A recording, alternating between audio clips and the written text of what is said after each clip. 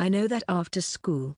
The Saint is More Than Just Noble. Volume 2 by Tozuka Riku. Translated by Niaskai Translations. Text editing and audiobook by Masquerade. Chapter 1. The beginning of summer. Summer nights are often hot and humid. Still, there were days when it was somewhat cooler than it would be in early summer. Late May, midterm exams were approaching. It was such cool weather that night.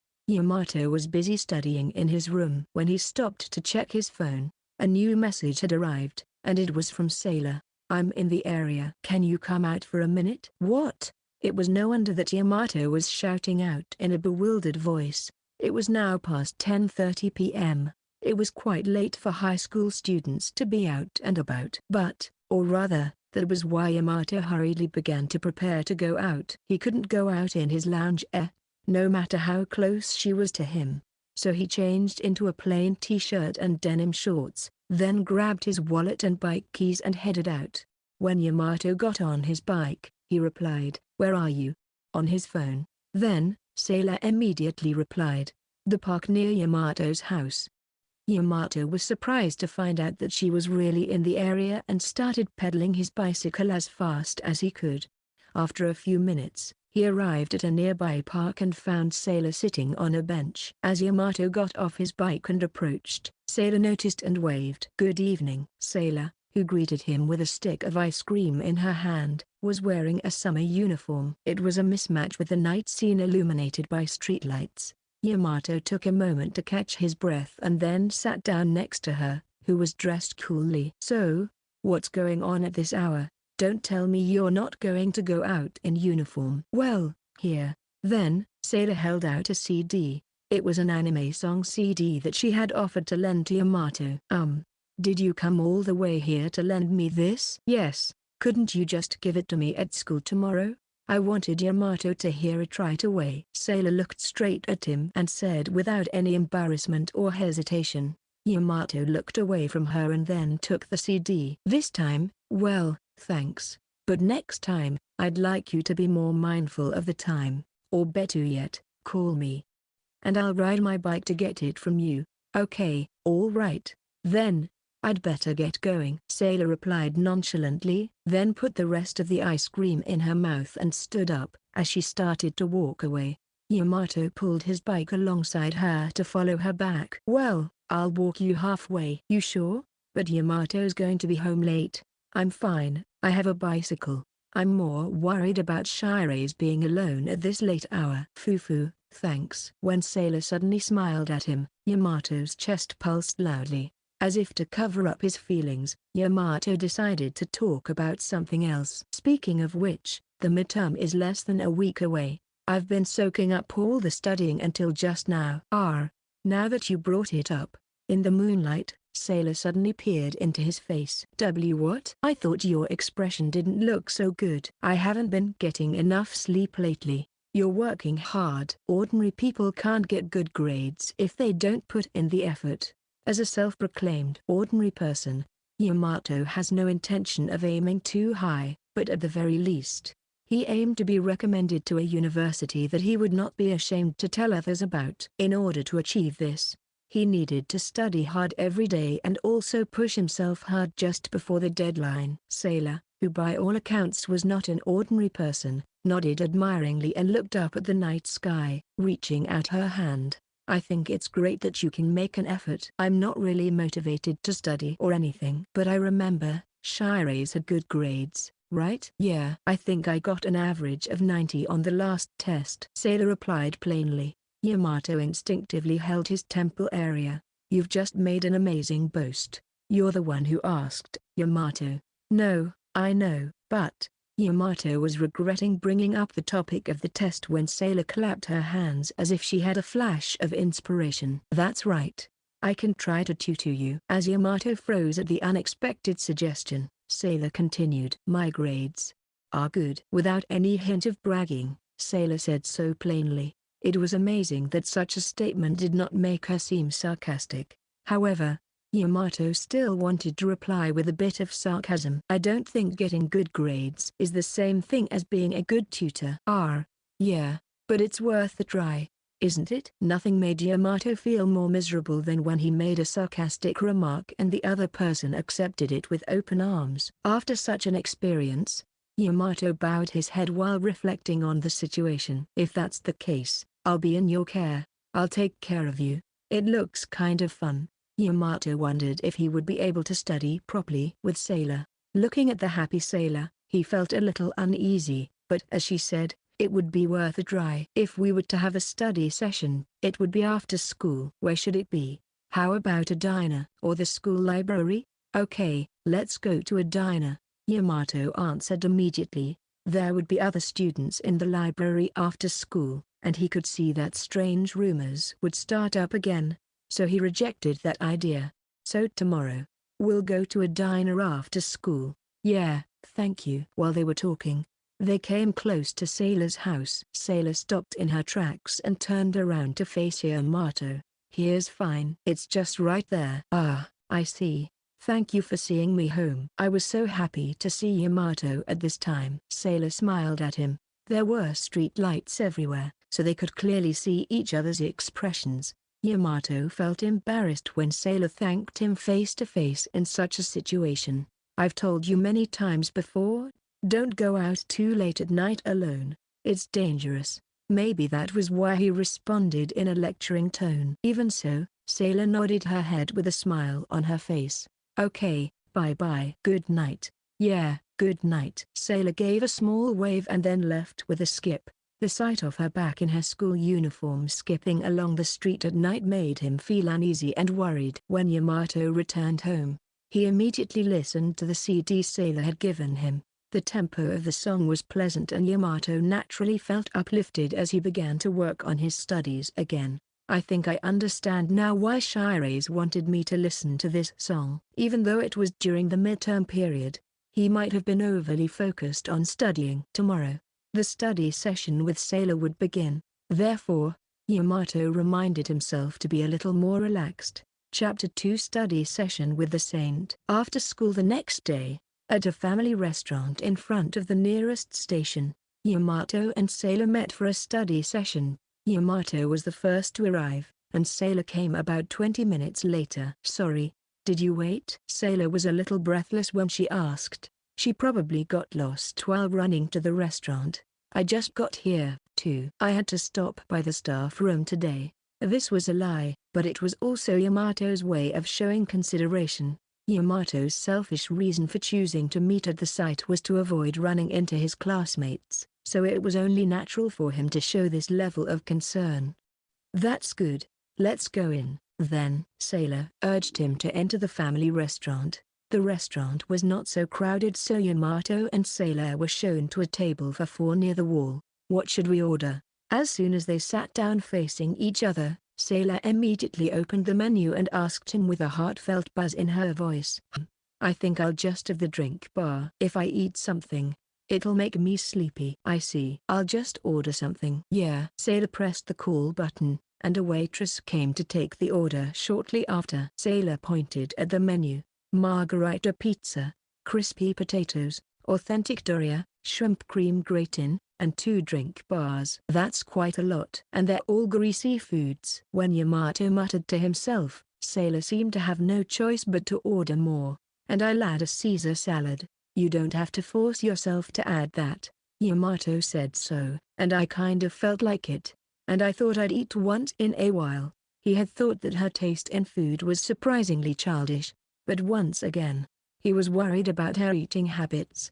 However, Yamato kept his mouth shut as he felt that saying more would indeed make her seem depressed. After the waitress recited the order and then left, Yamato and Sailor left their seats to get drinks. Which one should I take? As soon as they arrived at the drink bar, Sailor poured Coke and filled up half the cup, and then folded her arms in thought. Was she going to mix drinks? I'll just have a simple iced tea. Iced tea goes very well with Coke. No, I won't mix them. I see. Sailor was not particularly disappointed and added grape soda to her cup, apparently having thought it through. It was a safer combination than he had expected, Yamato thought. And then this and this. It was only the beginning that was safe. She added various drinks at random, and when she finally added melon soda, Her cup was full. That was the one that's absolutely not fitting. The drink was black, with a purple or green tinge, and didn't look very tasty. Despite this, Sailor seemed to be somewhat satisfied. "All right. I'm done. Is Yamato okay?" "Yeah, let's go back." When they returned to their seats, the waitress was bringing them their Caesar salad. "You can eat too, Yamato. Don't worry about the money." "No, it doesn't work that way. In fact, since you're going to be studying with me, I'd rather pay for everything. I asked for it because I wanted to eat it. You shouldn't worry about it." "Well, at least split it with me." "Okay." Sailor nodded reluctantly in agreement, then sipped her homemade drink. It seemed that Yamato's premonition had come true, and Sailor's face twisted slightly. Perhaps as a palate cleanser, Sailor began to share her salad. "If we're splitting the bill, Yamato has to eat a lot too." With that, Sailor handed him a small plate full of salad. "Shiraise, you have to eat, okay?" "I know," she said that. But she only put about half of her own small plate. She didn't want to eat that much salad. Her taste buds were still those of a child. Yamato looked at her, but Sailor didn't return his gaze and started rummaging through her bag. He followed suit, taking out his textbooks and notebooks from his own bag. Come to think of it, the main purpose of this was to study. Yeah. Let's start with Math B. Math B was Yamato's weakest subject. He can easily get high scores in the humanities, but he has trouble remembering the sciences, and if he doesn't take the proper precautions, he will end up with disappointing results. Sure, the scope was up to page 40 of the textbook, right? Yeah. I can't seem to get into the area of figures and equations. The coordinate plane 1. If so, let's use the problem on this page as an example. So, the study session started immediately. As soon as it started, Yamato was surprised. The reason was that Sailor's teaching style was very similar to that of their math teacher. It was not about tone of voice, attitude, or gestures. It was a simplified version of what the teacher had said in class, pinpointing the bare essentials. There was no extra information at all, making what had seemed like a complicated math problem seem so simple. He was sorry to the math teacher, but Sailor's explanation was much easier for Yamato to understand. "I finished the practice problems." "Ah, you got all of them right." "Nice work. It's thanks to Shiraise. Now Math B is going to be no problem." "Good. Well, let's have some food first." "Right, itadaki monsieur." To tell the truth, even though Sailor had already ordered everything, Yamato had forgotten to eat due to his eagerness to study. Perhaps it was because he had concentrated so much into his brain in such a short period of time, but he felt that his body was craving for nourishment. Yamato then began to gobble down the food. Phew. I ate a lot. He had planned to fill his stomach a little, but he ate so much that he probably didn't need dinner. Sailor, who must have eaten the same amount of food, had ordered a strawberry parfait for dessert, and Yamato learned that the concept of having a separate stomach for sweets actually existed. By the way, Shiraise is really good at teaching. To be honest, I was surprised. Really? I was just reciting what I learned in class. I think it's amazing that you can do that. How much do you usually study? I don't study at home. With a puzzled look on her face, Sailor tilted her head. Yamato was shaken and asked further. Well, when are you studying? Maybe you go to a cram school or something? I don't go to any cram school. If it's just a test, I can do most of it by listening to the class. Hey. In other words, Sailor averaged over 90 points on her regular tests just by listening to the class. Even though the Osaka Metropolitan High School has an average deviation, it was not so lenient that she could be a top achiever in regular tests without any preparation and review if she was normal. Sailor was a genius for being able to do that.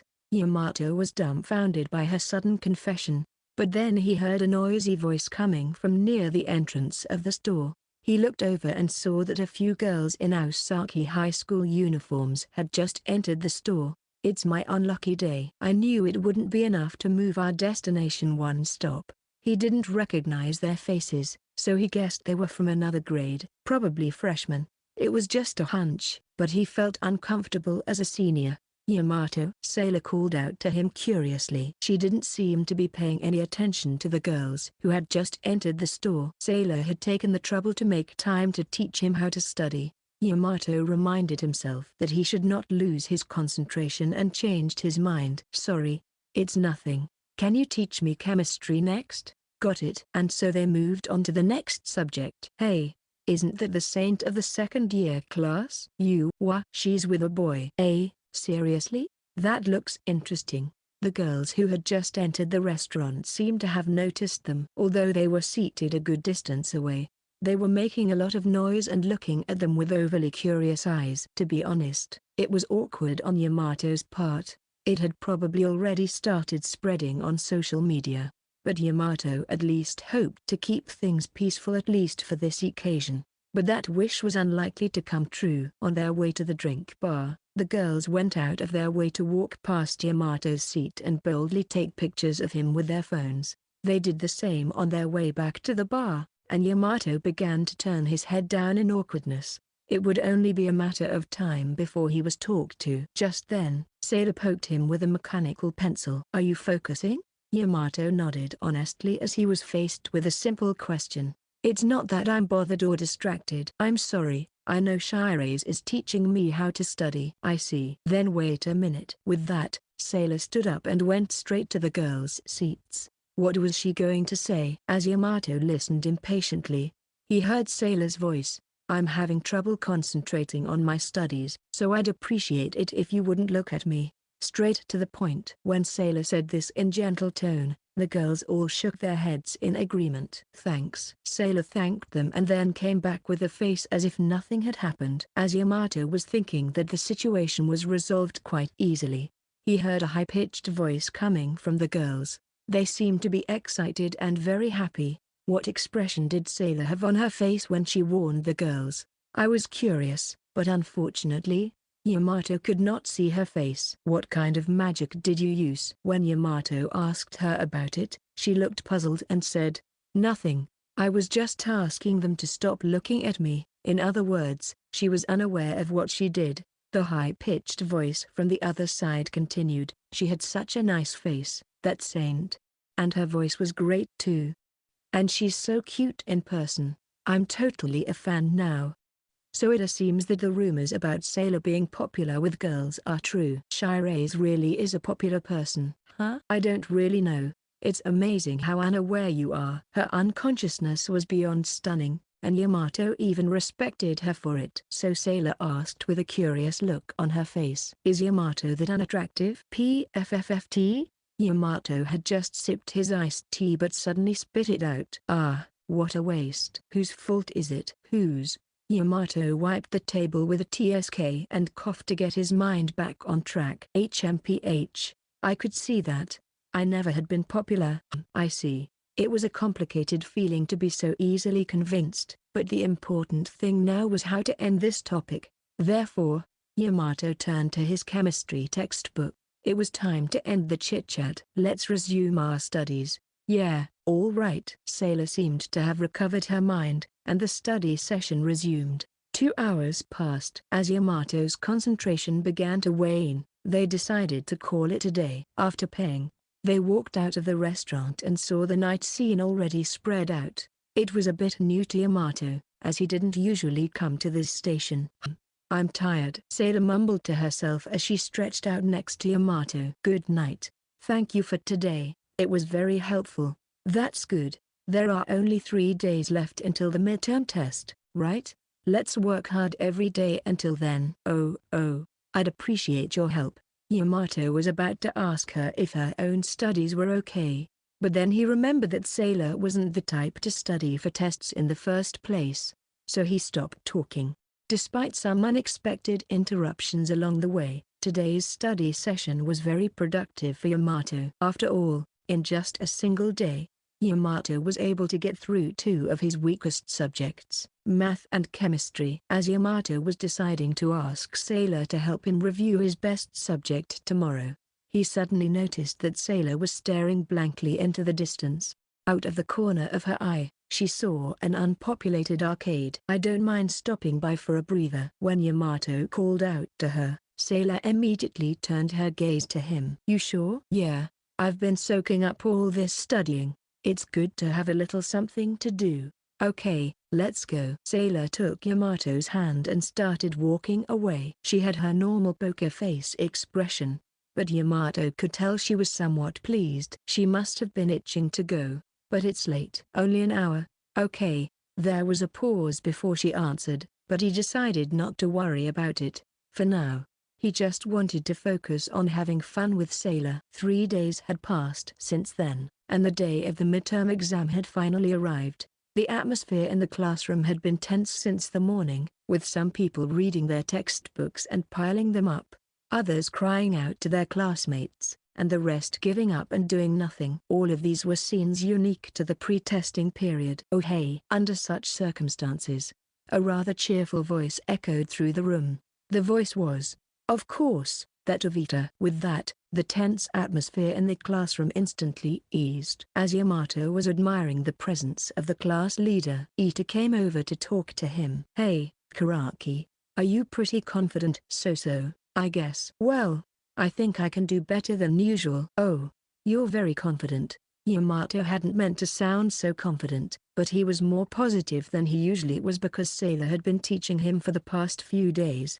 As an aside, Sailor was sitting by the window with her cheek resting on her hand. In other words, she was in her normal posture. Looking at Sailor's figure, Yamato replied to Itu as if he was giving him a hint. Are you that confident, Shinjo? I know it's a little late now. When this is over, the sports festival is next. Whether I'm confident about the test or not, I'm just waiting for it to be over. Not only did Yamato not quite understand what he was saying, but Ito also seemed to be distracted from the test. Yamato wondered if Ito was the type of person who dismissed the results of tests from the beginning. Maybe it's none of my business, but I think you should at least get some decent grades. Oh well, I borrowed some notebooks and studied, and I think I can handle the test. I just can't help but look forward to the sports festival. That's fine then. From Yamato's point of view, as someone who was not very good at sports, the idea of looking forward to the sports festival didn't occur to him,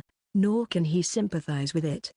However, Yamato admired Ito a little for the way he enjoyed school events. Well, I'm sorry to bother you before the test. Let's both do our best. Yeah. After Ito left with a bright smile, Yamato looked around the classroom and saw Mei staring at her textbook with a serious expression. Goodness, everyone's behavior before a test is different. The only person who was completely unchanged from usual was Sailor. In a way, she was the most different out of all of us, but that was just like her. And while Yamato was thinking about that, the bell rang. Switching his mind to exam mode, Yamato prepared for the start of the midterm. The midterm exams at Osaki Metropolitan High School are held over 4 days. The days seem long before they start, but once they're over, it feels like it passed in a blink of an eye. And so, on the last day of the midterm test, Yamato successfully completed the last subject. It was well worth the effort. Not so much fatigue, but he felt a tremendous sense of accomplishment. This was because Yamato continued his study sessions with Sailor even during the testing period, and he was well prepared for the next day. I can't wait to see the results. I've never felt this way before. Yamato was not the only one who felt like that. After the exam, the classroom was in a state of festivity. Everyone was in a state of revelry, trying to dissipate the frustration of studying day after day. Plus, it was only mid-morning. Because of the test scheduled today, they could leave school before noon. In order to make the most of this opportunity, the school was overflowing with students who were making plans to have fun during their dismissal, and others who were brimming with motivation for their first club activities in a long time. At that moment, Ita, standing in front of the podium, shouted out, "Hey everyone, good work on your tests. Tomorrow, we'll resume practicing for the sports festival." As Ita shouted, his classmates, with the exception of a few who were not good at sports, responded by shouting, "Oh, the date of the sports festival was exactly 2 weeks from now. It was certainly a good time to start practicing hard." However, Yamato was not able to get over the atmosphere. Instead, he was thinking about his future hangout schedule with Sailor. After the end of homeroom, Yamato was getting ready to go home when he sent a message to Sailor. Now that the test is over, why don't we stop by somewhere?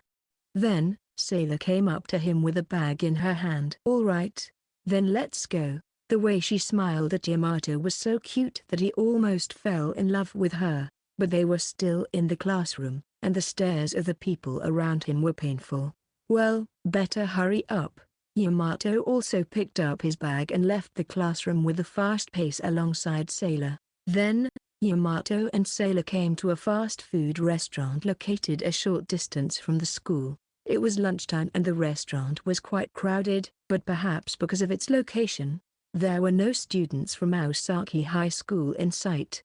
Each of them ordered and sat down in a row by the window on the second floor. It is pretty crowded. I'm glad there are seats available. Seriously. All right. Then, good job on the test. They toasted each other with L-sized drinks and then naturally laughed at each other while smiling at Sailor's bite into the oversized burger.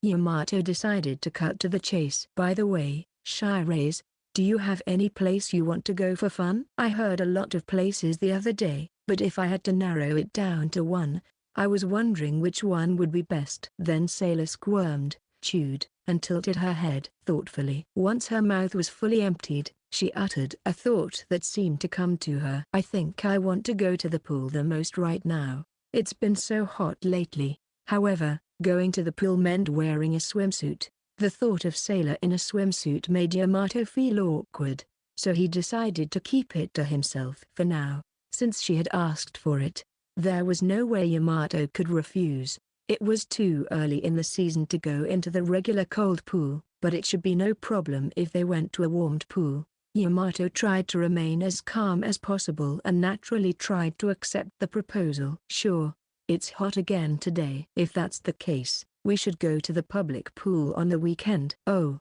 by pool, I don't mean a regular one. Eh? There, Sailor started to play with her phone and immediately showed the screen to him. What he saw on the screen was a night pool facility in the city. Unlike the public swimming pools in the neighborhood, this one was decorated with vivid colored lights and seemed to be a glamorous and fashionable facility. The images of young people in flashy swimsuits made it seem like a different world to Yamato.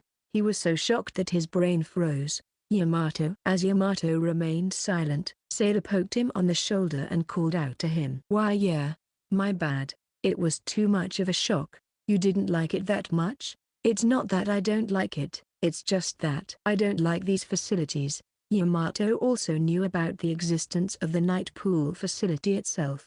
It was a swimming pool facility that could be used at night, but Yamato's prejudiced image of it was that it was a place where so-called party people would gather or a dangerous facility that was exclusively for young people. He had never actually visited such a place before, so he had this preconceived notion. That was why Yamato showed resistance, and Sailor's shoulders slumped in sincere disappointment. I see. Then it can't be helped. I wanted to go with Yamato. Yamato's heart ached as he watched Sailor's sullen expression. Yamato reminded himself that it might not be right to deny it out of his mind and decided to ask for details. Well, have you ever been there, Shiraise, to this night pool and stuff? Never. But when I looked it up, it seemed to have a nice atmosphere and it piqued my interest.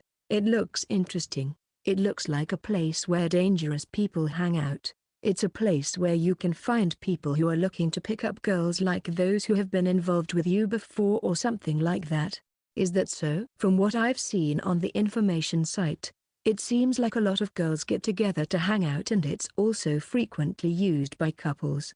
Well, that would be awkward. Yamato was aware that this statement was shameful. However, he felt that he could not simply give in at this point. It was a kind of self-defense instinct. So why don't we go there, and if it's awkward, just leave? No, that would be a waste of money. This place is pretty pricey, right? After all, why not just use a regular public pool? I don't know. I just don't feel comfortable in a public pool. Sailor was also quite stubborn. As the two sides continued to battle it out, Sailor finished the second of her extra-large burgers and then popped her hand in the air as if she had a flash of inspiration. It's okay if it's a night pool, as long as there are no weirdos and it doesn't cost a fortune, right? Well, if there is such a place. Maybe you know somewhere, kind of. Oh, okay. If there was such a dream-like facility, Yamato would be wishing for the best. Yamato's heart swelled with anticipation as he wondered if there would be a private pool for the rich. Well, it's settled then. Let's get going tonight. That is pretty sudden. Well, I have time and nothing to do, so why not? How about we meet in front of the school gate at 8 p.m.? Shouldn't we meet at the station? No, if we meet at the station, we'll have to take a long way around. It seemed to be in the vicinity. It was convenient because it wouldn't cost any train fare. It's pretty close. What kind of place is it? You'll have to wait and see. Sailor then smiled meaningfully as she said that. Yamato had a bad feeling about this, but decided to chalk it up to his imagination. Okay, now that we've decided on our plans for the night, what should we do after this? We can kill some time somewhere, or go back early. I have to go back to get my swimsuit, and I want to sleep, so let's split up. Before we go any further, we're not going to do an all-nighter, okay? I know already. Yamato is so serious sometimes. I'm basically always serious, not just sometimes. They finished their lunch, arguing about such things. After leaving the restaurant, they walked to the station and parted ways when they reached the main street. I'm looking forward to the pool. On the verge of parting, Sailor said happily. The innocent smile on her face was so adorable that Yamato almost felt his cheeks soften. Alright. Hiding his mouth, Yamato agreed with her. He was looking forward to it, but he was already nervous, imagining Sailor in her swimsuit. I'll see you later tonight. Yeah, see you later. They waved to each other and went home.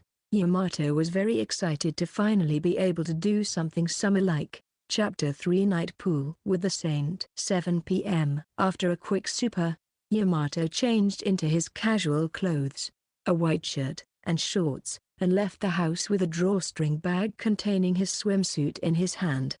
It was so hot during the day that it already felt like midsummer, but it was cool during the night. In his light casual clothes, Yamato felt a little chilly. If they were going to use the outdoor pool, Yamato was worried that they would freeze unless it was heated. While he was thinking about this, Yamato arrived at the school where they arranged to meet. In front of the school gate, he could already see Sailor. She looked cute in her casual summer clothes, wearing a striped top and denim shorts. Sorry, did I keep you waiting? When Yamato called out to her as he ran up to her, Sailor, who was looking at her phone, turned to look at him. Good evening. I just got here. Gee, good evening. I'm glad to hear that. Yamato doesn't think he'll ever get used to the idea of meeting up at night, no matter how many times they do it. And greeting each other with a good evening makes his heart tingle. Let's go. In contrast to Yamato's fidgeting, Sailor began to walk in an unhurried manner, but for some reason, Sailor walked towards the school building and put her hand on the door by the gate. The service entrance set up beside the school gate. Hey, what are you doing? What do you want with the school? Yamato flusteredly asked, and Sailor only nodded in response. I thought I'd use the school pool today. While Yamato was fuming at the unexpected response, Sailor easily stepped through the open gate and beckoned to him. Come on, Yamato, hurry up. As he was told to hurry up, and Yamato had no choice but to follow her, just out of curiosity. Did you get permission from the school? No, I didn't. I called the school before I came, and they gave me permission to come on campus. Sailor says without a trace of guilt. Surprisingly, Yamato was relieved to find that she had been given permission to enter the school, and continued to ask questions. How did you explain to the school to get permission to enter? I claimed I wanted to come in and get something I forgot. That's a bold lie. Goodness, you're supposed to be a saint. When Yamato was stunned, Sailor just turned her head and smiled suggestively at him. Really? If you're cute, it doesn't matter what you do. Yamato was frustrated to see her cover up her actions with a smile, but he had to admit that she was cute. Sailor, who was walking ahead of him, went around the outside of the school building instead of using the gate. The swimming pool at Osaki High School was outdoors, so Yamato guessed they were really planning to head to the pool area. The bicycle parking lot was empty and the school ground was dark. All of the noiseless scenery in the school seemed alien to Yamato, and he felt a strange stirring in his chest. Yamato had seen school at night scenes in manga and TV dramas, but when he actually saw it, it was darker and more eerie than he had expected, and he felt more anxious than excited. I just said the other day, if Shirase tries to go off astray, I'll stop her. This was when Yamato made his declaration to Sailor's sister, Ruka. The current situation could be interpreted that Sailor was about to go astray, and yet, instead of stopping her, Yamato was trying to have fun with her. If he continued like this, he wouldn't be able to face Ruka. Yamato, who had cooled down and resolved himself, called out to Sailor's back, which showed no signs of stopping. Hey, can we not do this after all? We can go to the night pool another day. However, Sailor didn't stop or even look back. Hey, Shirase, it's okay. They won't know. No, that's not the problem. When they reached the stairs leading to the pool area, Sailor finally turned around. I'm sure it'll be fun. Yamato doesn't like it. Because of the darkness, Yamato couldn't see the expression on Sailor's face when she asked that. The tone of her voice was calm, so Yamato guessed she was not annoyed. He could tell that she was sincerely trying to listen to his opinion. As Yamato was wondering how he should respond, Sailor approached him. She brought her face right up under Yamato's face, and as soon as they could see each other's expression clearly, Sailor smiled at him. Good.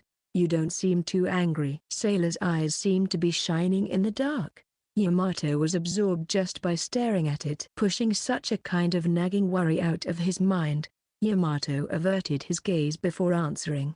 I told your sister the other day that if Shirase ever tried to go off astray, I would stop her, and yet, I'm sorry that this situation has come to this. Shirase was asleep at the time, so you wouldn't know. After telling her that much, Sailor took a few steps back and distanced herself from him. Then, after a pause to catch her breath, Sailor opened her mouth. It's just, thank you for everything. And I'm sorry for making you worry all the time. Yamato was surprised to be thanked and apologized to at the same time, as he had not expected it.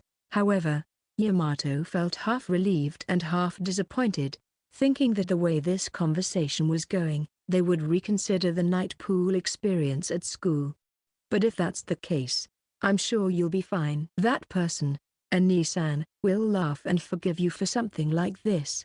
No matter what you think, she wouldn't just laugh and forgive me. Then, maybe with just a smile and a flick on the head. PFFT. Sailor had definitely received some hardship from her sister. When Yamato realized this, he couldn't help but blurt out to laugh. You finally smiled. You've been looking at me like you were in trouble for a while now, so I'm kind of glad. Because, well, if she doesn't forgive me, the worst that can happen is that I'll get down on my knees. Or I'll get a big slap on the wrist. That's no good. There's no need for Yamato to go that far. No, I'll do it. So stubborn. So, to prevent that from happening, we have to make sure that she doesn't find out about today. This time, Yamato closed the distance between them. Then he saw Sailor's face, which was unusually dumbfounded. What's with the funny look on your face? I don't really know, but I feel like you're being rude to me. Instead of getting upset, Sailor said thoughtfully. Yamato smiled, amused by her reaction. Yamato's smile makes me feel relieved when I see it. I wonder why. Yamato was embarrassed because Sailor said this with a straight face, so he turned his back towards her. Anyway, I'm just saying, let's get in the pool. Yeah, we're talking about getting in. Don't repeat it. It's embarrassing. Yamato was satisfied and the two of them went up the stairs leading to the pool area. The entrance to the pool hall was locked, of course, and they had to climb over the fence that surrounded it to get in. It's here. I'm starting to feel like I'm doing something bad. Yamato made a lame remark as he climbed the fence. This is fun. In contrast, Sailor was already in a good mood. She was great courage, or at any rate, she was very determined and even somewhat dependable. I never get tired of being with Shirase.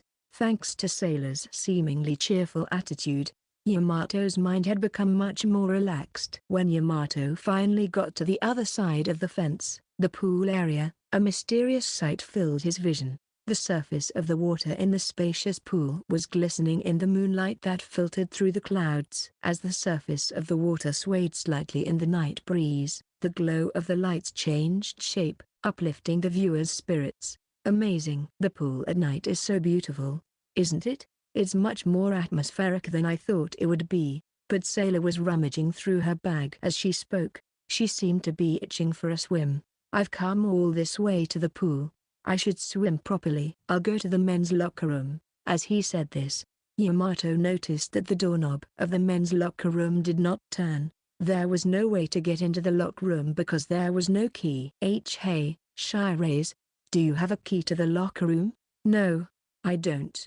I'll go change over there. No, that way is. Despite Yamato's shock, Sailor moved to the side of the building that housed the locker rooms. There was no point in standing around, so Yamato moved to the other side. Sailor didn't seem to have any qualms about changing under these circumstances. But this was outdoors and there were no obstacles between them. That means, if he wanted, Yamato could peek at her. There was no way Yamato would have the guts to do that. So he quietly began to change his clothes. But of course, he couldn't not be concerned. A few meters away, Sailor was also changing her clothes. It was impossible not to be aware of it.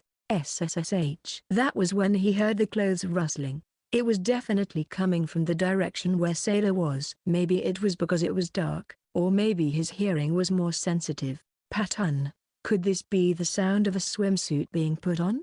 Yamato's mind was restless due to his imagination, or rather, his imagination got the better of him. It didn't take Yamato long to change his clothes. He put on a pair of slightly smaller sized swim trunks he had bought in junior high school and was ready to go. I'm done changing. How about you? Yamato walked out to the side of the pool and asked, and heard a voice on the other side say, almost there. Huh? What the heck is this situation? What's almost there? In this situation, the word almost there seemed to be meaningful to Yamato, and it stirred up all sorts of fantasies, so he had to try to be absent-minded. Yamato spent a few minutes in a daze, looking out at the pool. A kept you waiting came from behind Yamato, and he turned around to see Sailor in the dark. As Yamato approached her, the moonlight that had been blocked by the clouds illuminated the scene. Yamato knew that this would be a surprise to him. Sailor, who was bathed in the moonlight while in her swimsuit, looked like a fairy from a fantasy. Her hair was tied back in a single bun, exposing her white skin, supple limbs, and ample bosom. Her large, jewel-like eyes, combined with her hazy expression, overflowed with an indescribable unworldly charm. So beautiful, Yamato thought without question. Something wrong? Seeing Yamato stiffen, Sailor asked curiously. Yamato came to his senses and hurriedly averted his gaze. You're wearing a school swimsuit, Yamato said while glancing sideways at her, and Sailor replied with a puzzled look. It's a school pool, so of course I would be. Sailor said so as if it was natural, but normally there would be no opportunity to use the pool at school at night. In the first place, Yamato hadn't even been informed that he would be using the school pool. The way you put it, it sounds like there's something wrong with my swimsuit. Isn't it a bit small? Leave me alone. And then Sailor turned her back to him and Yamato fell into thought. I normally use a mirror when I arrange my hair, but it's dark and I can't see very well. Can you see if it's tied properly?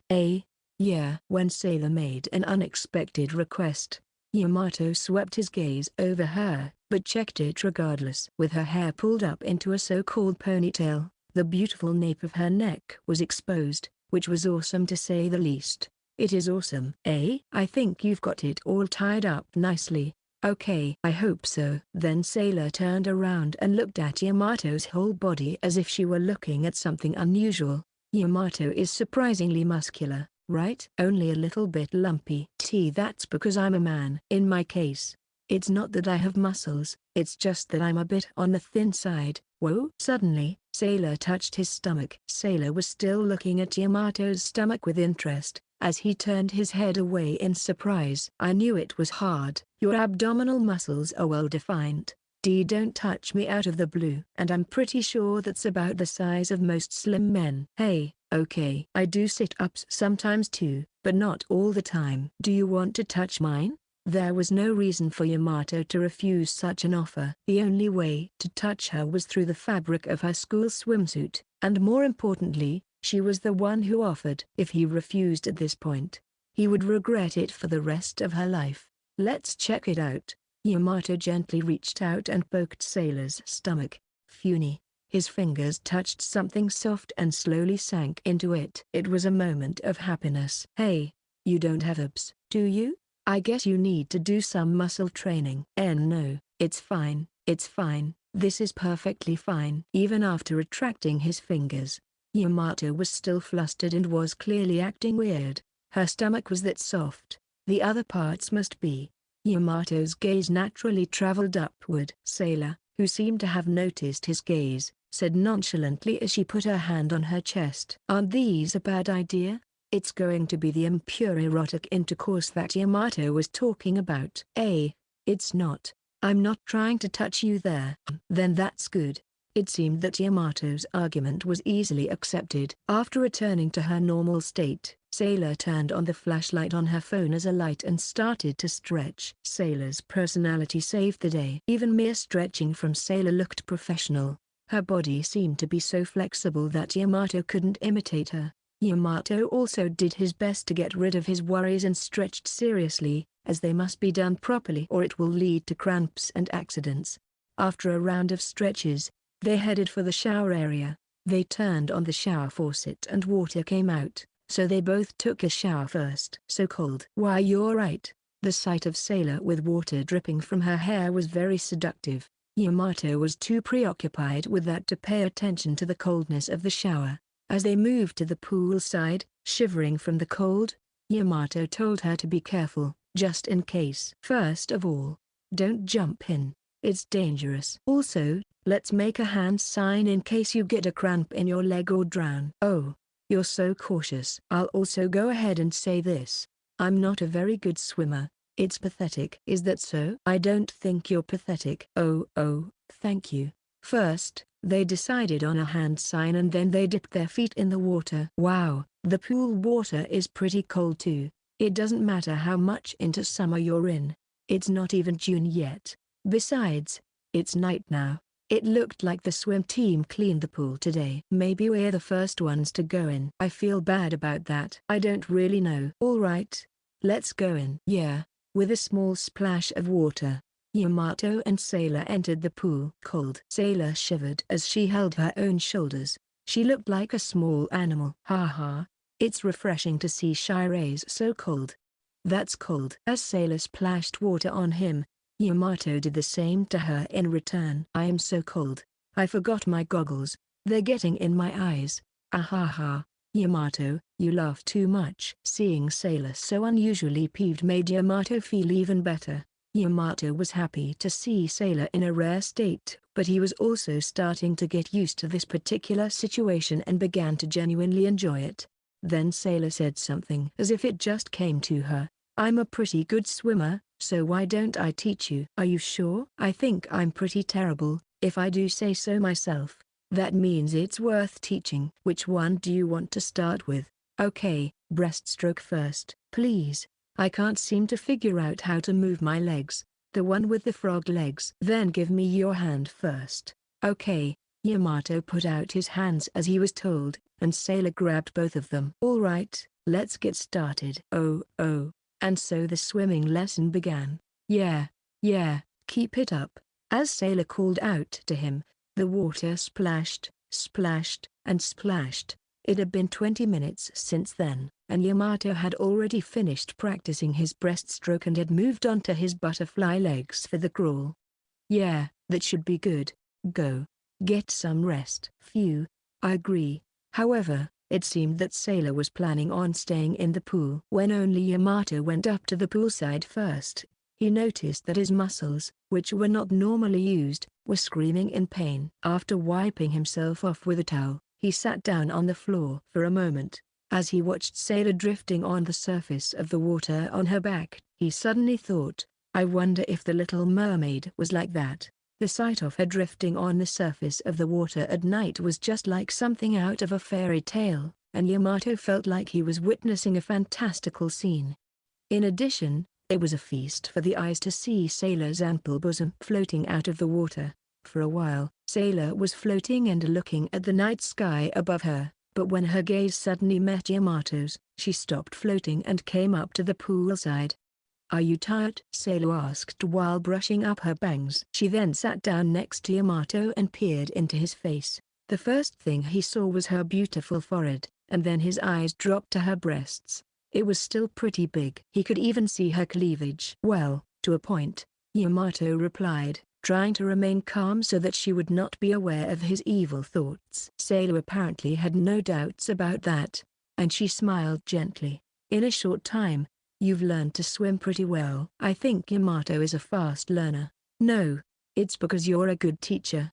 "Well, maybe that's true." In these situations, Sailor does not stay humble. She responded to him as honestly and as he thought she would. "Serious, Shiraise is really straightforward. You can be stubborn sometimes. Sometimes Yamato really nags me a lot." "I'm aware of that." When Sailor suddenly stood up, she stretched widely. "Also, it's cold. I have to go get a towel." That was when Sailor started to walk away.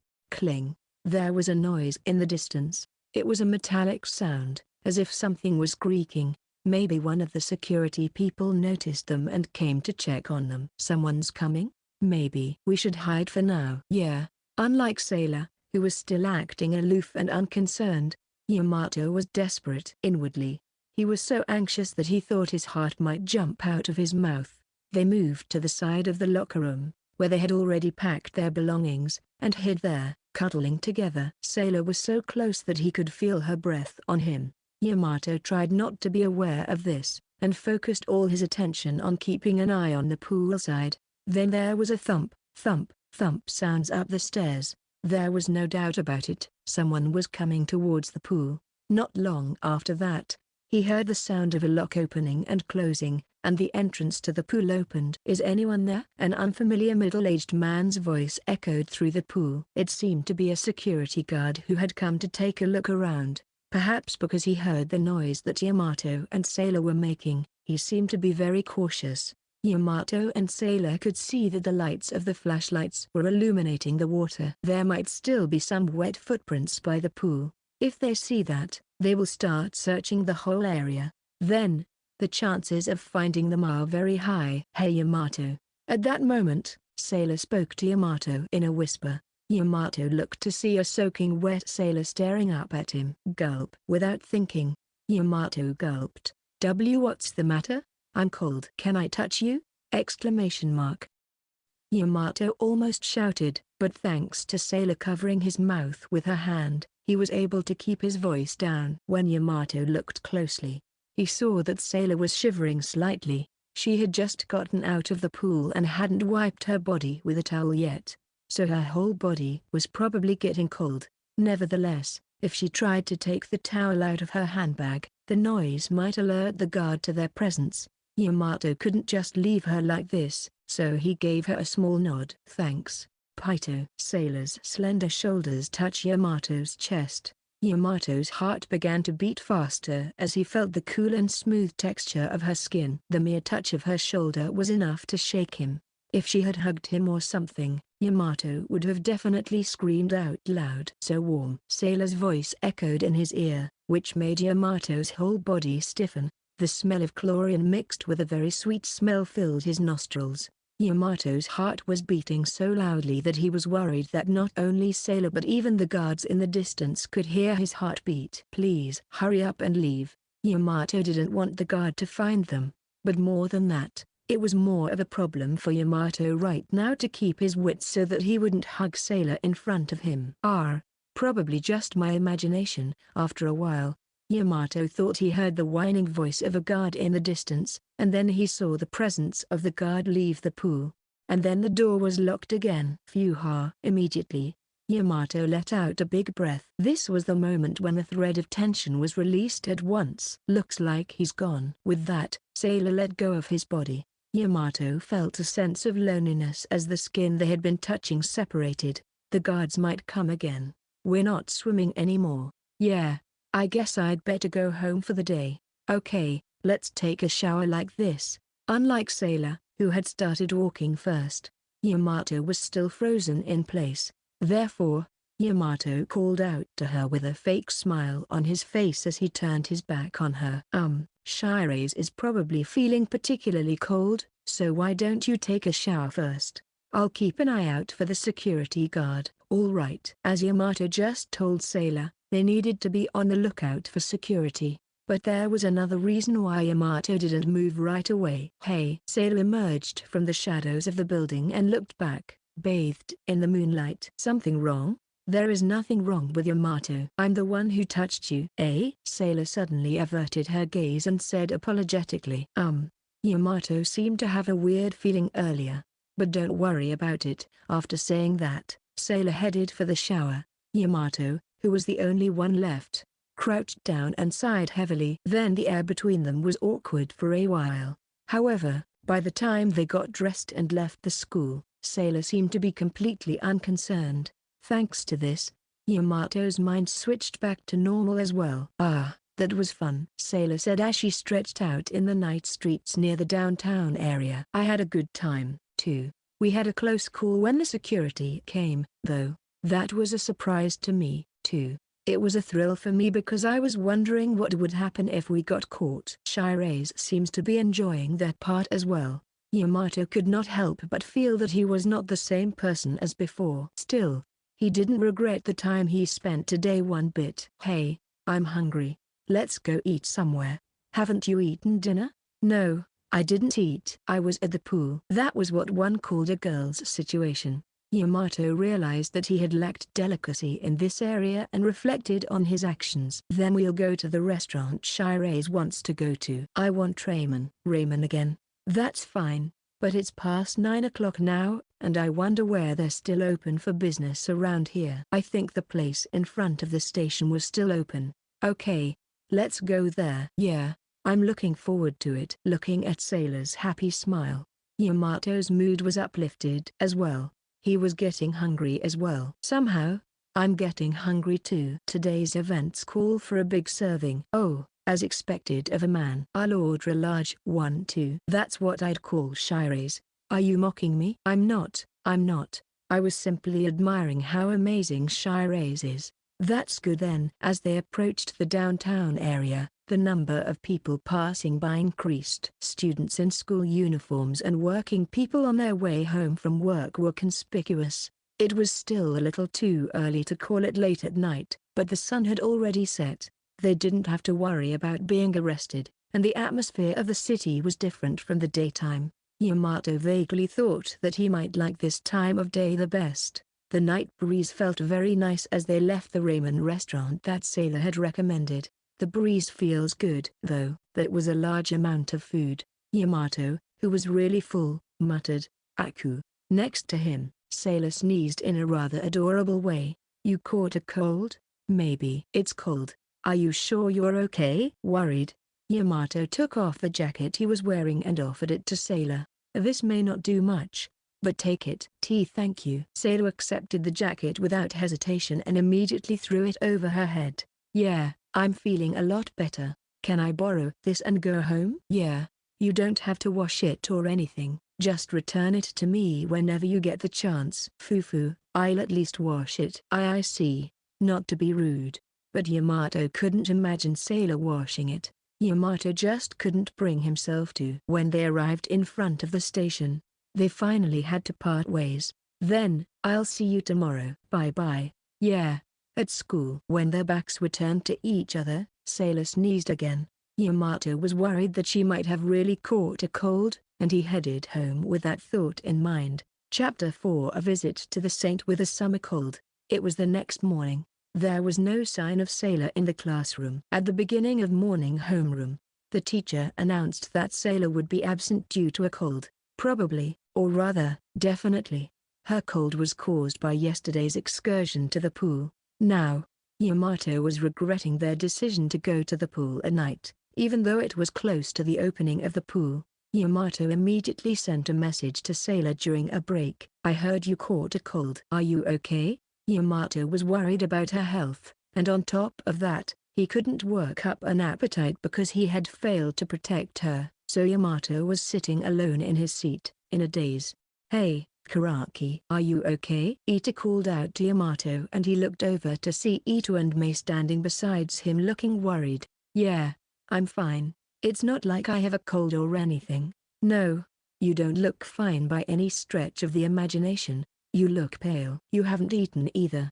I just can't seem to work up an appetite." Then Mei offered him a piece of sweet bread and said, "At least eat a little, okay? If you can't have a regular meal, you can have something sweet or something." "Thanks. I appreciate your sentiment." Not wanting to cause them to worry even more, Yamato grabbed his lunchbox and left his seat. "Hey, do you want to eat with us today?" Ito immediately invited him to lunch, but Yamato shook his head left and right. "I really appreciate it, but I feel uncomfortable if I don't eat lunch in a certain place." "Don't worry, I'll eat fine." "I see. Well, go ahead and eat up. Take care." After being seen off by the two, Yamato left the classroom. Then, as soon as he reached the rooftop, Yamato mindlessly shoved down his lunch. Yamato choked and swallowed because he suddenly ate without drinking any water. Yamato gulped down a cup of green tea that he had bought on the way here and paused to catch his breath.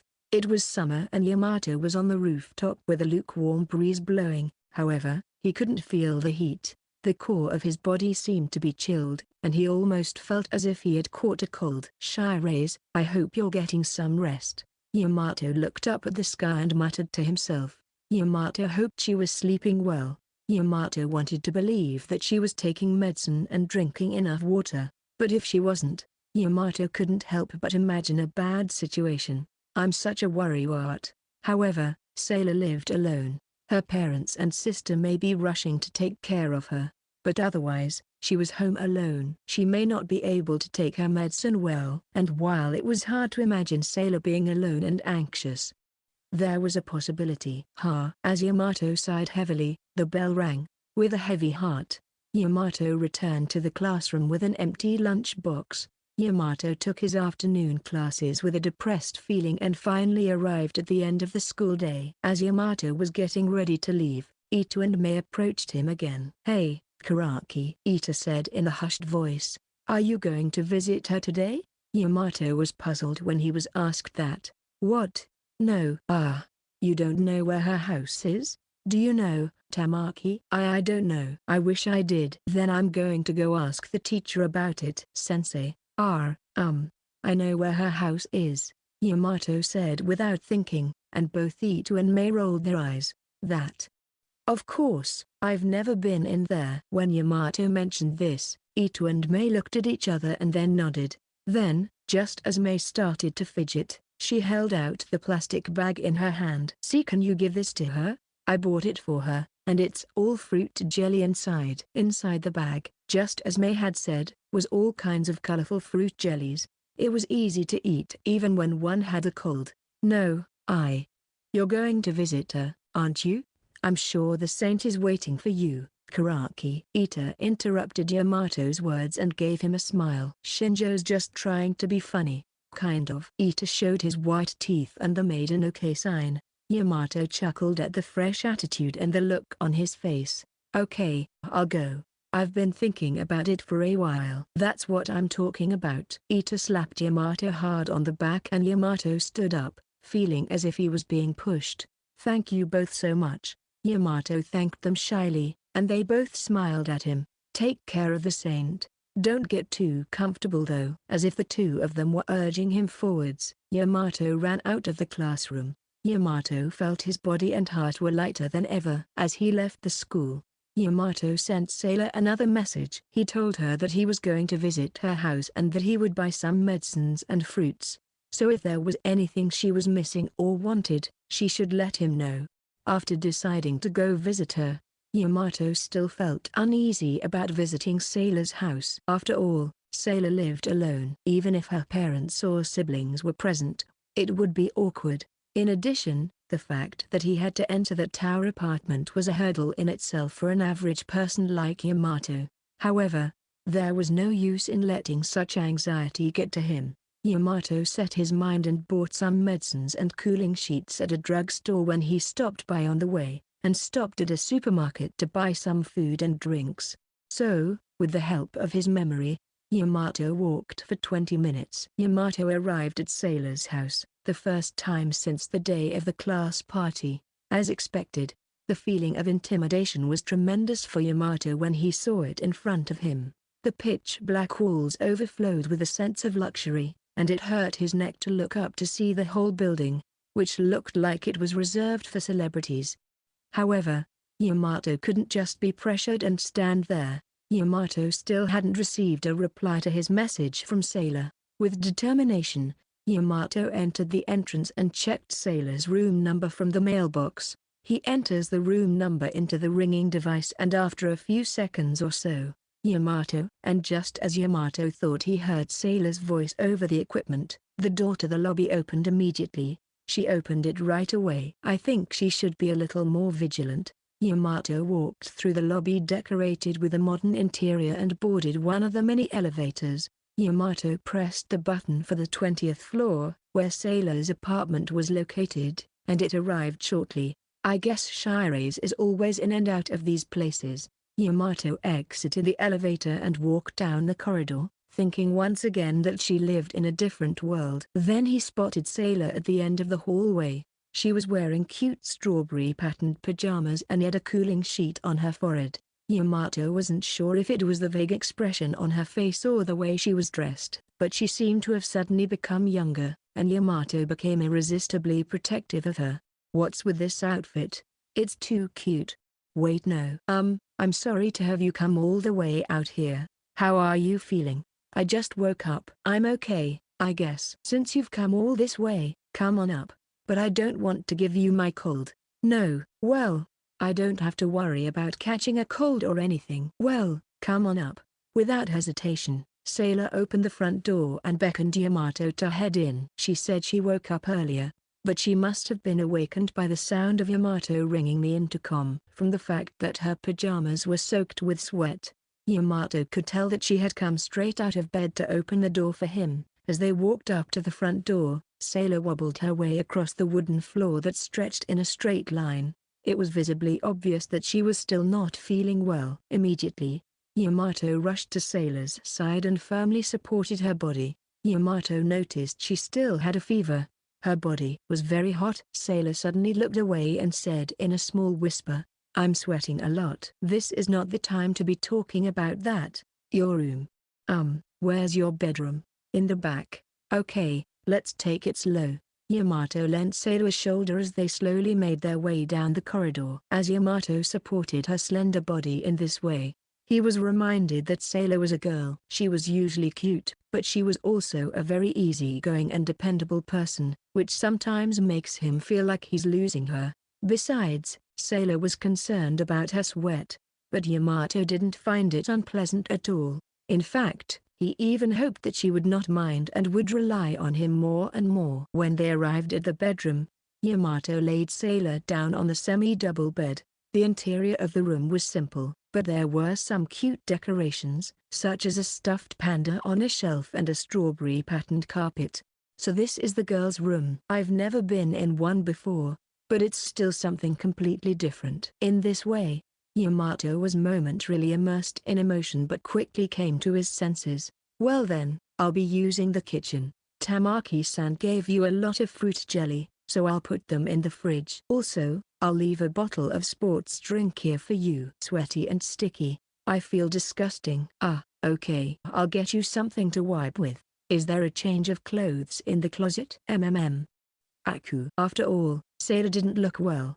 Her eyes were vacant and her voice sounded very congested. It was times like this that Yamato felt strongly that he needed to be dependable. Sorting out what he had to do in his mind, Yamato began to act briskly. First, he walked through the large living room into the kitchen and put the things he had brought into the refrigerator. There was only juice and mineral water in the refrigerator, and the cooking utensils had hardly been used, so it was obvious that Sailor did not usually cook for herself. Instead, there were a few large garbage bags in the corner. Basically, she must have spent her time eating delivery food and eating out. Seeing a situation like this, Yamato became even more worried about her health. The kitchen was cleaned properly, so Yamato only needed to wash the utensils in water to start cooking. However, the cooking would have to be done after he finished his other tasks. Yamato went to the bathroom to get a wet towel and went back to Sailor's bedroom. Just to be sure, Yamato knocked before entering the room and heard a groaning him reply. So he opened the door. "Shy raise, I got you a wet towel." "Thank you." Sailor got up, thanked me, and took off her pajamas. "Hey, no, stop. At least let me put the towel down and leave the room." Yamato managed to turn around, half in a panic. However, despite Yamato's agitation, Sailor said in an indifferent tone, "I need you to wipe my back." I get it." When Yamato was ready, Sailor took off her top and faced away from him. And right after that, a pat and an unfamiliar sound reached Yamato's ears. Apparently, she unhooked her bra. Yamato had heard that some women went without a bra at home, but Sailor seemed to be the type who wore one. He felt fortunate to know such a thing unexpectedly. "Go ahead."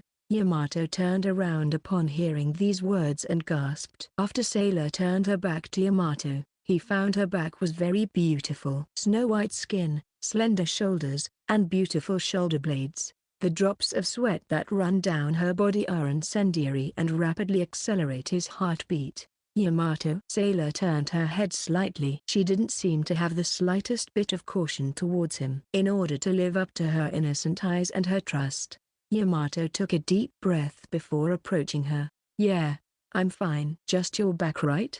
"Yeah. I can wipe the rest off by myself." "Got it." Sailor was barely covering her chest with the blanket, but the glimpse of her collarbone was quite alluring. Yamato was praying to God in his heart that she wouldn't turn around.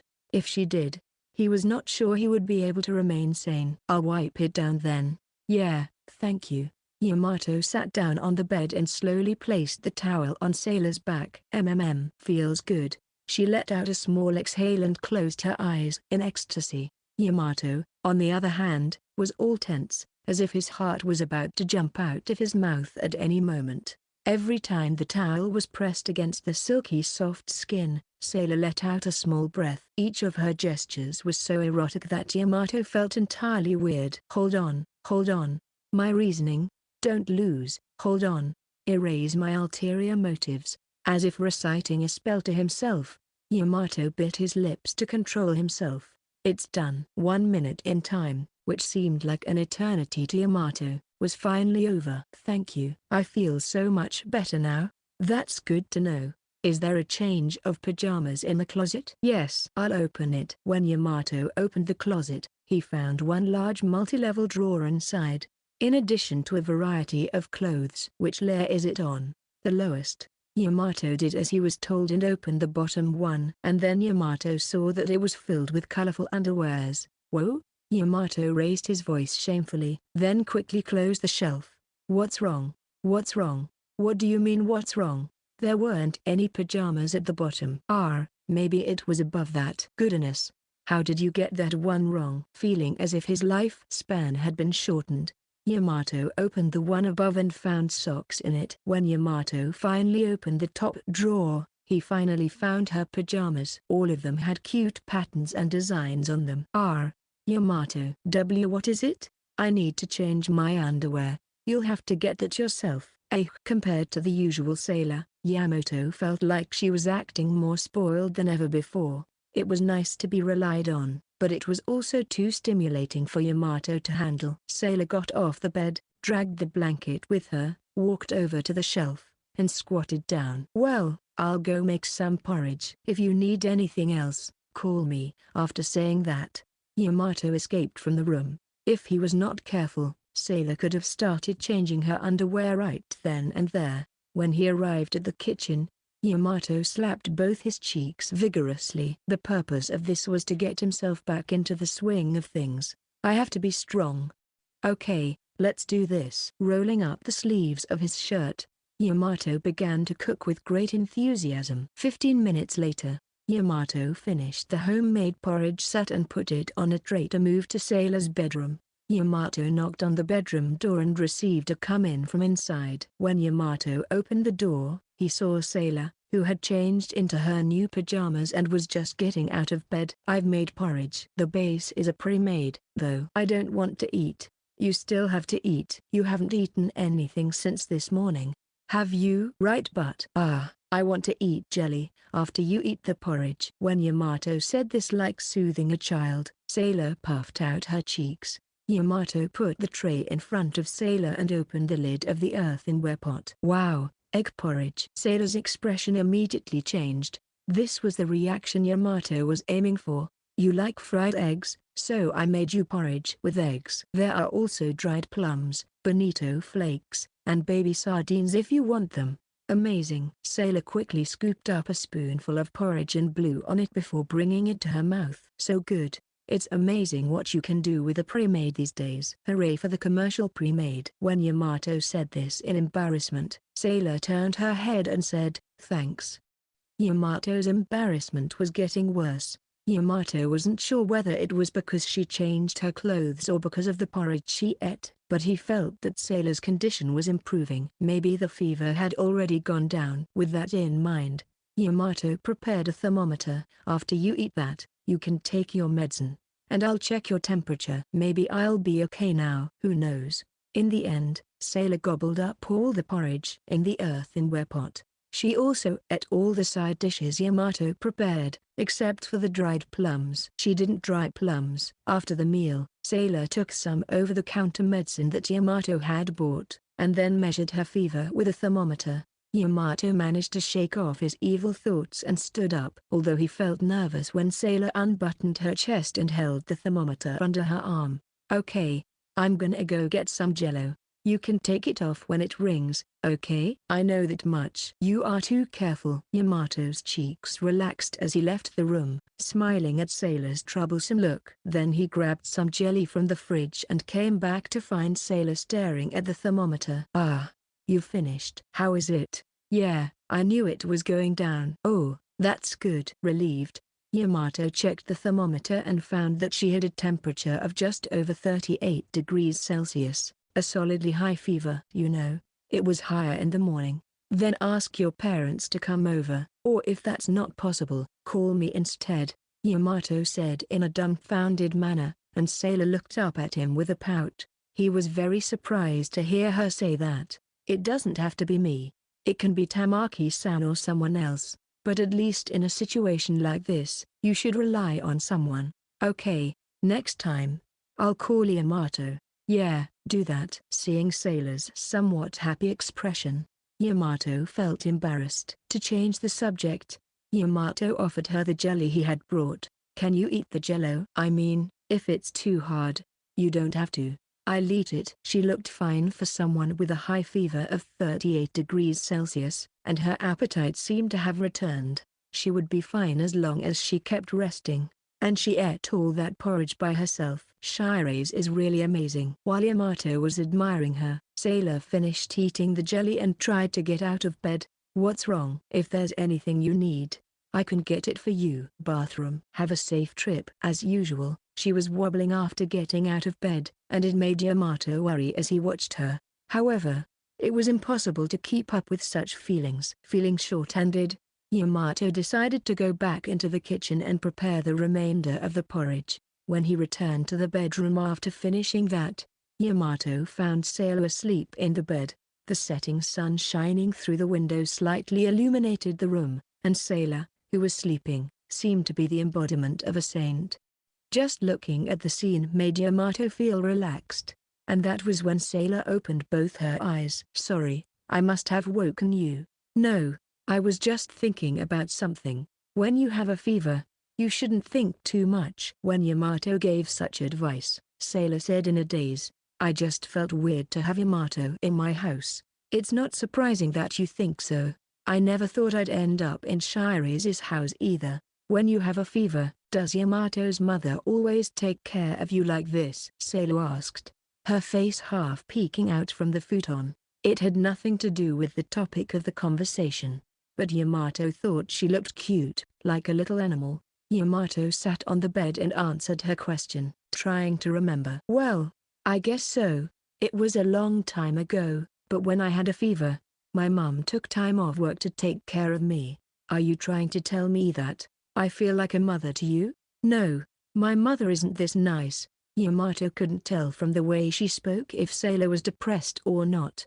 However, Yamato could tell that it was hard for her to talk about her parents. Shiraze's mother must be a busy person, I think. Well, I think she's busy, but I don't know for sure. This was the first time Sailor had talked about her family since the last day of the holidays when they went to the rooftop amusement park. Thinking nostalgic about that day, Yamato opened his mouth. I've never met Shiraze's parents, so I can't really speak for them, but I think it's okay to rely on them when you have a cold. They're your parents. Of course, if it's okay with you, I'll always come running. If my parents come, I'm going to feel even worse. Don't say that. Sailor covered her face completely with the futon, thinking that he had gone a little too far.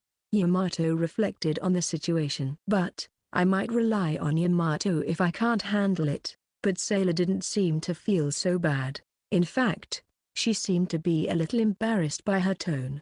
Yeah, do that. Feeling calm, Yamato spontaneously reached out to pat Sailor's head, but he narrowly avoided doing so. Why am I trying to touch her so naturally? Too close.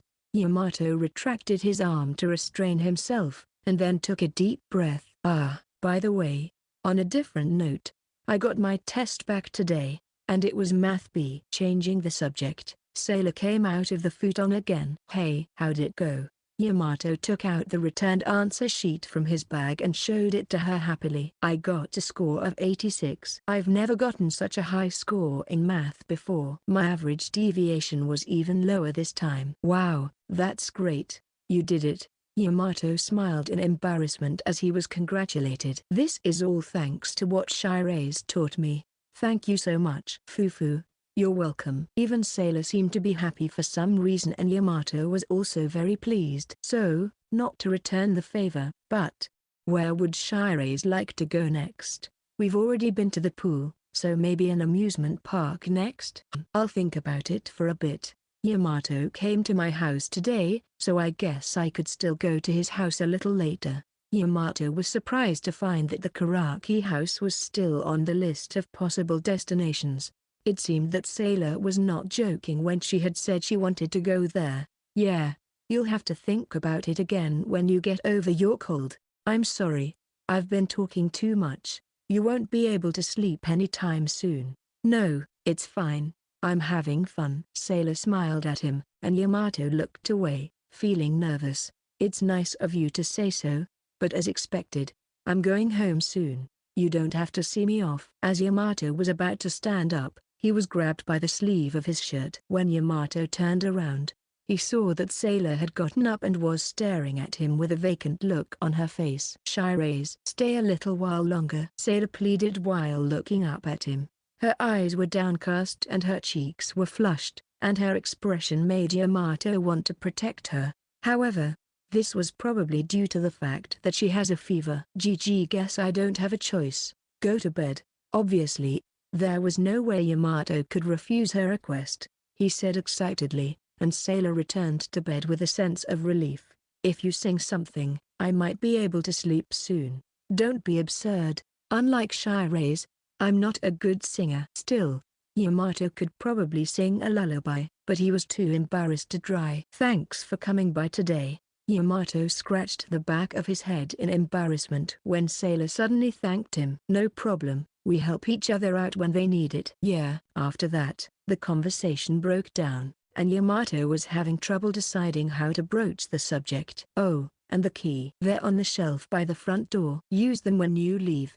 Relieved that Sailor had opened her mouth first, Yamato replied, okay. Do you want me to leave it in the mailbox? No, I have two. You can have one. What? No matter how many spare keys you have, that's not good. Shiraze. ZZZ. Despite Yamato's confusion, Sailor began to breathe lightly in her slumber. She was relieved to have told him what she wanted to tell him. Besides, they say that fevers tend to rise at night, and maybe she wasn't feeling well. I'll return the key next time, Yamato muttered and turned his gaze to Sailor's sleeping face. She was sleeping comfortably and had the cute sleeping face that made it feel young for her age. Yamato hoped that she would get some more rest and get back to her full condition soon. Yamato gently stroked Sailor's head with such a wish. "You're going to have to forgive me for this." With this in mind, Yamato said goodbye to Sailor. "Good night, Shires. I'm sorry I was so inconsiderate at the pool."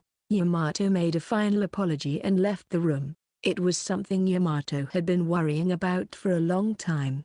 He had been so busy hiding from the guards that day that he had left Sailor soaking wet. Yamato felt that if he had at least taken a towel with him when he hid, she might not have caught a cold. Yamato blamed himself for any other considerations he may have lacked, but Yamato was sure Sailor wouldn't want that. "Why are you apologizing?" Yamato could easily imagine her laughing and letting it go. Therefore, this was an apology for Yamato's self-gratification. It was an act to reduce his guilt and to remind himself not to repeat the same mistake next time. Disgusted with himself for doing such a thing, Yamato headed for the door. After putting on his shoes, Yamato grabbed the key that was placed on top of the shoe rack and walked out. As he locked the door, he noticed that the sun had completely set. It was still a little chilly at night this time of year. Not wanting to catch a cold himself, Yamato left the apartment in a run.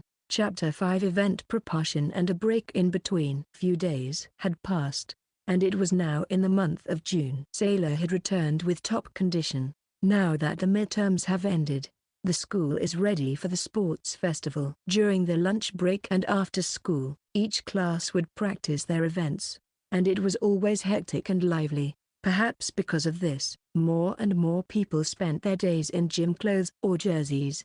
Yamato's class, the 2B class, was no different, and they were working hard to practice together. This naturally meant that the time Yamato and Sailor spent together had shortened. One day, during lunchtime, after practicing jump rope, Yamato and Sailor were about to move to the rooftop together. "Saint, may I have a word with you?" May approached Sailor with a nervous look on her face. It seemed like she had something important to say. "I'll meet you there," Yamato read the air and said, then quickly left the place. He then waited on the roof for about 5 minutes. Sailor appeared in her gym uniform and sat down next to Yamato as if nothing had happened. What was that all about earlier? Is it alright for me to ask what it was about?" She asked me to join some kind of cheerleading. I refused." "You refused her?" I can't." "No, it's not that you can't." Yamato had the impression that the cheerleading at the sports festival was synonymous with youth. Sailor was invited to join such a group, and he felt that it would be a shame for her to turn it down right away. Then a realization hit Yamato. But wasn't the application for cheerleading closed a long time ago? I wonder why they approached you now. I heard the other cheerleading members wanted to liven things up, so they told her to reach out to me. As she bit into the bread, Sailor spoke as if it was none of her business. In other words, May was an intermediary to invite Sailor into the cheerleading group. Originally, cheerleading was only for those who wanted to join, but then students like Sailor wouldn't join. That was why they decided to invite Sailor half-heartedly through May. In this case, May was certainly the right person for the job. She was a cheer member, had a good personality, and above all, she was in the same class as Sailor. As May's comrade and knowing how she felt about Sailor, Yamato felt sympathy for her. May had encouraged Yamato to visit Sailor and helped him on several other occasions. Maybe she didn't know about it, but Yamato was grateful for her actions. For these reasons, Yamato couldn't bring himself to just sit back and watch. "I see, but shouldn't you think a little more about cheerleading?" Yamato decided to say something out of character. Yamato didn't know if May herself wanted Sailor to join cheerleading. However, since they had come to ask Sailor, even if it was through someone else, Yamato thought May would not be opposed to it.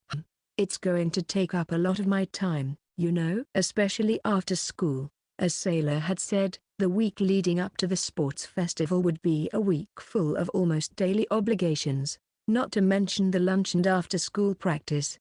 There would be no time for Sailor and Yamato to hang out. Of course, Yamato didn't think too much about it either. In the end, it was up to Sailor to decide what she wanted to do.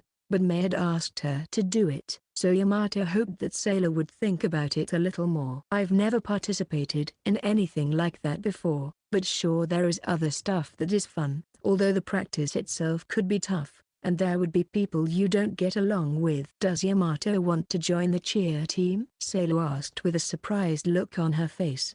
Indeed, what Yamato said could have been taken that way. No, not really.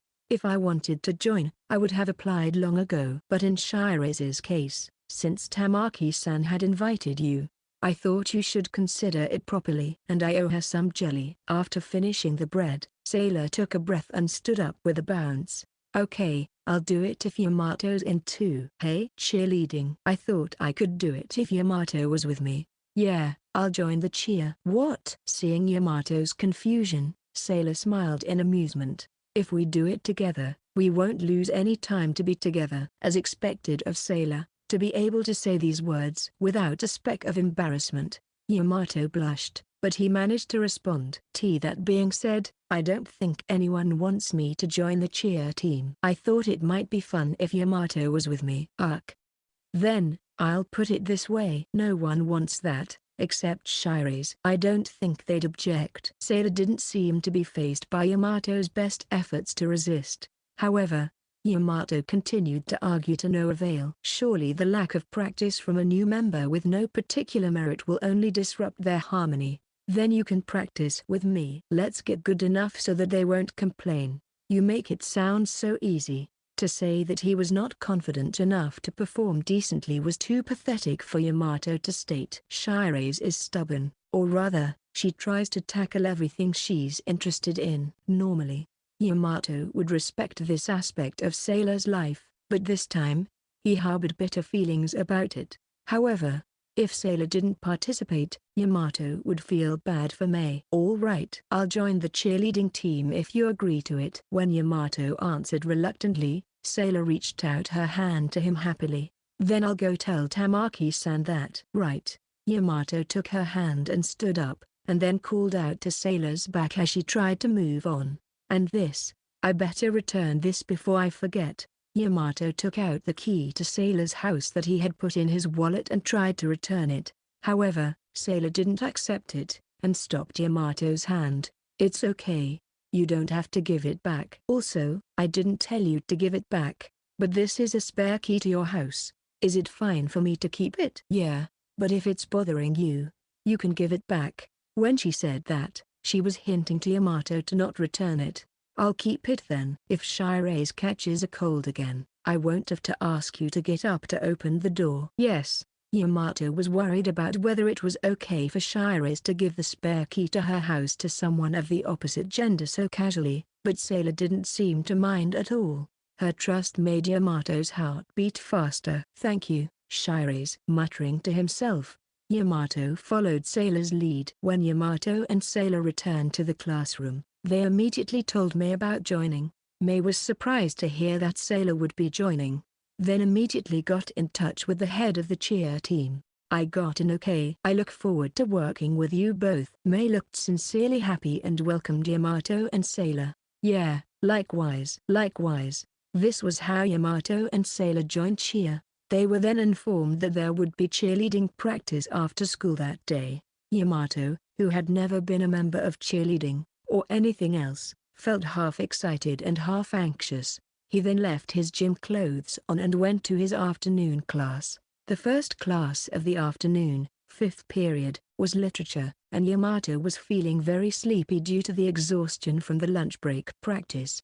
His seat was by the corridor, so it was inconspicuous. He had trouble paying attention when he was feeling sleepy, and just as his heavy eyelids were about to close, then read this here, Karaki-kun, please. Yamato jumped up when the elderly male teacher mentioned his name. Confused, he stood up with his textbook, but he couldn't figure out where he was supposed to read.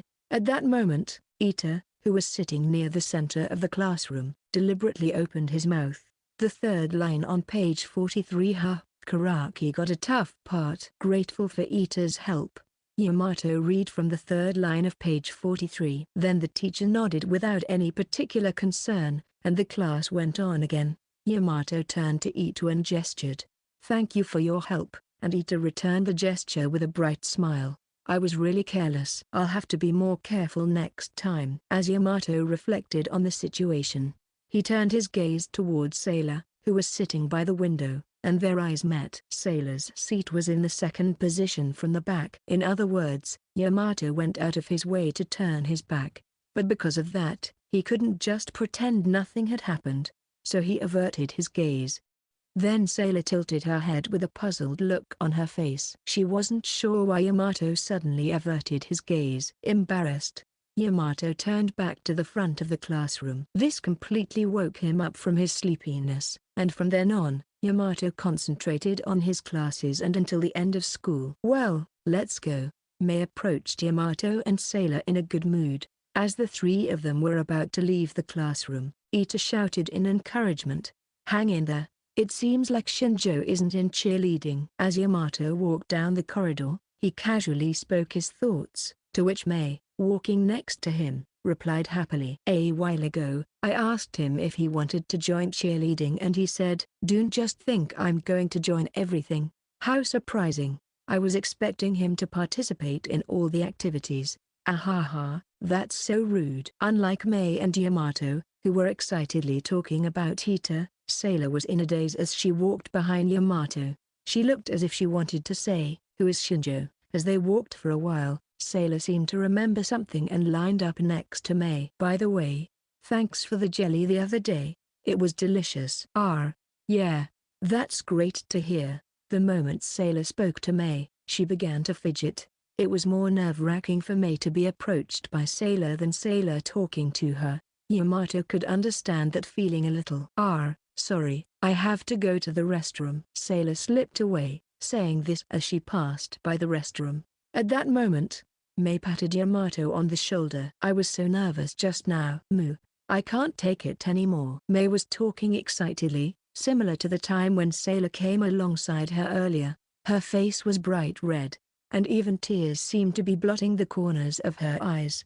That's good for you." "Why are you pulling away?" "I thought Karaki-kun would understand me." "No, I can't keep up with that exaggeration of a response." "Yeah, because the saint smelled so good. When she talks in that husky voice, it makes my ears happy." I'm a guy and even I feel like I have a problem commenting on that topic."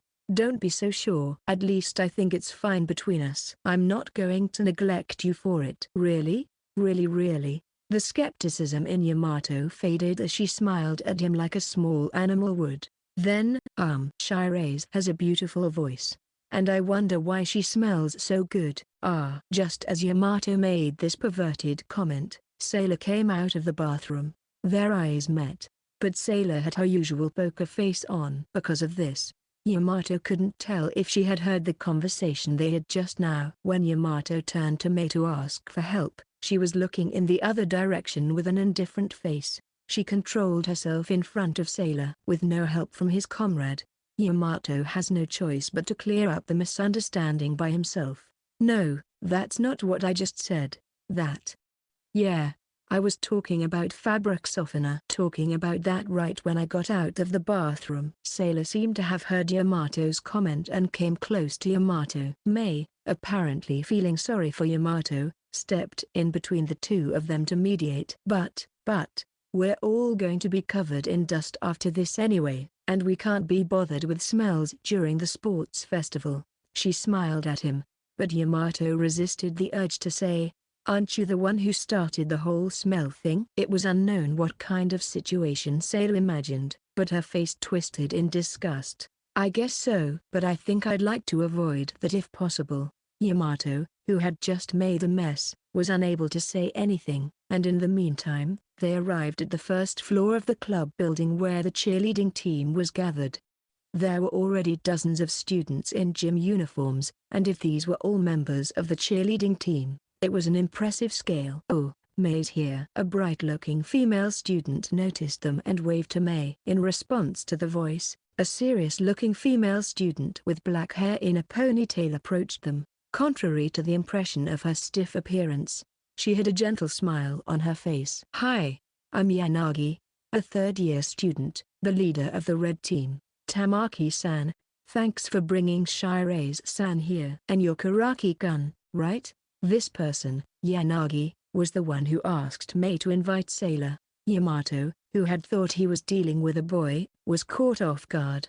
Incidentally, the sports festival at Osaki High School was color-coded by class, but apart from that, classes A through D were roughly classified as the red team and the rest were the white team.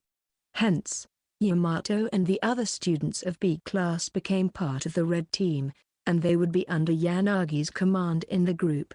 I'm Shirase. I'm Karaki Yamato. It's nice to meet you. Hearing their greetings, Yanagi's smile deepened. Yeah, likewise. I'll also introduce you to the leader of the white team.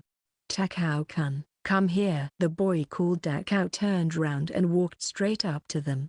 He was tall with light brown hair and had the appearance of a cheerful guy, but unlike Ita, he has an even sturdier physique, which made Yamato wonder if he was involved in martial arts.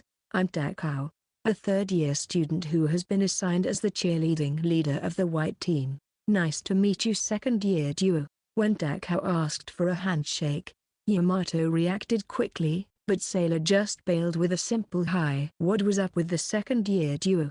The relationship between Yamato and Sailor was already widely known. Since they don't have many opportunities to interact with other grades, Yamato only now realized how well known they were. After the self-introductions, Yanagi gave them instructions for the future. You're both in the red team, right? At first, you'll have to watch everyone practice so that you can learn the choreography, but if you think you can jump in, feel free to do so. That was all she said, and then she clapped her hands. All right then, everybody, let's get practicing. OHHH. The members of the team responded in unison to Yanagi's shout.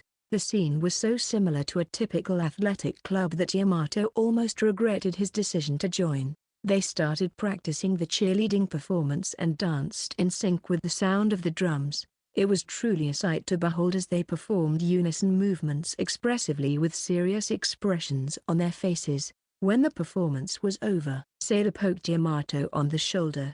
I think I may have already got it down. What about Yamato? What? After just seeing it once? Yes, Sailor said it plainly, but if she could perform perfectly with just that, Yamato believed she was more than just a good performer. When Yamato froze in surprise, Sailor said, well, watch me for a moment, and join the red team. When the same performance started again, to his surprise, Sailor was able to fit in perfectly. The flexibility of her movements was far different from that of the other members of the group. Not only Yamato, but even the students of the white group who were observing the performance were fascinated by her flowing, gorgeous, and expressive movements. When the performance was over, Yanagi applauded, bravo, amazing, Shirase-san. I knew it was right to invite you. Yeah, the best decision. Sailor was not embarrassed by the compliment, but simply replied thanks, with a dry expression. Sailor came toward Yamato and smiled at him. Hey, how is it? Did I perform well? Yamato felt a sense of superiority and at the same time awkwardness towards the people around him as Sailor gave him a happy look, a change from the dry response she had given to others. Well, I think it was good. As Yanagi-senpai praised it, it was amazing. I was surprised that you could perform so well after only seeing it once. It was like singing. Once you learn a series of movements, you can usually get by with your senses. Ah, I see. That's what I call a genius. Then, Takao, the leader of the white team, joined the conversation with a look of admiration, but Sailor just replied with a plain, thanks. When the atmosphere was about to become subtle because of this, Yanagi said energetically, well then, it's the white team's turn. Everyone, show us your passion. And so, this time, the white team performed, and after they adjusted a few details, it was time to leave school. In the end, Yamato was not able to participate in the performance. After they were dismissed, Yamato finished changing and met up with Sailor. Then, with a sigh, Yamato let out a quiet whimper. I honestly don't think I could do it. Then, do you want to practice with me now? It's still bright out. We can use the park or something. Yamato smiled at Sailor's immediate offer. Thanks, Shirase. Please help me. All right, let's go. And so Yamato's special training began. Ah, it looks like you've got it down quite a bit. The next morning, Ito approached Yamato with amusement. As for Yamato, he was lying prostrate at his desk, his muscles aching from exhaustion. My body hurts. Well, there's no practice this afternoon, so let the saint take her time to heal you. Ah, right. Lunch break is free.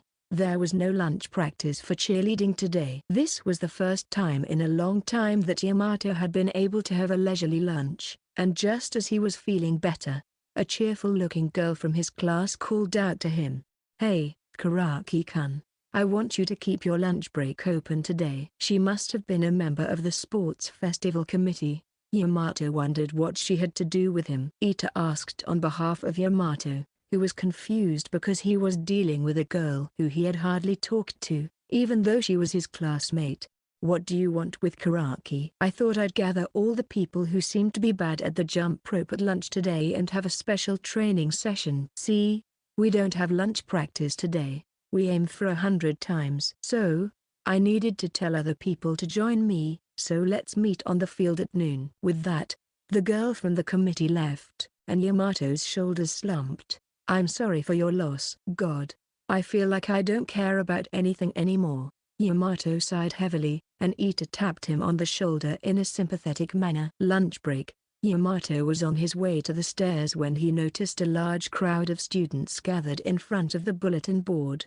It seemed that the midterm test score list, by grade level, only the top 50, was posted, and Yamato tried to find his name in order from the bottom of the list. There it is, 25th place. This time, Yamato was confident because his average score was over 80 points, and he heard that his score was quite good compared to others. So, in case, Yamato checked the rankings at the top, and it was eye-opening. Shirase is in first place. Seriously? Yamato couldn't help but mutter to himself as he stood as a stick. Sailor was in first place in her class. It was a big difference from May, who was in second place, and it was nearly a perfect score. Yamato knew that Sailor's grades were good, but this was the first time for her to get such a high score. People around him were talking about Sailor, praising her with words like, she has a look like that and she's smart too, and she's so perfect. It's like she lives in a different world. She lives in a different world. That was what Yamato thought from time to time, too. Of course, there were times when Yamato felt closer to Sailor as they spent time together. However, in a situation like this, he couldn't help but feel their difference. Sailor's sister, Ruka, once told Yamato that geniuses were supposed to be lonely. Yamato now understood why geniuses became lonely. It was because those involved inevitably felt that they were the inferior ones, and in some cases, feelings of jealousy and backbiting arise, and they lose their patience and try to keep the genius away. I won't let you be alone, Yamato muttered quietly and clenched his fists. On the last day of the Golden Week, Yamato made his decision. He would not leave unless he was rejected by Sailor herself, and that one day, he would not be ashamed to stand with her. Yamato made up his mind again and started walking down the hallway. Strangely, Yamato felt as if strength was gushing out of his body. Exhaling heavily, Yamato fell to the ground. They had been jump roping for the entire lunch break. Thanks to this, Yamato's thighs were sore and his lungs were screaming for oxygen. Well, that's the end of the practice. Let's do our best in the real thing. With that, the girl from the sports festival committee left. Of the total of 5 students gathered, all boys, 4 except for Yamato were exhausted as they headed back. Perhaps it was because he was still tired from yesterday, but Yamato wasn't able to move. Good work. At that moment, Yamato thought he heard a husky voice and felt a cool touch on his cheek. Yamato turned his gaze to the side and saw Sailor standing there in her school uniform. From this position, Yamato could almost see the inside of her skirt. Why are you here, Shirase? When Yamato managed to avert his gaze, the sports drink that was on his cheek was placed on his chest. I had some free time, so I was over there watching Yamato practice. Oh, that's a gift for you. Just looking at Sailor, as if she was a refreshment, was enough to lift Yamato's spirits. When he was breathing steadily again, Yamato raised his upper body and gulped down the sports drink Sailor had brought. Phew, I'm back to life. Thanks for the drink. You're welcome. You were jumping pretty good. That should be the ace if you're given such detailed instructions on how to jump. It was a little hot and humid for it, mostly. Ahaha. Sailor's innocent smile was so dazzling that just looking at her was soothing. The girl on the sports festival committee who had been acting as his instructor for the practice earlier had been devilishly strict. So when Sailor was nice to Yamato like this, it almost made him cry. I feel like it's been a while since I've talked to Shirase like this. No, we did so at yesterday's special training session. Haha, right. Weird. And you look so happy. Really? Well, I suppose you could say it's fulfilling. I see. This was the first time Yamato had to work so hard for the sports festival, and he felt fulfilled by his busy schedule. However, what made Yamato most happy now was that Sailor had taken the trouble to see him, and yet, Yamato couldn't say that out loud. Instead, Yamato tells her what he has been planning to tell her eventually. By the way, I saw the test ranking list. Shirase, you're in first place. That's great. Congratulations. I see. Maybe because I was teaching Yamato how to study, I learned something myself. Sailor was not particularly happy, but rather, simply unconcerned. Humble wasn't the right word to describe it. Perhaps she really didn't care that much. As Yamato chuckled with a sense of bitterness and admiration, Sailor held out her hand to him. Come on. It's time to go back to class. The bell will probably ring soon. Yeah. Just as Yamato was about to take her hand, a strong gust of wind blew. Sailor's skirt flipped up with such force that Yamato could almost see her underwear, and then, pat! Instantly, Sailor held down the hem of her skirt with both hands. She had a crazy reaction speed. Yamato was surprised, because he had expected her to react the same way as before, not caring if he could see her underwear or not. Did you see it? Yamato responded to Sailor's question by shaking his head from side to side. Good. That was pretty close. Then Sailor held out her hand to Yamato again. Somehow, you feel a little different. Taking her hand, Yamato stood up and blurted out. It was as if Sailor had held her skirt down out of concern for Yamato. Then, Sailor seemed to groan. I've been thinking a lot of things, in my own way. Such as? I'm trying to take better care of Yamato. The answer was more adorable than Yamato had expected. This answer led to her holding her skirt down earlier. I'm glad you're feeling that way, but regardless of what I say, I'd still like you to be careful with the skirt. In the first place, I've always been more careful in front of people other than Yamato. I'm not an exhibitionist. Sailor seemed unusually upset. Yamato, however, was in the mood to hold his head. No, you should be careful in front of me too. That, you see, is something I'm putting effort in. Effort? Well, if that's what you mean, I get it. In the end, Yamato thought that it was also because he was not a man in her eyes, and he was disappointedly convinced that was why.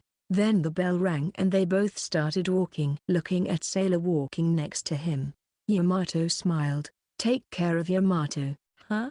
I need to take better care of Shirase too. Only in his mind did Yamato renew his resolve. After school, thanks to Mei's explanation to the class about the lack of practice time for the cheerleading team, the members were exempted from the after-school class practice. Okay, today's the day I'm going to join the performance. On the way to the building, Yamato was eager to show the results of yesterday's training. Mei then smiled happily. Karaki-kun, you slept through the afternoon class. You caught me. I'm sorry, Tamaki-san is on the class committee. It's only natural you can't overlook something like this. No, it's important to work hard at school events. I'm a rather loose committee member in that regard. Mei then puffed her chest out and Yamato's gaze was drawn to her. Hey, then Sailor reacted, which made Yamato's body tense up in fear. Yamato wondered if Sailor had noticed that he was looking at Mei's chest, but she didn't say anything. You're amusing, Tamaki-san. You're surprisingly unserious. When Sailor smiled and said that, Mei's mouth gaped open and she froze. What's going on? No, that was Shirase's fault. Eh? Mine? Sailor looked unconvinced. May in response started tapping with her phone without changing her expression. Bubabu. Then Yamato's phone reported an incoming message. When Yamato checked, the sender was May. Why didn't I take a video of the saint just now? She's so angelic. I feel like I'm being summoned to heaven. Yamato, dumbfounded by the text, turned to Sailor and said, Shiraise, tell Tamaki-san one more time. Mogogo? Please don't. I'll fly away. I'm really going to be summoned to heaven. May rushed with a force that could no longer be called a rush, blocking Yamato's mouth with all her might and squeezing him so hard that he had trouble breathing. I thought I was going to die. By the time he was finally released, Yamato's complexion had turned completely pale.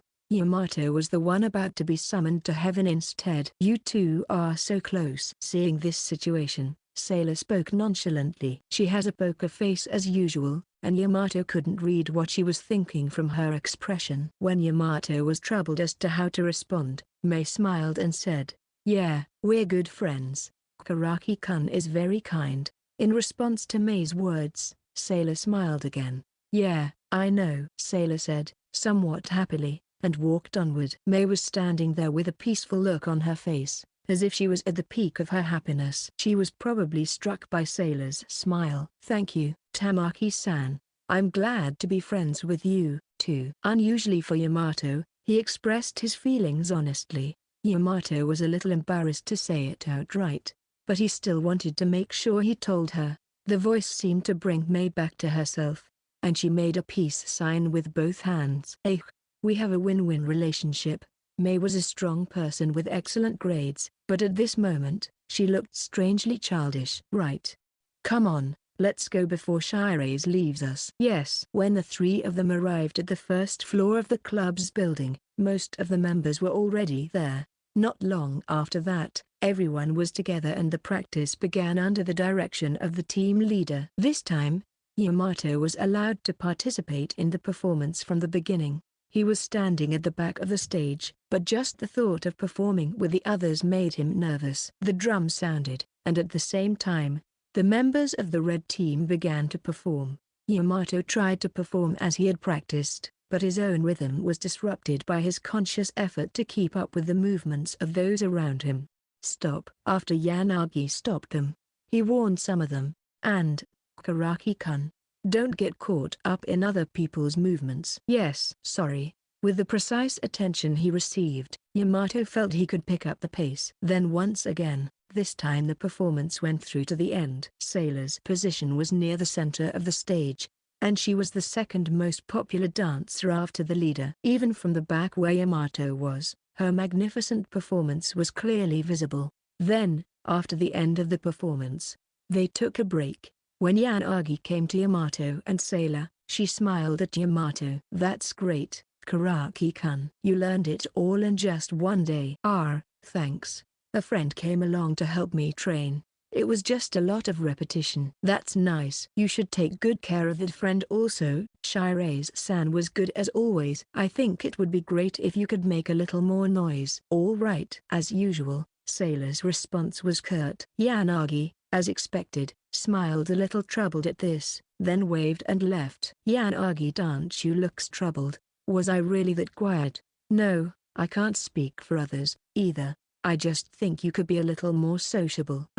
That thing. I'll do my best. I only want to talk to people I want to talk to. Yamato understood that this was Sailor's basic standpoint. However, from Yamato's point of view, who had always been able to read the atmosphere to a certain extent, it was a little awkward to see Sailor sticking to her own standpoint even in such a situation. And then, some girls approached them. They were members of the same red team, and May was among them. Hey, Saint. We're having a girls' night out with the red team later.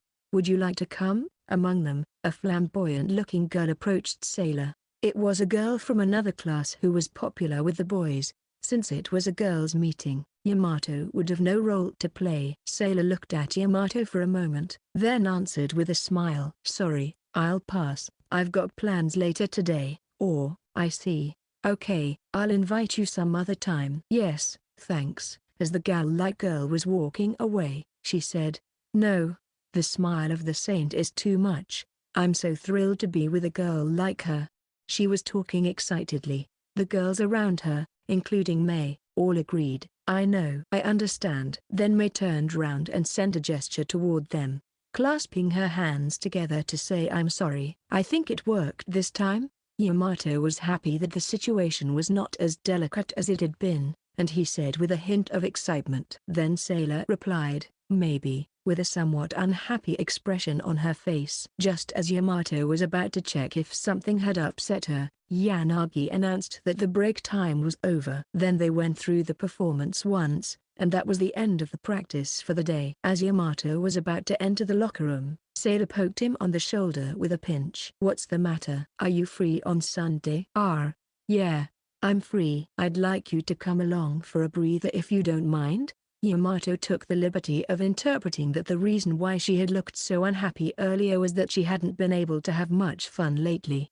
Yamato also was just in need of a breather, so he nodded immediately. Good, I'll send you another message later. After Sailor left, there was a sweet lingering scent in the air. Yamato's heart was pounding loudly. Come already, Sunday. With this in mind, Yamato hurriedly began to change and leave. Noon, Sunday. Under a pleasant sunny sky, Yamato arrived at the meeting place in front of the station in the city center, 30 minutes earlier than the meeting time.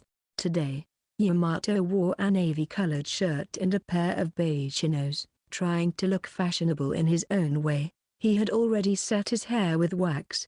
It was the weekend and there were a lot of people coming and going, so he waited for 20 minutes. Suddenly, the area began to buzz, and Yamato immediately understood why. It was Sailor, dressed in a summery outfit, who drew all the attention of the people around her. Wearing a summer orange sleeveless dress and loose beige pants with her hair tied up in ponytails, she looked fresh and cute, yet elegant. Yamato was admiring her as she walked briskly, her low-heeled sandals clinking. When she came in front of him, he was taken aback. Sorry to keep you waiting. Are you feeling sleepy? No, madame. I'm not sleepy at all. Fufu. Why the honorifics? Yamato was about to assent as he was in front of the summer saint who was smiling happily at him. Let's go. Then, Sailor pulled on Yamato's hand. Her cool fingertips were refreshing to Yamato, whose body was hot, and he grasped them back. They weaved through the crowds and kept walking even after crossing the intersection of the main street. Today, in order to save as much money as possible, they had already had lunch prior to the meeting. As usual, Yamato was not told where they were going, but he wondered if there was somewhere she wanted to go. Hey, do you know where you're going? Yes. Where is it? Secret. You say that a lot. Walking hand in hand, or rather being pulled along, it was as if they were on a date. In fact, to others, it looked like nothing less than a date. Wait, I'm being led around again. Yamato felt a little ashamed because he felt that this had become a familiar routine for him. Then, when they were in the middle of the downtown area, Sailor suddenly stopped. What's wrong? Hold on a second. Sailor pulled out her phone. This was also a common scene. It seemed she had lost her way again. As Sailor fiddled with her phone, Yamato felt strangely sad that their hands were separated, and he opened and closed his left hand absent-mindedly. When Yamato looked at Sailor's outfit again, he felt a bit nervous just looking at her sleeveless outfit, which exposed a lot of her shoulder area. Okay, this way. It seemed that she had confirmed the route to their destination. Once again, Sailor pulled Yamato's hand and started walking. If you just tell me where it is, I'll take you there. I'm fine. It's not that hard. No. And so they arrived at a large movie theater that had opened a few years ago. We're going to watch a movie? Yeah. I haven't decided what to watch yet, so we'll decide together. All right. When they entered the theater, it was crowded with many people, probably because it was the weekend, or perhaps because they were showing a popular movie. It's cold. Too much air conditioning. While she was talking, Sailor was rubbing her shoulders. Indeed, the air conditioning was too high for June. Did you bring anything to wear on top? I forgot. I was going to bring it with me in the morning. So that I can lend you my jacket if you want. What do you say? Wouldn't that make Yamato cold? I have a t-shirt inside. I'm fine.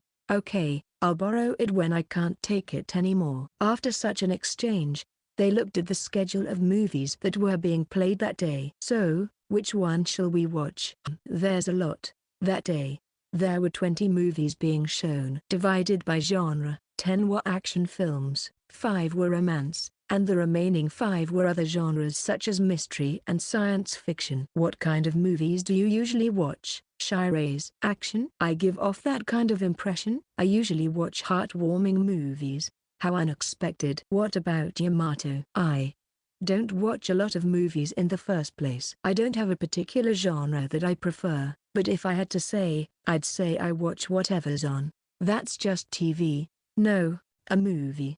The two sides could not get anywhere by arguing with each other, so Yamato spoke up here with his own request. By the way, I vote for an action movie called Otoko Taki no Kenjeki, Sword Fight. First of all, the content sounds interesting, and I think Japanese movies are more suitable for me than Western movies. Wow, that sure looks interesting. But I think I'd rather watch Kono Omoi wa Kaimani no Tamene. This thought is for you. The movie that Sailor mentioned was an animated movie, a love story with science fiction elements. The choice was so unexpected that Yamato was at a loss as to how to respond. On a Sunday, a man and a woman watch a romance movie together. Isn't that exactly what a date is? Yamato knew that if a man and a woman watched a romance movie together, it would create a weird atmosphere. Yamato was curious if Sailor had chosen to watch a romance movie knowing this. What should we do? Rock, paper, scissors? While Yamato was struggling to answer, Sailor made a suggestion. So Yamato decided to ask her boldly. Why did Shirase want to see that movie? I thought the characters were cute, and the rest was just because I was just annoyed that she kept making fun of me. Making fun of Shirase. Sailor.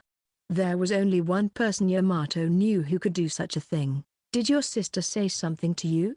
A little bit the other day. So I thought I'd watch this and see what I could do. Your motives are impure. What kind of history did Sailor have for Oka to make fun of her? Yamato wanted to know, but for the moment, he decided not to pursue the matter any further. I understand if that's what you want. We'll watch that movie today. Really? Yeah. I don't usually watch this kind of stuff either, and I'm also curious. Thanks. So, after finally deciding on a movie to watch, they bought tickets at the ticket machine and bought popcorn and drinks at the food counter. The screening was starting in 15 minutes, so they took their seats early. Since they bought their tickets just before the screening time, their seats were in the back, but near the center. When it came time to start, Yamato was very much looking forward to it. It was hard to watch a romance movie by himself before, so this was a valuable experience for him. Hey, can I borrow your jacket? Sailor, sitting next to Yamato on his right, rubbed her shoulders and asked. Yeah, I got it. Yamato hurriedly took off his outer shirt and handed it to Sailor. Sailor quickly put on the jacket and smiled, relieved. I should have known it was too early to go sleeveless. Next time, why don't you bring a coat to wear over it, although it looks good on you? Yeah, I will. I'll get a cardigan next time. Oh. Yamato was embarrassed by his own statement, that she looked good, and even more embarrassed by the fact that Sailor accepted the advice. Then he noticed that Sailor was about to take off her shirt. Wait, why are you trying to take it off? Yamato said I looked good with it, and I thought it would be a shame not to show it off. I see, but we're about to watch a movie, so at least keep the jacket on during the screening. That's true. Sailor seemed to be convinced and easily put her shirt back on. Goodness. I'm so happy. Yamato felt that Sailor was receiving his words well and that his feelings were being taken care of. Yamato felt so hot in his chest that he was almost writhing, but he managed to calm himself down and put some popcorn into his mouth, as a distraction. Is that salty? Yeah. I have caramel. Let's trade a few. You drank juice just now. It must have gotten too sweet. Sort of. I told you not to get the caramel flavor. Whatever. I'm taking it okay. As Yamato was nagging her, Sailor's hand reached out and grabbed a handful of Yamato's popcorn. Hey, you took too much. At that moment, the buzzer sounded to start the movie. As the scene darkened, Yamato reluctantly stopped arguing and turned his gaze to the screen. And so the screening of the movie, Kono Omoi wa Kaimani no Tame ni began. 1 hour after the movie started, there were more romance and coming-of-age elements than Yamato had expected, and the science fiction elements seemed to play a sub-role. The story was already nearing its end, but the sweet scene played over and over again, and thanks to it, Yamato felt an inexplicable awkwardness. Because of this awkwardness, he suddenly felt thirsty. As Yamato reached out to get his own drink, his hand collided with Sailor's. Sorry. When he turned to look next to him to apologize, Yamato stopped talking. Sailor's gaze remained straight on the screen, not distracted by Yamato's hand touching hers. Unlike Yamato, who was not quite able to concentrate, Sailor seemed to be fully immersed in the movie. Yamato quietly grabbed his drink without disturbing her, and then he noticed a problem. The drink, melon soda, that Yamato had hardly drunk was almost empty. Yamato wondered what was going on, and as he looked at his own drink holder, Sailor suddenly reached for it. Sailor had misplaced the holder and was drinking his drink. Yamato sipped his drink once at the beginning and once more around the middle, so it was almost certain that they had kissed indirectly. And so, without realizing it, he experienced his second indirect kiss. After realizing this, Yamato was not sure if it was okay to drink the drink.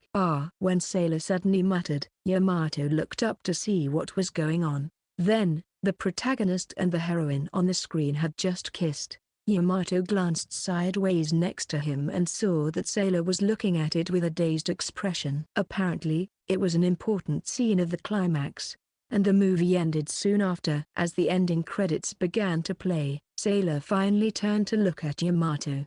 "That was fun." In a whispery little voice, Sailor spoke up. To be honest, Yamato wasn't really able to concentrate on the movie, but he nodded anyway. As the movie ended and the place became brighter, Sailor let out another I think I drank Yamato's drink. "Sorry. I have some leftover melon soda if you want some." That said, the melon soda that she offered him was practically full. PFFT. You got it wrong from the start. They're both melon sodas, so I don't blame you. To be honest, around the time the movie started, I didn't know which way I placed my drink. No, just ask me normally next time. Yamato was probably concentrating on the movie, and I thought it would be wrong to disrupt you. Yamato's cheeks relaxed as he was happy that she cared for him in such a way. I don't mind, it's just a drink. The problem is the rest of that. But we don't have to drink it all, we can just throw it away, right? No, it's a waste of money. Let's drink it. If Yamato can't, I'll drink it. Fine. I'll drink it. Even though the drinks were medium size, it would be hard for a single person to drink two. And so Yamato drank Sailor's melon soda for a good cause. Oh, by the way, the kiss. PFFT. For Yamato, the topic was brought up at a pinpoint timing, so he couldn't help but spew the drink out. That's something unpredictable, but I didn't understand the whole kissing to save the world thing. You're talking about that? Well, for now, let's talk about that after we leave the theater. If you're going to talk about anything that might spoil the movie, you need to lower the volume of your voice. Okay. As usual, there was a huge crowd inside the theater, and the two of them slowly made their way outside. The sun was still high in the sky when they left the movie theater. It's really feeling like summer now. It's only 3 p.m.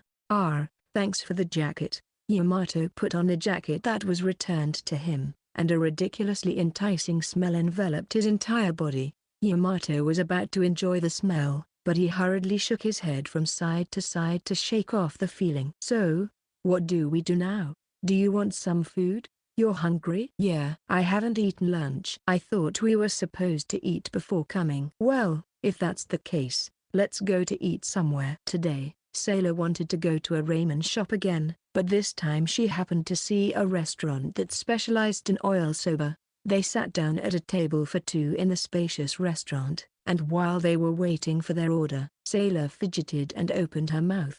What did you think of that movie back there, Yamato? To be honest, I didn't really get much out of it. I see. I thought it was pretty interesting. I'm glad Shirase enjoyed it. Yeah, I didn't really understand the science fiction part, but I did understand that it's hard to socialize. including the socializing between lovers. I guess I agree with that. Well, the character in the story had the survival of the world at stake, so it's not surprising that it's difficult. While they were talking about this, the food that they had ordered arrived. Here it comes. Well, itadaki monsieur. Me too. Itadaki monsieur. It was a simple soy sauce-based oil soba, and after mixing it well, the rich flavor and subtle sweetness stimulated their appetite. It tasted just like the visual, in a good way, and even Yamato, who was not so hungry, could not stop eating it. When eating the roast pork with the rice noodles, the flavor of the oil was more noticeable, and when eating it with the boiled egg, its mild richness filled the mouth. It was truly the way. It was straightforwardly delicious oil soba without using any elaborate techniques. It's delicious. I think I could finish this in one sitting. It's got a lot of flavors, but it's easy to eat. No wonder it's so popular. Speaking of easy to eat, there were also a few female customers in the restaurant. They checked the reviews on the internet and found that it was very popular. And there he saw a small bottle of garlic. Apparently, this place also had those for free. Hey, it looks like there's garlic here too. Do we have to use it? I won't use it. Yamato can be quite mean sometimes. Yamato hadn't seen Sailor use garlic since the first time they went into a ramen shop together. The sight of a beautiful girl gobbling up that garlic-infused ramen was stimulating, and Yamato loved it. But Yamato didn't want to say that, because she might have begun sulking.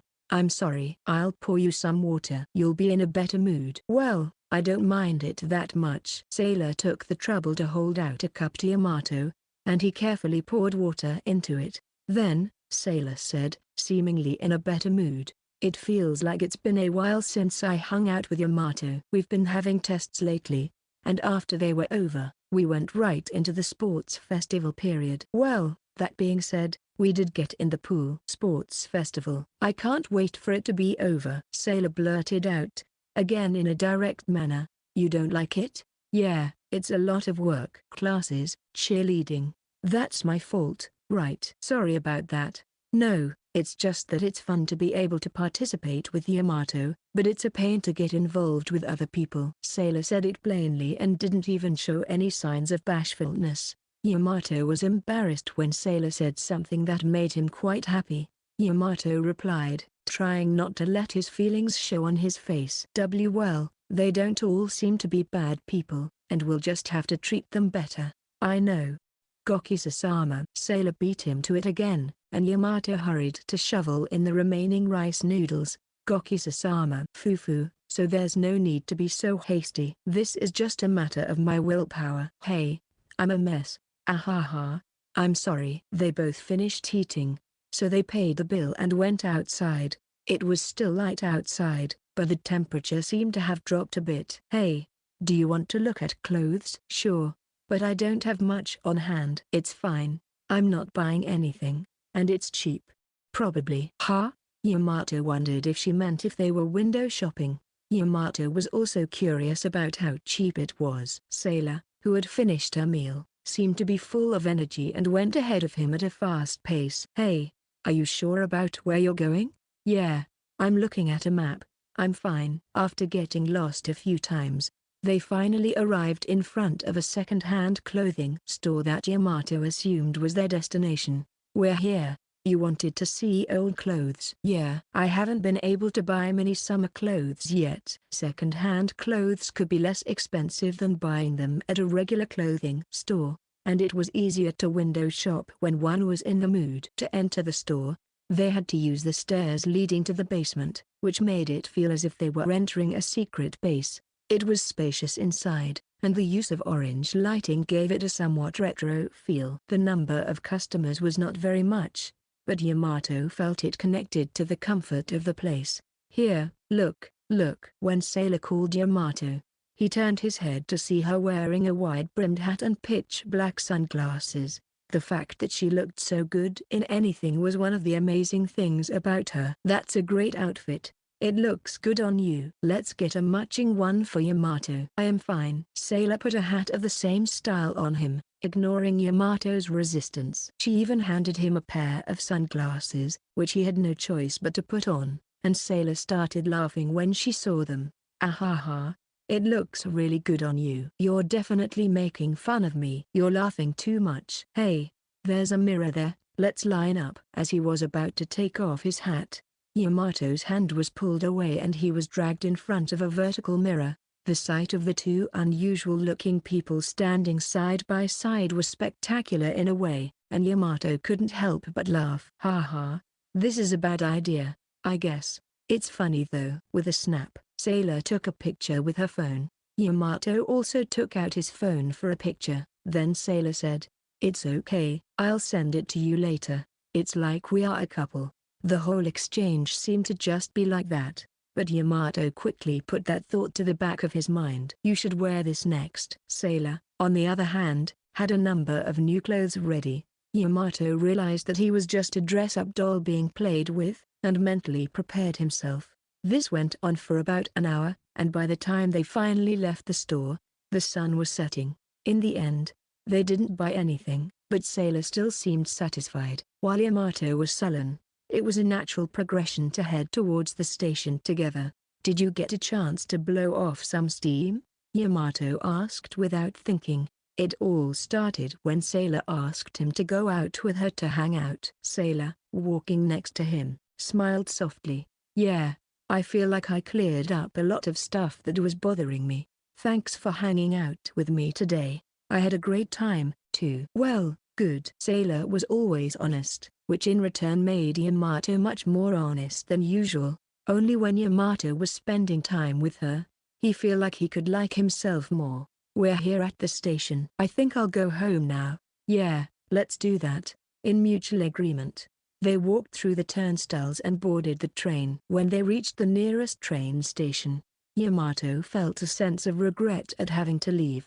I'll see you at school. Yamato's mood turned better when he was told goodbye in a simple manner. Yeah, see you tomorrow. After a small wave, Sailor left. He looked away until her back was out of sight, and Yamato started to walk away as well. Just then, his phone alerted him to an incoming message. When he checked, he found that Sailor had sent him the picture of them paired up, taken at the clothing store. I knew I didn't look good at all. Yamato talked to himself and smiled as he made his way home. Chapter 6 Event Practice and Festival Eve. A few days have passed. The school was at its peak of activity as the day of the sports festival approached. On this day, the final rehearsal and the eve before the sports festival would be held. A venue for the festival had already been set up on the school grounds, and the afternoon classes were used to hold practice for the real thing. At lunchtime, the students on the festival committee were rushing to get things done, while their classmates were also hard at work on the final class practice. All right, we're all participating in today's practice. It's mandatory. Ita was giving it his all, and his classmates were getting excited as well, fueled by his enthusiasm. Yamato, too, was full of energy and motivation after having spent his day off quite meaningfully. Karaki-kun, can I have a word? Yamato's good mood was blown away when Mei approached him with a serious expression on her face. What's wrong?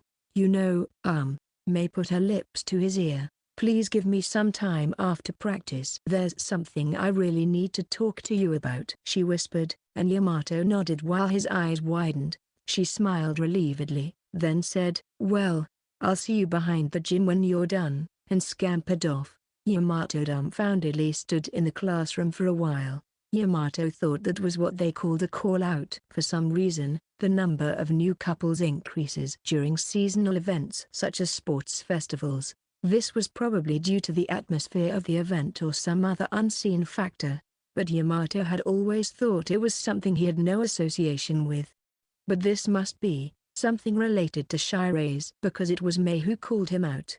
Yamato decided that must be the case. He quickly changed into his gym clothes and headed for the last lunch practice. Unnerved by what was to follow, Yamato continued to jump the rope in a daze. Unlike his lively surroundings, Yamato, let's go have lunch. Sailor called out to him as soon as the lunch practice was over.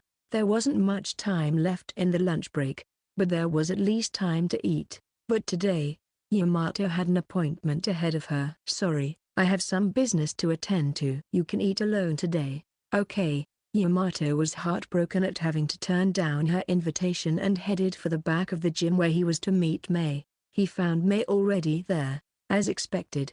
She was wearing a gym uniform, which made her chest look more prominent. Sorry, I kept you waiting. No, I mean, we just finished practicing. Haha, you're right. They both gulped after this exchange. They were both pretending to be calm, but the tension was tingling in the air. Soon after, Mei spoke up. She looked like a maiden who was about to confess her love. Yamato's mind was filled with thoughts of such a situation for a moment as he looked at the adorable figure. Yamato gulped again. He was starting to get very nervous. Actually, Mei, who seemed to have made up her mind, opened her mouth, her cheeks turning red. There are confession plans, to the saint. After much pent-up emotion, Mei uttered those words as best she could. This was actually something that Yamato had expected to some extent. It was the same thing that had happened last year when people who were in high spirits during the sports festival season confessed their feelings to Sailor. However, when Yamato actually heard it, he was still shaken. Unlike last year, Sailor was not an unrelated person to him. It was hard to keep a normal mind when he thought about the possibility of something happening to her. Is that so? Shirase sure is popular, ha ha ha. Yamato replied while his eyes swam, and Mei grabbed his hands. But it would probably be fine. The saint has always turned down confessions from anyone who's confessed to her. Although this might make me seem like a jerk, I like taking pleasure in other people's misfortune. Yamato didn't know why, but Mei looked very desperate to explain herself.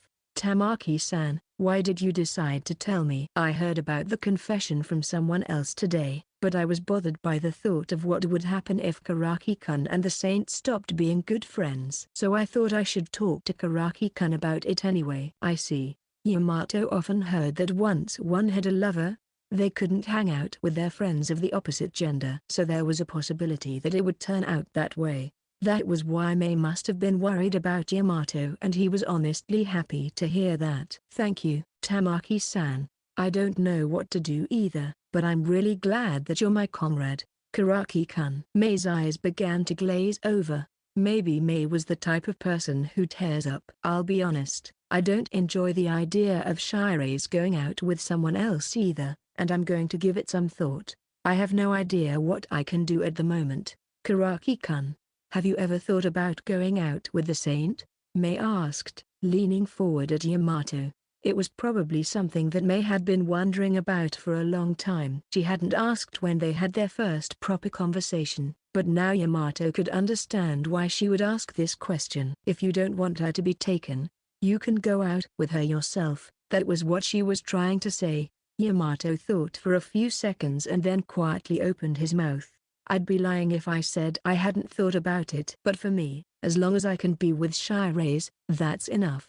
Karaki-kun, you don't like who you are. When Mei said sadly, Yamato nodded immediately. So I won't be able to do what Tamaki-san thinks I can do. Still, I'm going to try to struggle in my own way, though. Yes, I understand. I'll leave the rest to Karaki-kun then. Yamato nodded vigorously to Mei, who smiled gently at him. And since it's Shirase, I'm sure she'll refuse their confession too, for some reason or another. That's right. Even if the ace of the soccer team, the pitcher of the baseball team, or the vocalist of the light music club confess their love to her, I'm sure Saint will refuse. Yamato's thoughts froze for a moment as a number of titles that he couldn't believe his ears heard came out of Mei's mouth, who had been smiling and sympathizing with him. That just now, was like examples, right?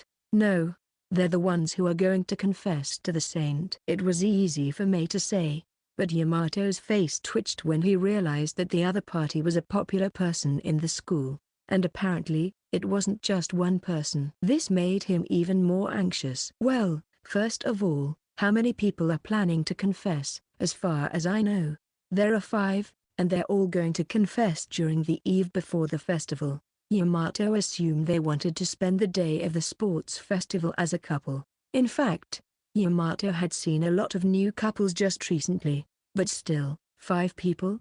It was a number that made Yamato realize once again that Sailor was very popular. In addition, the confession was to be made on the eve before the event, that is, after today's practice was over. It was the last minute. Have they decided where to confess? Yamato asked weakly, to which May replied, racking her brain. I think it's the terrace. I've been called out there too. Hey, I knew you'd be popular too, Tamaki-san. It's not that I'm bragging, you know? I just wanted to give you some proper information. I know what you mean. Thanks. Yamato had been hearing about how popular May was since her freshman year, so he was not surprised now. He hadn't heard that she had gone out with anyone, but it didn't seem like the right time to ask about that. Then the bell rang. It seemed that lunchtime had passed unnoticed. Gee, the bell already rang. We have to go to the rehearsal, don't we?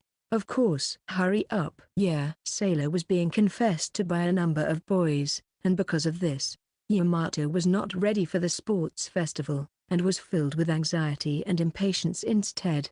But skipping the sports festival practice was not going to make things better. For the time being, Yamato stopped thinking and ran to the track with May. When they arrived at the track, many students had already gathered there. The number of people on the ground made it naturally noisy, but there was still something wrong with the atmosphere. Also, for some reason, all eyes seemed to be focused on Yamato and May. May seemed to have noticed the strange situation and looked down anxiously. After separating from May, Ita called out to him as they stood in line for their class. Oh, you're finally here. You guys are in some kind of trouble. As Ita said this with a wry smile, then Yamato heard May's curt voice from the direction of the girls' line. What? She was staring intently at the phones of the girls in her class, so there must have been some kind of problematic content on it. Ita shows Yamato his own phone. There, Yamato saw him and May talking behind their gym. Apparently, someone had taken a hidden picture of them talking earlier. It seemed that the story had already spread on social media, and it is said that Karaki Yamato confessed his feelings to Tamaki May. Yamato felt slightly dizzy. As if to cheer Yamato up, Ita squared his shoulders with him. Well, they're just trying to be funny. They'll get tired of it sooner or later. I hope so. Then Yamato's eyes met with Sailor's at the back of the girls' line. She had her usual poker face and he couldn't read what she was thinking. Then immediately, Sailor averted her gaze. She averted her eyes. Is she misunderstanding this too? With so many rumors around, it would not be surprising if Sailor had heard about it. But it was unlikely that she would be able to confirm if it was true now. The biggest problem for Yamato at the moment was the eve before the festival, where Sailor will be confessed by many boys, but the problem with May cannot be ignored. May says to those around her, "It's a misunderstanding. I just called Karaki-kun because I wanted to talk to him about something." May desperately appealed to the people around her, and it was a relief that the misunderstanding within the class was being resolved. Yamato really wanted to talk to Sailor right away, but the practice would start soon. In the meantime, Yamato decided that he would check if Sailor had misunderstood the situation later, so Yamato turned his attention back to the practice.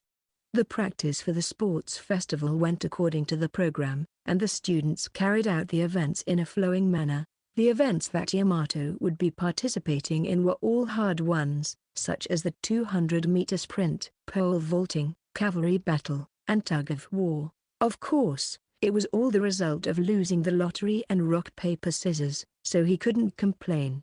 Karaki, let's prepare for the cavalry battle. Ita, who was also a member of the cavalry battle, called out to Yamato. Yamato had heard that the prep for a cavalry battle takes about half the time of the actual event. That alone was a huge hassle. Because of the size of the members, Yamato and Ita were put in order for the cavalry battle. Ita was in the center and Yamato was on the left. The rider on top of him was Nagyama, a small, light-featured man. By the way, did you hear about the rumor? Uchida from the soccer team is going to confess to the saint. Nagyama, getting atop, said lightly. Apparently, the story has spread to other students besides May. Uchida, a member of the soccer team, must have been good-looking as well. The ace of the soccer team that May was referring to was no doubt this Uchida. The mention of a specific name made Yamato feel bewildered. Yamato couldn't imagine how Sailor would be shaken if such a popular guy confessed his feelings to her. However, there was no way he could reveal such feelings to Nagayama. When Yamato felt awkward and kept silent, Ita, who seemed to be used to talking about such things, replied with a sigh, "I heard about it yesterday. A man named Mikami, who is in charge of the right side of the horse, likely spat venom, saying, but Uchida doesn't know what he's getting himself into." Nagayama, who heard this, chuckled. "Well, he'll probably be rejected anyway. I don't know what to say." "Ah, Karaki is here too?" Nagayama seemed to have forgotten that Yamato was here, and awkwardly turned his gaze forward. "It's okay. Don't worry about it. I know Shirase is very popular," Yamato replied with an amiable smile, trying to soften the awkward atmosphere. As much as Yamato would like to get away from this place, the cavalry battle was already ongoing. There was no way to escape now. Then Nagayama turned to Yamato with a grin on his face, as if he was getting carried away. "So, tell me what's been going on with Karaki lately. I don't care if it's about you and the saint, or how you felt when you talked with Tamaki." "No, that's Nagayama. You're being too aggressive. That's why you're not popular." It was Ita who interjected to stop Nagayama. For some reason, even Mikami nodded in agreement. "Shut up. You perennial popular guy." "Whoa, no violence or you might just fall here." Thanks to Ita, the topic was diverted, and Yamato was relieved. After all, he was not going to get used to this kind of talk anytime soon. And in all honesty, he didn't want to talk about what happened with Sailor to other people. Then the whistle sounded to start the match, and the cavalry battle practice began. "All right, we're running away today. The real fight is tomorrow, so there's no need to show them our strategy." As instructed by Ita, the leader of the team, they decided to run away and buy some time. A hawk with a talent hides its claws, Yamato thought. And so the practice cavalry battle ended without incident. Immediately after he was released from the practice, Ita squared his shoulders with Yamato with a straight face. "Hey, about what we said earlier." "You're talking about the guy who's trying to confess to Shirase?" "Ooh, I'm sure there are many others." "I heard that the eve before the festival last year was incredible, but there's nothing I can do about it." "But you can't say that you don't care." "Shut up." Ita smiled briskly with a laugh. There was no way Yamato didn't care. If Sailor were to go out with someone, it would probably be impossible for Yamato to hang out with Sailor like before. However, somewhere in his heart, Yamato still had a strange expectation that Sailor would not go out with anyone. Ita seemed to be able to see through this feeling, and it made Yamato feel uncomfortable. "Well, it's good to cherish the relationship you have now, but I think it's also good to step in once in a while." "When I have to step in, of course, I will. For example, when Sailor is in trouble, the current Yamato will probably step in without hesitation." However, it seemed to be a little different from what Ita was trying to say. "I think you misunderstood something. But whatever, I'll stop meddling now," Ita said, and walked away. "I know I don't like this either," but Yamato didn't know what he should do. Yamato let out a small sigh as he watched Sailor cleaning up in the distance. It was only after the cheerleading program had ended that the opportunity suddenly presented itself. Celebrity." As they all returned to their waiting seats in class, Sailor pointed and called out to him. Yamato was happy as he walked right up to her. "Who's the celebrity?" "If we are talking about that, it should be Shirase who is the celebrity, but there have been more rumors about you than about me. I thought you were the type of person who doesn't mind such rumors." "Then maybe I'm curious for the first time." "Goodness, it was only rumors." They paused for a moment. "PFFT, ahahaha." The two of them couldn't hold it in anymore, and then they laughed out loud. Yamato stopped laughing when the people close by turned to them, but Sailor still continued to laugh. "Hey Shirase, they're watching us." "So, is there something wrong?" The smile on her face was just so cute that Yamato felt his cheeks relax just looking at her. After Sailor had finished laughing, Yamato opened his mouth, averting his gaze. "Are you free on the eve before the festival?" "Yes, I'm free. Let's go around together." "Really? Are you sure you're not being called away by anyone?" Yamato was happy to hear that, but he wanted to make sure that she didn't have any plans beforehand. Then, Sailor stated puzzledly, I was called, but I declined them all.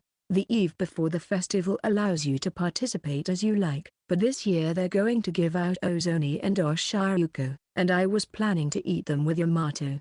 Ha? It might be said that it was typical of Sailor to take food over other appeals for attention, but that only seemed to Yamato to be a postponement of the problem, just because she was going to be confessed to. Therefore, Yamato made up his mind and said, but since you've been called for, I think you should go. I'll be sure to save the ozoni and oshiriko for Shire's. Yamato thought that he was a pathetic person for adding that to the end, but he couldn't help but say it. He wanted her to come back to him in the end, and such a possessive desire overflowed from his heart. Sailor, on the other hand, thought about it for a while and then nodded. Okay, I'll call you when I'm done. Sailor's expression remained dry as she spoke. As expected, Sailor knew that what these calls were confessions. Yamato felt frustrated by Sailor's choice to go, even though he had told her to. He also felt a sense of self-loathing at the thought. When they arrived at the waiting area of the class, Yamato had to part ways with Sailor, who was going to participate in the next competition.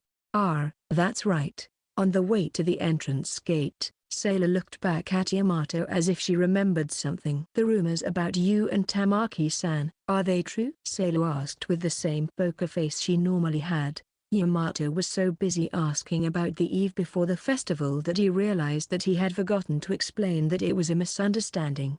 No, it's not like I and Tamaki-san have that kind of relationship. We were just discussing things, that's all. In other words, that rumor is a falsehood. It's just a rumor. I see. Sailor smiled and turned back around. Then, with a skip in her step, she headed for the entrance gate. After watching her back, Yamato sat down on the waiting seat of the class. If she looks that happy, I'm going to misunderstand her feelings. With this in mind, Yamato quietly squirmed in agony. The practice for the sports festival went off without a hitch, and now the eve before the festival has begun. The eve before the festival at Ozaki High School was quite a lively event, with the student council and the sports festival committee working together to put on a show and distribute homemade ozoni and oshiriko.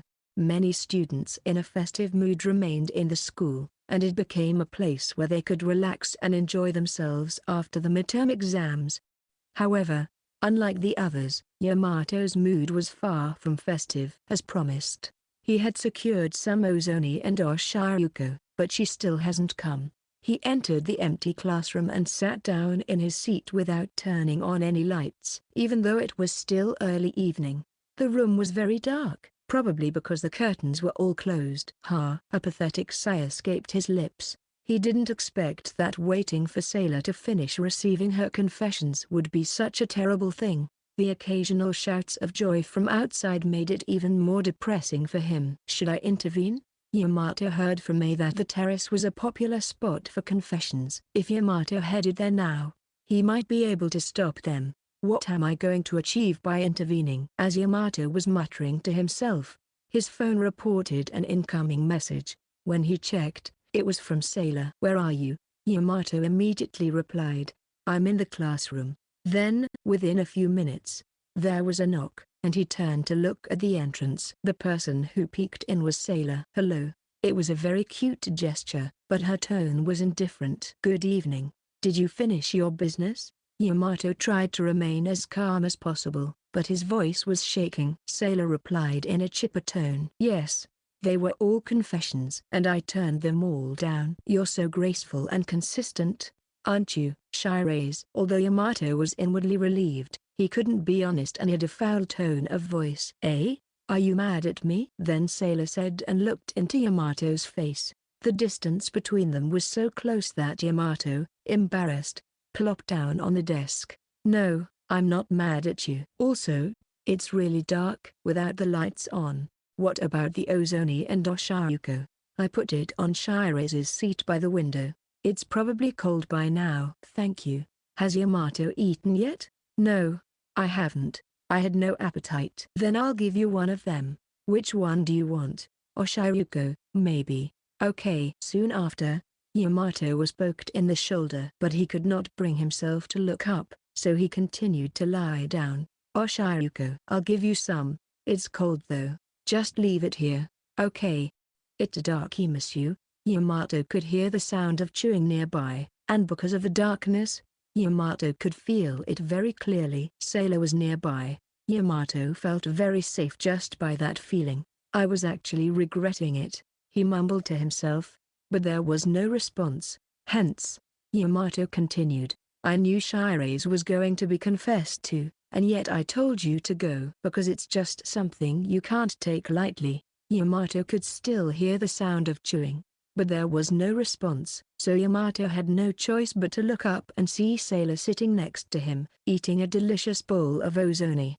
No, it's still nothing. Forget it. Me too. When she had drunk all the soup, Sailor finally opened her mouth. She then looked straight at Yamato and said, I was bewildered when I heard that Yamato confessed his feelings to Tamaki-san. So I think it's probably the same. The same? Yamato asked, his voice trembling. Then Sailor said with a puzzled look. So, how does Yamato feel? I also think that my current relationship with Yamato is important. I also decided to discuss it more with you the other day. Why yeah, that's right. Yamato felt a deep sense of relief. At the same time, Yamato became aware of the fact that he felt a little disappointed. As if to shake off these feelings, Yamato shoveled a bowl of oshiriko, which had been placed nearby, into his stomach. It's too sweet, and it's really cold. The sweet and cold oshiriko was much sweeter than Yamato expected and yet couldn't believe how delicious it was. Then Yamato suddenly noticed that Sailor, who was sitting next to him, had her back turned to him. Shirase. When Yamato called her name, she touched her hair in a fidgety manner. What's wrong? I was happy when I realized that Yamato felt the same way. My face is hot. As she said this, Yamato thought he saw that Sailor's ears were turning slightly red. The only thing Yamato regretted was that it was still dark in the room and it was difficult to check. However, when Yamato noticed this, his face was also starting to burn brightly. The darkness of the room helped Yamato as well. Once again, to take his mind off things, Yamato took a sip of oshiriko, which was still too sweet. But it didn't seem so bad. Tomorrow is the main event of the sports festival, so we should go home soon, Yamato said in a somewhat muddled way, and Sailor agreed with him. When they left the gate, they could see other students leaving the school here and there. It seemed that the eve before the festival was over. As the sun was beginning to set, Yamato and Sailor were walking side by side, but without any particular conversation. Perhaps it was because the image of Sailor from earlier was flickering in Yamato's mind, but he was unable to broach the subject. Keep calm.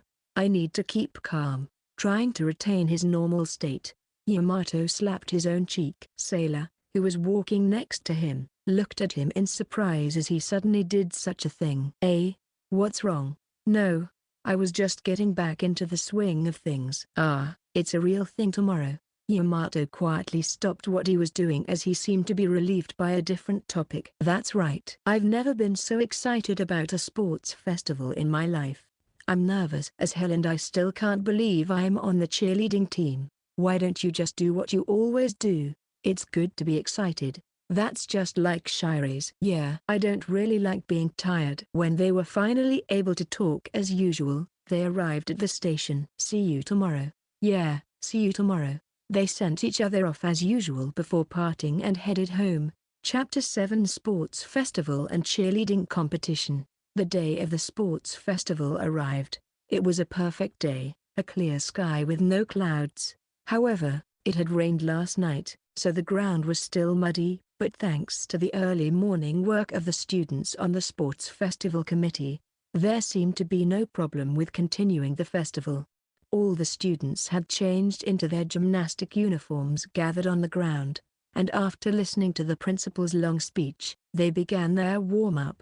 Then the festival began as programmed. There were many parents who had come to watch, and even though it was only mid-morning, the place was already crowded. Yamato's first event was the men's 200-meter sprint. Even though the sports festival had only just begun, he was feeling a little worried. Karaki, aim for first place. Ita cheerfully shouted from their class section. No, I think third place is more appropriate for me. Why are you beating yourself down before the race? Ita turned to the girl next to him, and she said, oh, yeah, Karaki-chan, go for it. She cheered Yamato on with a strange honorific. Well, Yamato didn't mind it. As for Mei, sitting next to her, she was gazing at the back of the entrance gate where the women's 200-meter runners were gathering. That's where Sailor was. Well, I'll do my best. It totally wasn't because he was cheered on by the girls, but Yamato went through the gate full of energy. The men's 200-meter run began immediately, and the first heat started. In the 200-meter run, which involves running in a circle around the track, it was important to manage your stamina. If you run too fast at the beginning, you will be exhausted in the second half. However, if Yamato, who was not that fast, started slow, he would definitely not be able to take first place. Therefore, Yamato decided to take a gamble and use the so-called getaway strategy. He was going to give it his all from the beginning, and even if he got tired in the latter half of the race, he would still be able to maintain his lead. Finally, it was Yamato's heat. His position was in the first lane, a position where Yamato would have an advantage if he could get a good start because of the tight turns on the inside course. The starter called out, "Take your mark," and Yamato took his starting position. His heart was already beating nervously. Then, the starter called out, "Go," to start the race, and Yamato started to run as the gun sounded. The first part of the race on the straight was as expected. As Yamato was racing for third place, he felt as if he was being rushed as the cheering and clamor around him reached his ears. As they entered the first turn, they were side by side, and Yamato was able to break away into first place. He continued to run as fast as he could down the straight, but his lungs were already screaming. His legs also felt heavy. Can't lose. Still, Yamato didn't give up and moved his legs as hard as he could. Yamato could hear the second place breathing from behind. He was probably closing the distance. Yamato entered the final corner and continued to run without slowing down. No matter the curve. Yamato felt his legs tangle. The next thing he knew, he lost his balance and fell forward. Yamato quickly got up, but he could see the other runners out of the corner of his eye. Apparently, he had gotten his foot caught in a muddy patch that hadn't dried out yet. Both of his knees were scraped and ached. After grasping this situation, Yamato started running again. And so he finally reached his goal. Immediately after reaching the goal, Yamato took a deep breath and looked up at the sky, unable to put his hands on his torn knees. The result was, of course, fourth place, the lowest place. Yamato couldn't look at the cheering section of the class because he felt so bad and embarrassed. Nice run, Karaki. Ita's congratulatory voice came from the cheering section. Ita's other classmates followed suit, saying, "Nice run."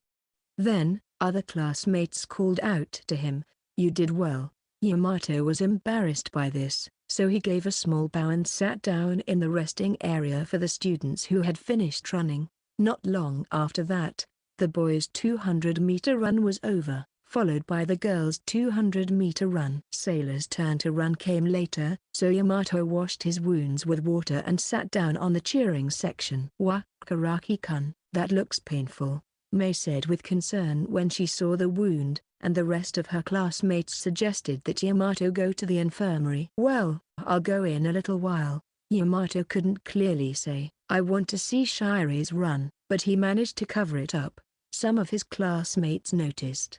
Of course. Finally, it was Sailor's turn to run. In Sailor's case, it was also decided by lottery, but she seemed to be the fastest among the girls in the school, and everyone was paying attention to her figure. With her hair tied into a ponytail, she took her starting position with supple movements. Everyone who saw her gasped for breath, and soon after the gun sounded, she started running. Immediately, the people around him cheered. She was fast compared to others. Leaving the other runners behind, she ran at a speed that was as fast as a man's. Her form was beautiful, dignified, and yet powerful. She was like a horse. Without slowing down, Sailor crossed the finish line. The way she relaxed and stretched, taking off her hairband while catching her breath, was very alluring. Even though she had just finished the run, she had the attention of everyone around her all to herself. Shirase is amazing after all. Yamato, who had been watching the scene, muttered quietly and left his seat. Yamato's next event was to knock over the sticks, but there was still some time before the start of the event. Therefore, Yamato went to the infirmary alone. After changing into his indoor shoes, he slowly walked down the empty corridor. Thanks to the lack of sunlight, it was cooler in the school building, and his sweat began to recede. Yamato knocked on the door of the infirmary, and a gentle voice answered from inside. "Come in." "Excuse me." Yamato went inside, where he was greeted by the cool breeze of the air conditioner. The cleanliness of the room and the faint smell of chemicals calmed him down. "Oh, you scraped your knee." "Sit down there." A mild-mannered woman in a white coat, Fujita-sensei, the school nurse, urged him to sit on the sofa. With her wavy dark brown hair, intelligent and calm face, and a figure that gave a sense of maturity, it's no wonder she's so popular with the students. "I washed it with water, just in case." When Yamato reported that he had washed the wound beforehand, Fujita-sensei bent down in front of Yamato, checked the wound, and nodded her head. "Well, you've washed it clean. Now all we have to do is put on the adhesive bandage." Don't we need to disinfect it?" "No. With this wound, all you have to do is put a bandage on it and you'll be fine." The older, more beautiful woman suddenly looked up and smiled at him, and as a teenage boy, Yamato was naturally very nervous. In addition, his eyes were drawn to her ample bosom. This is the person Shinjo likes. Indeed, she is a different type apart from Shirase. This was the first time Yamato had talked to her properly, but he got the impression that she was a healer, or at any rate she was very receptive. She had a warm personality that makes one feel relieved and healed just by being around her. If Yamato had an older sister or mother like her, he would be proud of her. "Did you get this wound during the competition?" Fujita-sensei asked him as she took out an adhesive bandage from the shelf, making small talk. Yes. I fell down in the 200-meter run. Because of that, I came in last." "I'm sorry to hear that." "I'm not very good at running either. I used to fall down a lot when I was in school." The way she talked was as if she was nostalgically recalling a memory from perhaps almost 10 years ago. It seemed vaguely charming. So Yamato opened his mouth, trying to be as natural as possible. "But Shinjo, who was in my class, told me it was a nice run, so it wasn't too awkward." Fujita-sensei was puzzled for a moment, but then she quickly smiled kindly. Shinjo-kun. That's just like him." She bent down in front of Yamato again and put large adhesive bandages on both knees. The palms of his hands were also scratched in some places, so she put smaller bandages on them. "Okay, that's done." "Thank you very much." "Good luck with the rest of the competition." After bowing, Yamato left the infirmary. It may have been unnecessary meddling, but it was the first time Yamato felt as if he had encouraged someone's love life, and his heart was beating strangely fast. When Yamato returned to the track, he saw Sailor in the class cheering section. Welcome back. How's your wound?" Sailor called out to him with a sports drink in her hand. "I'm back. I'm totally fine." "Also, there doesn't seem to be many people participating in this event." "Maybe it's because there's no one willing to jump hurdles." "I see." Yamato sat down next to Sailor, and she offered him a sports drink. "Want some?" "No, I don't." Since there were several classmates around him and he didn't intend to drink from someone else's bottle on a regular basis, he cryptically declined. "Saint, Karaki-kun." Then May and a few other girls from the same cheer approached them. Apparently, they wanted to take a picture with Yamato and Sailor. "Come on, guys, come closer." Using her phone as a camera, the girl in charge of taking the picture stretched her arms to the limit to try to capture everyone in the picture. Yamato was in the center of a dreamy harem of popular girls taking pictures with him, but he couldn't help but feel the resentful stares of the boys from afar. "Here we go." With a snap, the girl in charge of taking the picture pressed the shutter button and it was done. Yamato was relieved that it was all over, but he was shocked when a girl whose name he could not remember poked him on the shoulder. "Karaki-kun, can you tell me your ID so I can send you the pictures I took?" Yes. With the momentum, he exchanged contact information with the girl, and then with other girls. But it seems that most of the girls wanted to exchange contact information with Sailor as well. Yamato was used as bait, but he didn't feel bad about it. The other girls who had finished their business left, and May, who had stayed behind, opened her mouth while looking at the program. The cheerleading competition will start after the lunch break, so please gather at the club's building 20 minutes before the lunch break ends. We'll be handing out uniforms there. If your parents are coming, you'd better tell them about it beforehand. As expected of a class committee member, she seemed to be checking the schedule frequently to make sure there were no mistakes. This was something Yamato wanted to learn. Speaking of the uniforms for cheerleading, they had just had their sizes adjusted a few days ago. Both boys and girls were wearing the cheerleading uniforms, and Yamato was looking forward to seeing Sailor in hers. Thank you, Tamaki-san, but my mother isn't here as she has work. Me neither. My parents are busy. In Sailor's case, it seemed that her parents were not coming for other reasons. Yamato couldn't explain every single thing about his family, so he played it safe. I see, then it's okay. After the confirmation, May said, let's do our best in the rest of the competition. With that, she left her seat. I've got to get moving too. Have a good run. All the participants of the pole vaulting event were already gathering in front of the entrance gate, so Yamato was eager to get going. He slapped his cheeks to get into the spirit, hoping to show off his good qualities this time. The morning's competition is over. We will now take a lunch break, the broadcast said, and it was time for their lunch break. As for Yamato, he was burning up in the class cheering section. Although he was able to win the pole vaulting competition overall, he was not able to play a prominent role, and that was what he regretted. Yamato, let's have lunch. Sailor called out to him as usual, and Yamato was immediately revived. Right. Shall we go to the rooftop? Yes, there won't be many people there. And so they began to move towards the rooftop. Ha, ha.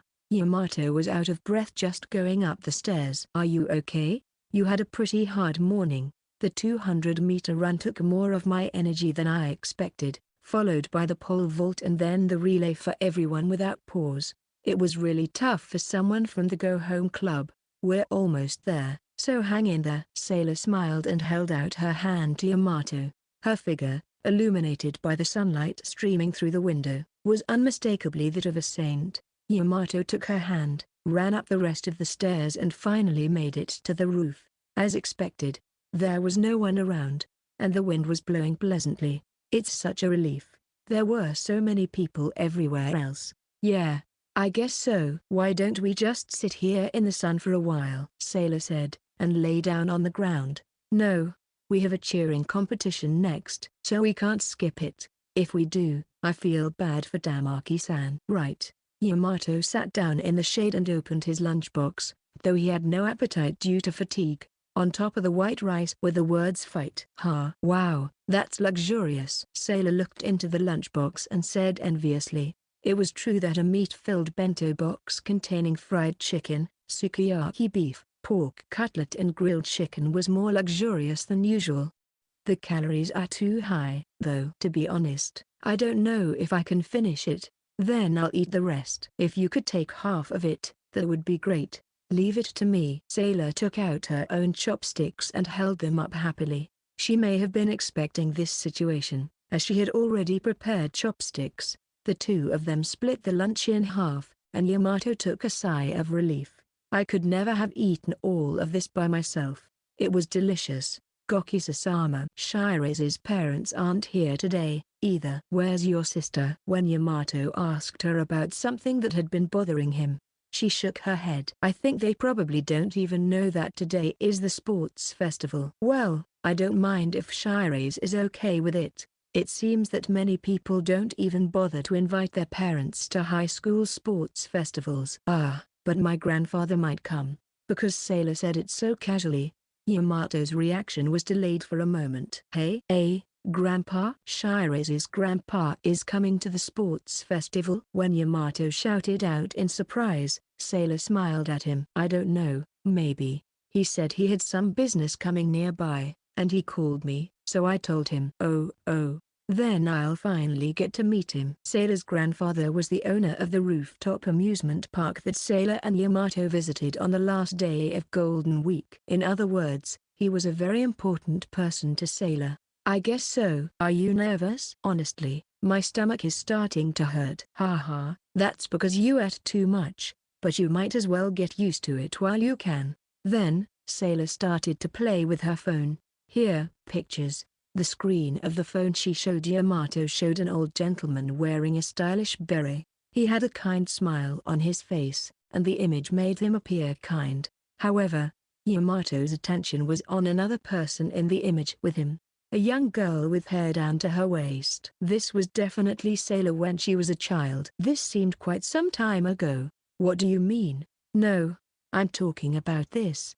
Your grandfather seems like a very kind man. Yeah, I'm proud of him. Hee. Sailor smiled innocently. She had been unconcerned earlier, but she was still happy that her grandfather was coming to the sports festival. Ah, the picture was taken quite a while ago, so he looks a bit older in person. By the way, that's me in the picture with him. I had an idea of what to expect. You were cute. Fufu, thanks. It became somewhat awkward. So Yamato checked his phone again and stood up. I guess we better get moving. Did your grandfather tell you what time he'll be here? Well, he said he'd be here in the afternoon. But I haven't heard from him yet. Oh, well, but let's do our best. This time, Yamato held out his hand, and Sailor took it and stood up. Yamato's mother also said, "Fight. Stop messing with me through my bento." When they moved to the club's building, the meeting place, the distribution of uniforms had already begun. After receiving their uniforms, the cheerleaders headed for the changing rooms. Those who had finished changing were the first to assemble in front of the entrance gate to the building. I'll see you in a little bit. Yeah. After receiving her Gikurin, he left Sailor and went into the changing room. Yamato had only worn blazer-type uniforms in the past, so it was refreshing to wear the Gikurin. He felt strangely masculine as he put on the outfit. As he was wondering how far he should fasten the buttons on his chest, someone came up next to him. Hey, how's it going? Yamato looked next to him and saw a large man standing next to him. Takao, the leader of the white team's cheerleaders. Thanks. It's okay, I guess. An okay is good enough. Let's enjoy the cheerleading competition. Takao smiled at him, and Yamato nodded, feeling somewhat embarrassed. Takao was probably concerned about Yamato's inability to fit in with the rest of the group, especially the male members. As expected of the leader, Yamato was grateful for his thoughtfulness, but at the same time he felt a little sad. There was one thing that Yamato learned by participating in cheerleading. He knew that he wasn't suited to be involved with bright people. However, it was fun to practice cheerleading, and he felt a sense of accomplishment when everyone performed together. Yamato learned that there was such a way to participate in an event. After getting dressed and getting ready, Yamato turned to Takao. I'm looking forward to the white team's performance. I look forward to seeing you at the cheering competition. As he bowed, Takao smiled and made a gutsy pose. When they moved in front of the entrance gate, most of the cheerleaders had already gathered. There was no sign of Sailor yet, but Mei and Yanagi, the leader of the red team, were already waiting. Both of them were looking quite good in their school Gikurin. Ooh! At that moment, someone shouted in admiration, drawing everyone's attention to a single point. As Yamato turned her gaze, he couldn't help but let out an exhale. Standing in front of his gaze was Sailor, dressed in her school Gikurin. Her hair was tied up in a single bun, and her cool, dignified face and the majestic design of her school Gikurin combined to create a miraculous combination of beauty and coolness. Everyone, boy and girl alike, were transfixed by the sight of the beautiful girl in male attire. Like the other members of the group, Yamato was at a loss for words, but Sailor noticed him and approached him. It looks good on you. It's very cool. With an elegant smile, Sailor praised Yamato. Yamato felt a strange feeling as if he was being hit on by the world's most handsome man, and replied in a dazed manner, "Is that ironic?" "Why, no, Shirase is that kind of person." Yamato smiled back at Sailor, who was puzzled, almost holding her head.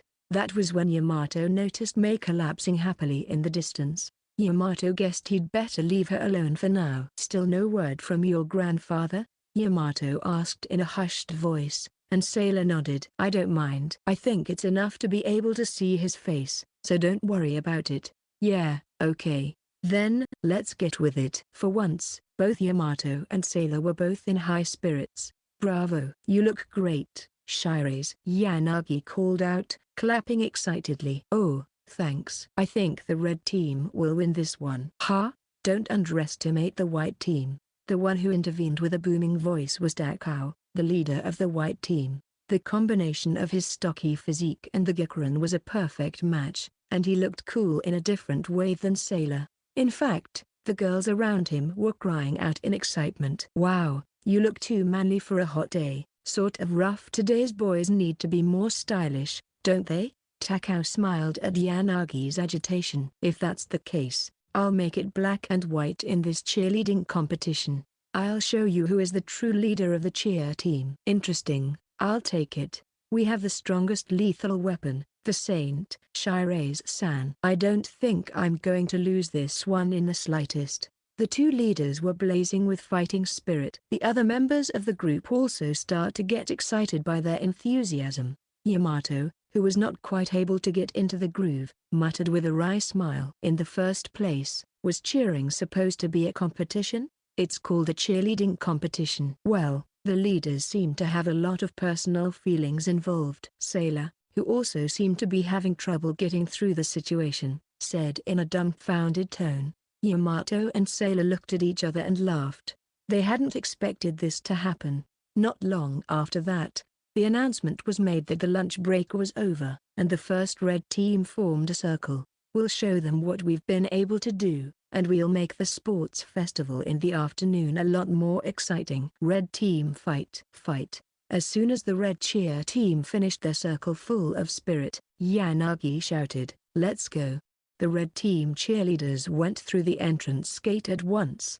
After they lined up on the ground with the sound of drums, Yanagi gave them a start. Immediately after the start, the sound of the drums modulated, and the performance began on cue as the cheering members of the red team performed their powerful and passionate dance. The heat in the hall rose to a climax. At first, Yamato was just focused on not making any mistakes, but as he was surrounded by the enthusiasm of the audience, he became more conscious of his dynamic movements and felt a sense of elation that he had never felt before. The strength of his spirit was reflected in his performance, and his heart was racing as he danced happily, powerfully, and in unison with the other members of the group. Yamato looked at Sailor out of the corner of his eye. That was another factor that lifted Yamato's spirits. As if pulled by her graceful and gorgeous figure, the other members also improved their own performances. At the end of the 5-minute performance, the audience broke into applause. After Yanagi's call, the red team's cheerleaders promptly left the ground. The performance was a great success, and after leaving the ground, some of the members hugged and praised each other, while others were so moved that they started crying. One of them, May, expressed her gratitude with tears streaming down her face, saying, "I really appreciate what you two have done, Saint and Karaki-kun." After that, the white group performed a spirited performance and the cheerleading competition ended successfully. That was quite cool, Ita said to Yamato, who had returned to the class cheering section, looking a little regretful. Soon after, the girls in the class gathered around and said, "That was really cool. It was really good. Karaki-kun, let's take a picture together. Could this be the arrival of my popularity period?" For a moment, Yamato had high hopes, but their attention was immediately turned to Sailor and May who had returned. As Yamato was inwardly disappointed, Ita grinned and squared his shoulders. "Don't worry. It was a short-lived glory." "Shut up, Shinjo." Well, don't be so angry. I thought the winner of the cheerleading competition would be announced at the end of the festival." "Right, but I don't think I care about winning or losing anymore." These were Yamato's sincere words, and he felt a great sense of accomplishment that he had been able to give his best performance with everyone else. "How nice, very passionate. Keep it up and have a wild cavalry battle." "Yeah." With Ita, Yamato rushed towards the entrance gate, Yamato didn't feel like he could lose any competition now in such a mood. Oh, yeah, I'm so cool. Ito was basking in the glory of victory when he returned from his overwhelming victory in the cavalry match. Yamato was also basking in the joy of victory, but he was too embarrassed to make as big an appeal as Ito. Just then, a boy from the class, who was a member of the sports festival committee, came running up to him, looking troubled. Hey, can someone stand in for me in the mixed two-person three-legged race? Then, Ito raised his hand vigorously. Okay, I'm in. No, Shinjo is a member of the original team. Ah, I see. Then, Karaki. When Ito unexpectedly called on him to help out, Yamato's body jolted. Me? Yes. There's still time for tug of war, right? Yeah, but can I race without practice? You'll be fine. It will be fine. They decided that Yamato would sub for the event, and he was anxious but prepared.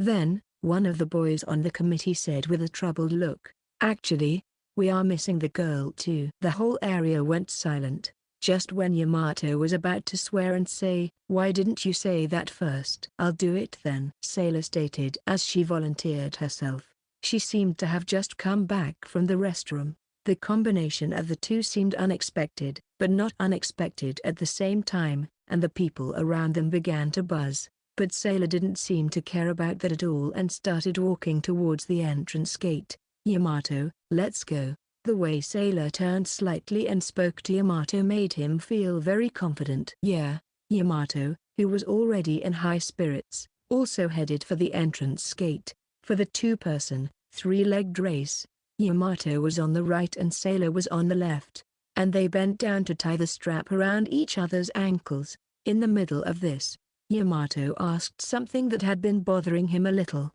"Are you tired?" Shy raise. "I'm fine. Though the crowds make me feel like I'm getting drunk." "I see. Take it easy." "Thanks." "Ah, that knot's gonna come undone." Then, Sailor tied Yamato's ankle strap again. In the middle of doing so, Yamato could see Sailor up close, and she smelled very good. "It's done. You're looking a bit red." "Are you okay?" "I'm fine, maybe." Yamato stood up as if to cover up his evil feelings, and Sailor followed suit. "I hope so. Come on, let's get some practice in before we start." No." Yamato's voice was a little too loud as Sailor suddenly put her hands around his waist. Yamato also put his hands around Sailor's waist, but, yeah. Yamato thought he heard an outrageously cute squeal beside him and saw Sailor's face turn bright red. Shirase-san. When Yamato grabbed Sailor's side again, or rather, Sailor's waist, he found that it was soft. "Hiya? Seriously, really don't." The next thing Yamato knew, Sailor gave another cute squeal and said angrily. As it turned out, Sailor was apparently weak in the side. Yamato's heart skipped a beat at the discovery of this unexpected weakness, but he was afraid that she would be seriously offended if he took it any further, so he let go of his hand for now. Yamato didn't know where to hold her. Yamato tried hard not to burst out laughing as he asked, "PPFF. Then, where should I grab?" "Normally, it's the shoulders. Yamato is taller than me, so I grabbed your waist. Also, stop laughing." "I'm sorry, I don't think I can do that." "That's annoying." Sailor's cheeks puffed up slightly and she began to pout. The sight was too cute for Yamato to handle. However, Yamato thought he really needed to pull himself together soon. The pressure of the white eyes of the other pairs competing in the race was incredible. He could even feel their menacing auras. Even Ito was yelling at them from afar, "You guys, you really need to pull your weight. They probably should get it together." "I'm sorry, please don't be mad. I don't mind at all." Sailor still looked mad as she looked away. Her words and actions didn't match up. In the meantime, the race was about to begin, and in the end, they were unable to practice properly before the actual event. At the start, Sailor put her hands around his waist again. Yamato felt weird, but put his hand on Sailor's shoulder. Sailor's soft yet slender shoulders were slightly sweaty, and the warmth of her body transmitted through his palms made Yamato's heart beat faster.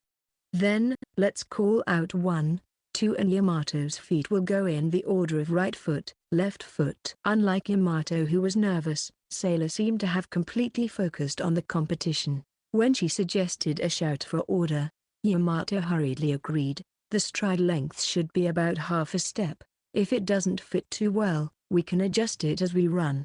I'm shorter than you, so Yamato should match my pace. Oh, I understand. Okay, here we go. As they found themselves stranded in front of the entrance gate, Yamato and Sailor shouted 1, 2 as they moved to the waiting area for the runners. Feeling the jealous and vindictive stares from the people around him, Yamato decided to concentrate on the race with Sailor. Soon the first pair of runners started running, followed by Yamato's pair. As they stood at the starting position, the other pairs glanced at Yamato. They must have been surprised that Sailor was participating in this kind of competition. And so, at last, the two-people three-leg race began with a bang. After a sluggish start, Yamato and Sarah shouted 1, 2 in unison and began to gain speed. Yamato and Sailor overtook one pair at the corner and passed the other pair as they entered the straight. Just as they were about to pass the other pair and cross the finish line, Yamato noticed a muddy spot in the direction they were going. Sailor had just stepped on the spot and slipped. Not yet. Yamato immediately stepped on the outer leg with all his might and hugged Sailor's shoulders tightly, as she was about to fall. Thanks to this, they were able to avoid falling. But Yamato ended up hugging Sailor as hard as he could.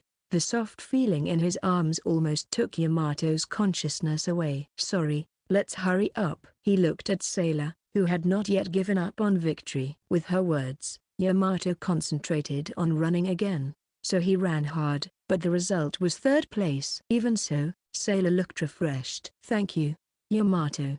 We were able to finish the race. Seeing her smiling face, Yamato's frustration vanished. Thanks to you two. I managed to get into shape because I was with Shirase. I almost fell, though, but I'm really grateful for your help. Then I guess we're on the same page. Now, shall we untie the string? Yeah. They both laughed, and as Yamato bent down, the school announcement came on. I'm going to call out a student, second year B class. Shirase. Sailor, please come to the staff room immediately. I repeat. After hearing the broadcast, Yamato and Sailor looked at each other again. You're being called over for something. I didn't do anything wrong though. I know. Go ahead and go. Yamato, you should come with me. There's still time before the tug of war, right? Guess I don't have a choice. She may have said she hadn't done anything wrong, but it didn't mean she didn't have an idea of what it was for. There was certainly time left before Yamato's next event, the tug of war, so he reluctantly decided to follow along. They knocked on the door of the staff room, and when they entered, the homeroom teacher informed Sailor that there was a phone call for her. So Yamato waited in front of the staff room, but when she came out a little later, Sailor's face was very pale. Shirase. When Yamato called out in concern, Sailor fell to her knees and sat down on the floor. They said, Grandpa collapsed. What? Sailor continued in a muffled voice, and it seems that he was just taken to the hospital. Sailor's whole body trembled and she curled over in a huddle. It was the first time Yamato saw Sailor this distraught. Even when she had a high fever, she was somewhat aloof. But now she couldn't afford to be like this now. At that moment, Yamato thought as quickly as he could. He wanted to do something. He'll be fine, Shirase. When Yamato called out to her gently to calm her down, she looked up slightly. She looked terribly frightened, a look Yamato had never seen on her face. What? Do you mean he'll be fine? Today's medical technology is very advanced. If your grandpa has been taken to the hospital, he will be fine. This was just to comfort her, but Yamato doesn't intend to just comfort her. That was why Yamato held out his hand. If you're that worried, just go check it out. I'll go with you, so you won't get lost. But, did you get the name of the hospital? She nodded her head slightly. I'll call a taxi, and you can change into your uniform in the meantime. You can't go to the hospital in gym clothes. Okay. Sailor took Yamato's hand, stood up, and began to run. After watching Sailor's back as she ran, though unsteadily, Yamato used his phone to call a taxi as she headed to get her things. It's times like this when I have to be strong. I'm not going to be intimidated. The truth was, There was no guarantee that Sailor's grandpa would be okay. On the contrary, having been told such a story, Yamato felt his legs would start to shake if he let his guard down. However, Yamato tried his best to keep his mind strong for now. He was ready to do anything for Sailor. Chapter 8 Summer Rain Escape. The taxi arrived in front of the school gate about 10 minutes after it was hailed. After changing into their school uniforms, Yamato and Sailor quickly got in and the taxi departed for a large hospital in Tokyo. While they were waiting for the cab, Yamato told his homeroom teacher that he would accompany Sailor, and also explained the situation to Mei and Ita, telling them that he and Sailor would be leaving the school. Both of them were surprised, but they pushed Yamato to leave the rest to them, so he thought he should thank them again later. In the taxi, Yamato and Sailor didn't talk, but after a while, Sailor, who was looking out the window, muttered a few words. Rain. Just as she said that, rain clouds spread across the clear sky earlier, and it started to rain, knocking hard on the window. Then, at the most inopportune moment, the taxi seemed to have entered a traffic jam. Yamato checked on his phone and found that the traffic jam continued for several kilometers. Sorry. We'll get off here, Yamato said and pulled out 2,000 yen bills from his wallet. After receiving the change, Yamato shook Sailor's hand, which had become tense. It's faster to take the train. We might get a little wet, but it's okay, right? Yes. They both got out of the taxi and headed towards the station while running. There, the rain got heavier. It was a decent distance to the nearest station, but the timing couldn't have been worse. They tried to buy an umbrella, but there was no convenience store nearby, so they ended up running, while soaking wet, to the station. When they managed to get to the station, they both used towels to wipe off the water-soaked. Sailor blurted out as she brushed up her wet bangs. Her blouse was wet, and her pink camisole was visible. Yamato desperately turned his face away, feeling guilty that he was still nervous at such a moment. You'd better dry yourself off. You don't want to catch a cold again, Yamato said after shaking off his evil thoughts, and Sailor then turned her gaze to him. PFFT. Immediately, Sailor laughed. As Yamato was puzzled, not knowing what was so funny, Sailor held out a hand mirror to him. Yamato blushed immediately when he saw the floppy-haired face reflected in it. You shouldn't laugh at that. Even Shirase has floppy hair. Fufu, because I am that kind of person that looks good no matter what. You sound really confident. Yamato pretended to be amazed at what she said, but he was so happy that Sailor laughed at him that he had to resist the urge to grin. Thank you for coming with me. Yamato was at a loss for a response as Sailor suddenly expressed her gratitude. I know we're usually on opposite sides of the fence, but I have shown my manly side once in a while. That's why Yamato could only give such a cynical reply, but Sailor still smiled happily. Yes, you are very manly. Yamato is really cool. She was not ashamed to say it, and it made Yamato embarrassed. I've already figured it out. The train is coming soon, let's go. Yes. When they passed through the ticket gate and went out to the platform, the train had arrived. They got into the empty car and sat down side by side. Soon after, the train departed. The sound of rain pounding on the window was noisy. The rain was getting stronger. The sports festival might have been suspended. Sailor opened her mouth. She looked out the window, her gaze somewhat vacant. Maybe. But from the looks of it, it's probably just a shower, and it'll probably stop soon. The ground is going to be bad, though. There are many ways to go around that. Even a muddy sports festival is fun to watch, isn't it? That doesn't sound very Yamato-like. Yamato thought it was more unlike Sailor to only say negative things, but in the end, Yamato didn't say anything. Is that so? Well, I've been feeling more positive lately. Maybe you're right. I know. Sailor let out a small sigh, without taking her gaze off the window, and then, as if in a whisper, she spoke. I hope you're okay, Grandpa. Yamato smiled gently at Sailor's sorrowful face. He'll be fine, I'm sure. Let's believe. Yeah. My sister hasn't answered the phone at all since then. Was it your sister who called the school? Yes, it was. I think she called my phone a few times, but I didn't notice because I was in the middle of the sports festival. Yamato saw a lot of girls with their phones in the pockets of their gym clothes. But Sailor doesn't seem to be the type to carry it around with her. It's no wonder she didn't notice the call. You haven't heard any details? No. I heard that my sister is currently abroad and she heard about my grandpa through our parents. How could her parents tell her sister who was abroad and not contact Sailor at all? The relationship between Sailor and her parents seems to be getting more complicated for Yamato. Yamato knew that this wasn't the right time to talk about it, however. At that moment, he noticed that Sailor's fingertips were trembling slightly. Was it because she was cold? Or was it because she was anxious? Either way, Yamato couldn't let her remain like this. Yamato placed his own hand on Sailor's. Calm down, Yamato told Sailor, and then she closed her eyes. Her trembling seemed to have stopped.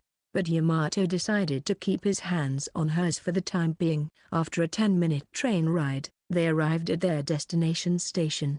When they got out of the station, the rain had weakened completely. The hospital that Sailor's grandfather had been taken to was close by, and Yamato led the way, relying on the map app on his phone. After a few minutes of walking, they came across a magnificent university hospital. It was one of the biggest hospitals in Tokyo, and it was so big that they had a hard time just walking around the hospital. As soon as they entered, Sailor told the receptionist her grandfather's name and confirmed that he was in room 305. As Sailor started to walk ahead of him, Yamato hurriedly grabbed her hand as she was about to go to another ward. This way, I'll show you where to go and you can follow me. Okay. It was somewhat different for Sailor to follow him so quietly.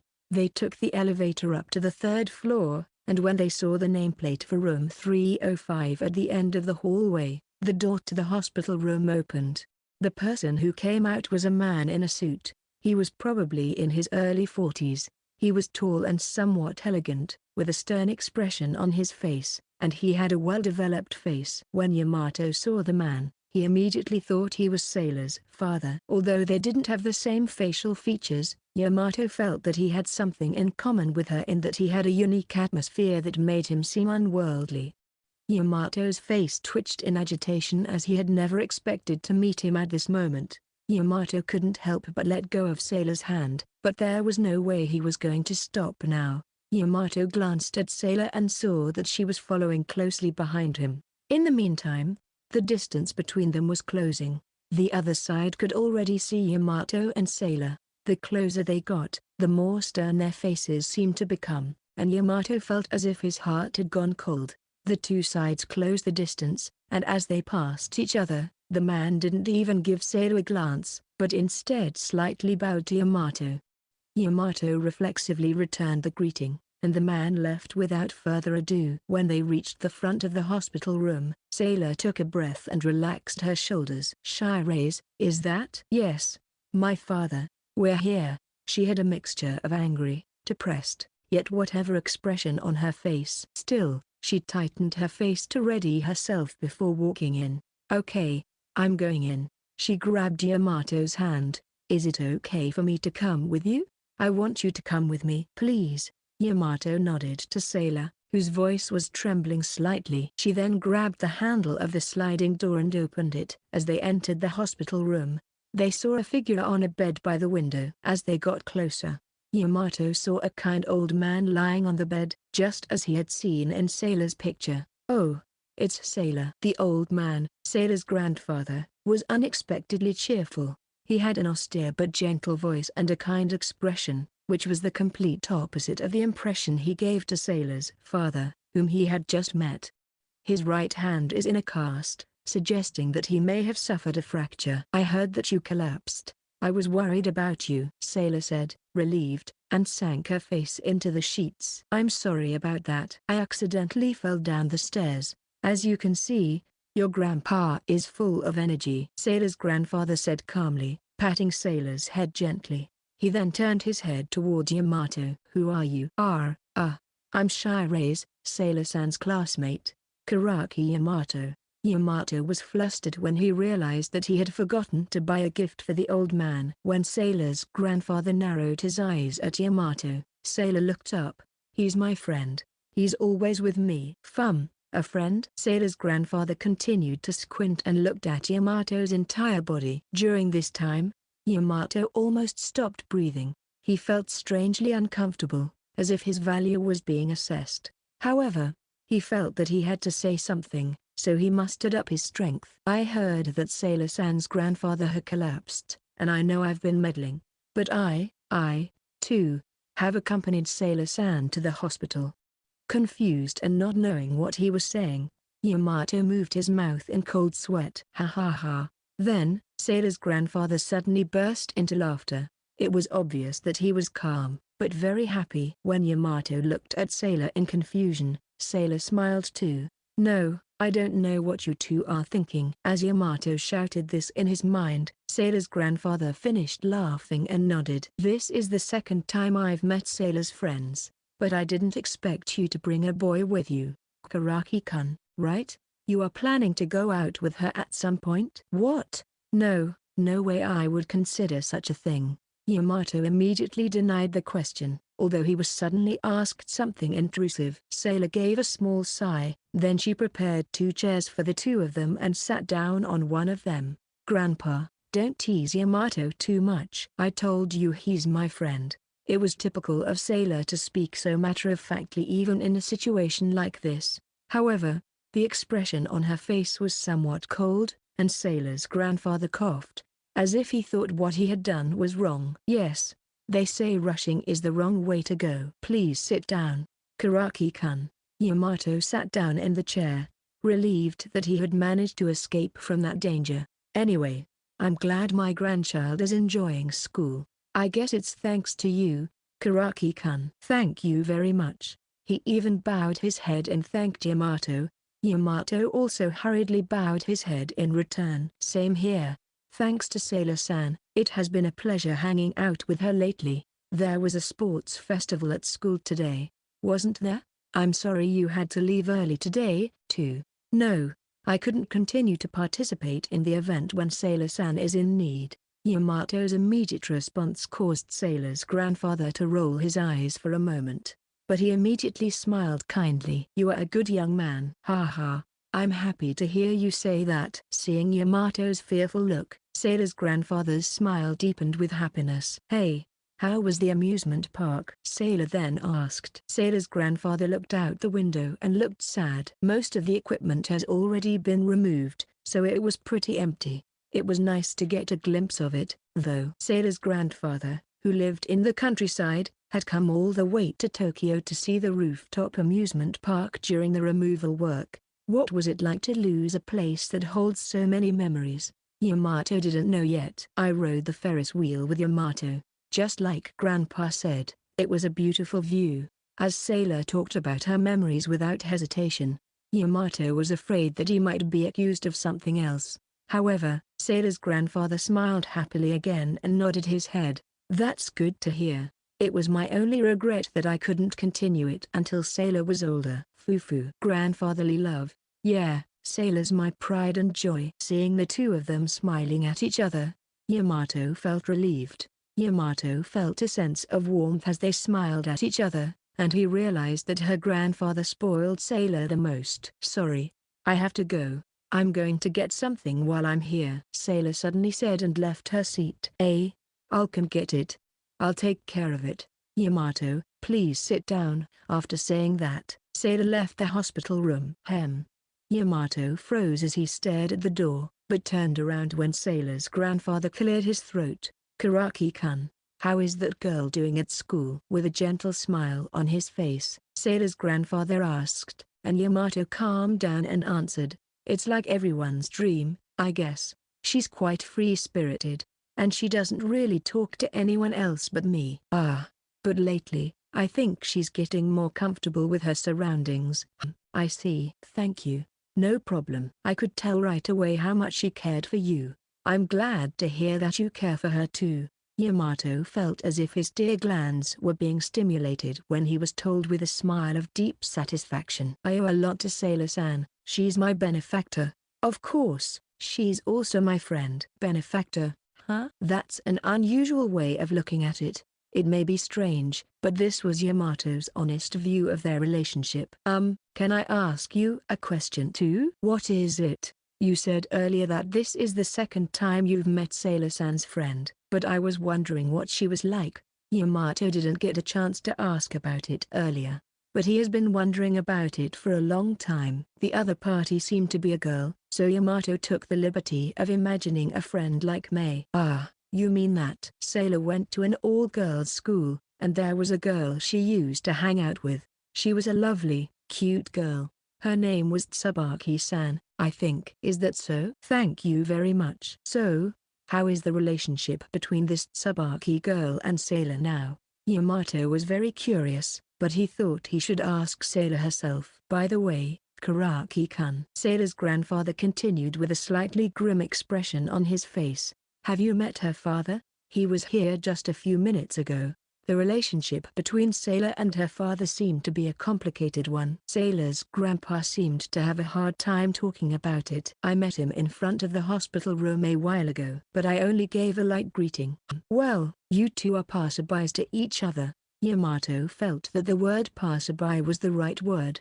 The two of them met in front of the hospital room, and it was obvious that they were not talking to each other. Sailor-san told me in the past why she was living alone, but she didn't tell me much about her father. It's my fault that she left home, or rather, that her relationship with her father deteriorated. That's what happened? It seems that the amusement park was an important place for Sailor too. It's just that I wasn't good enough and it ended up like that. But the timing wasn't good.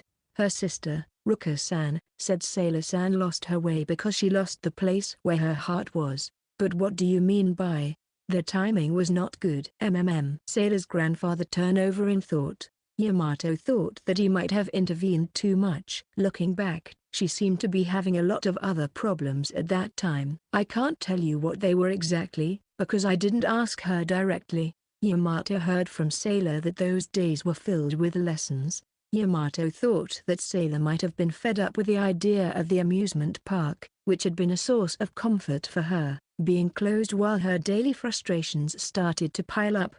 In addition to that, was there something else that was bothering her? That means.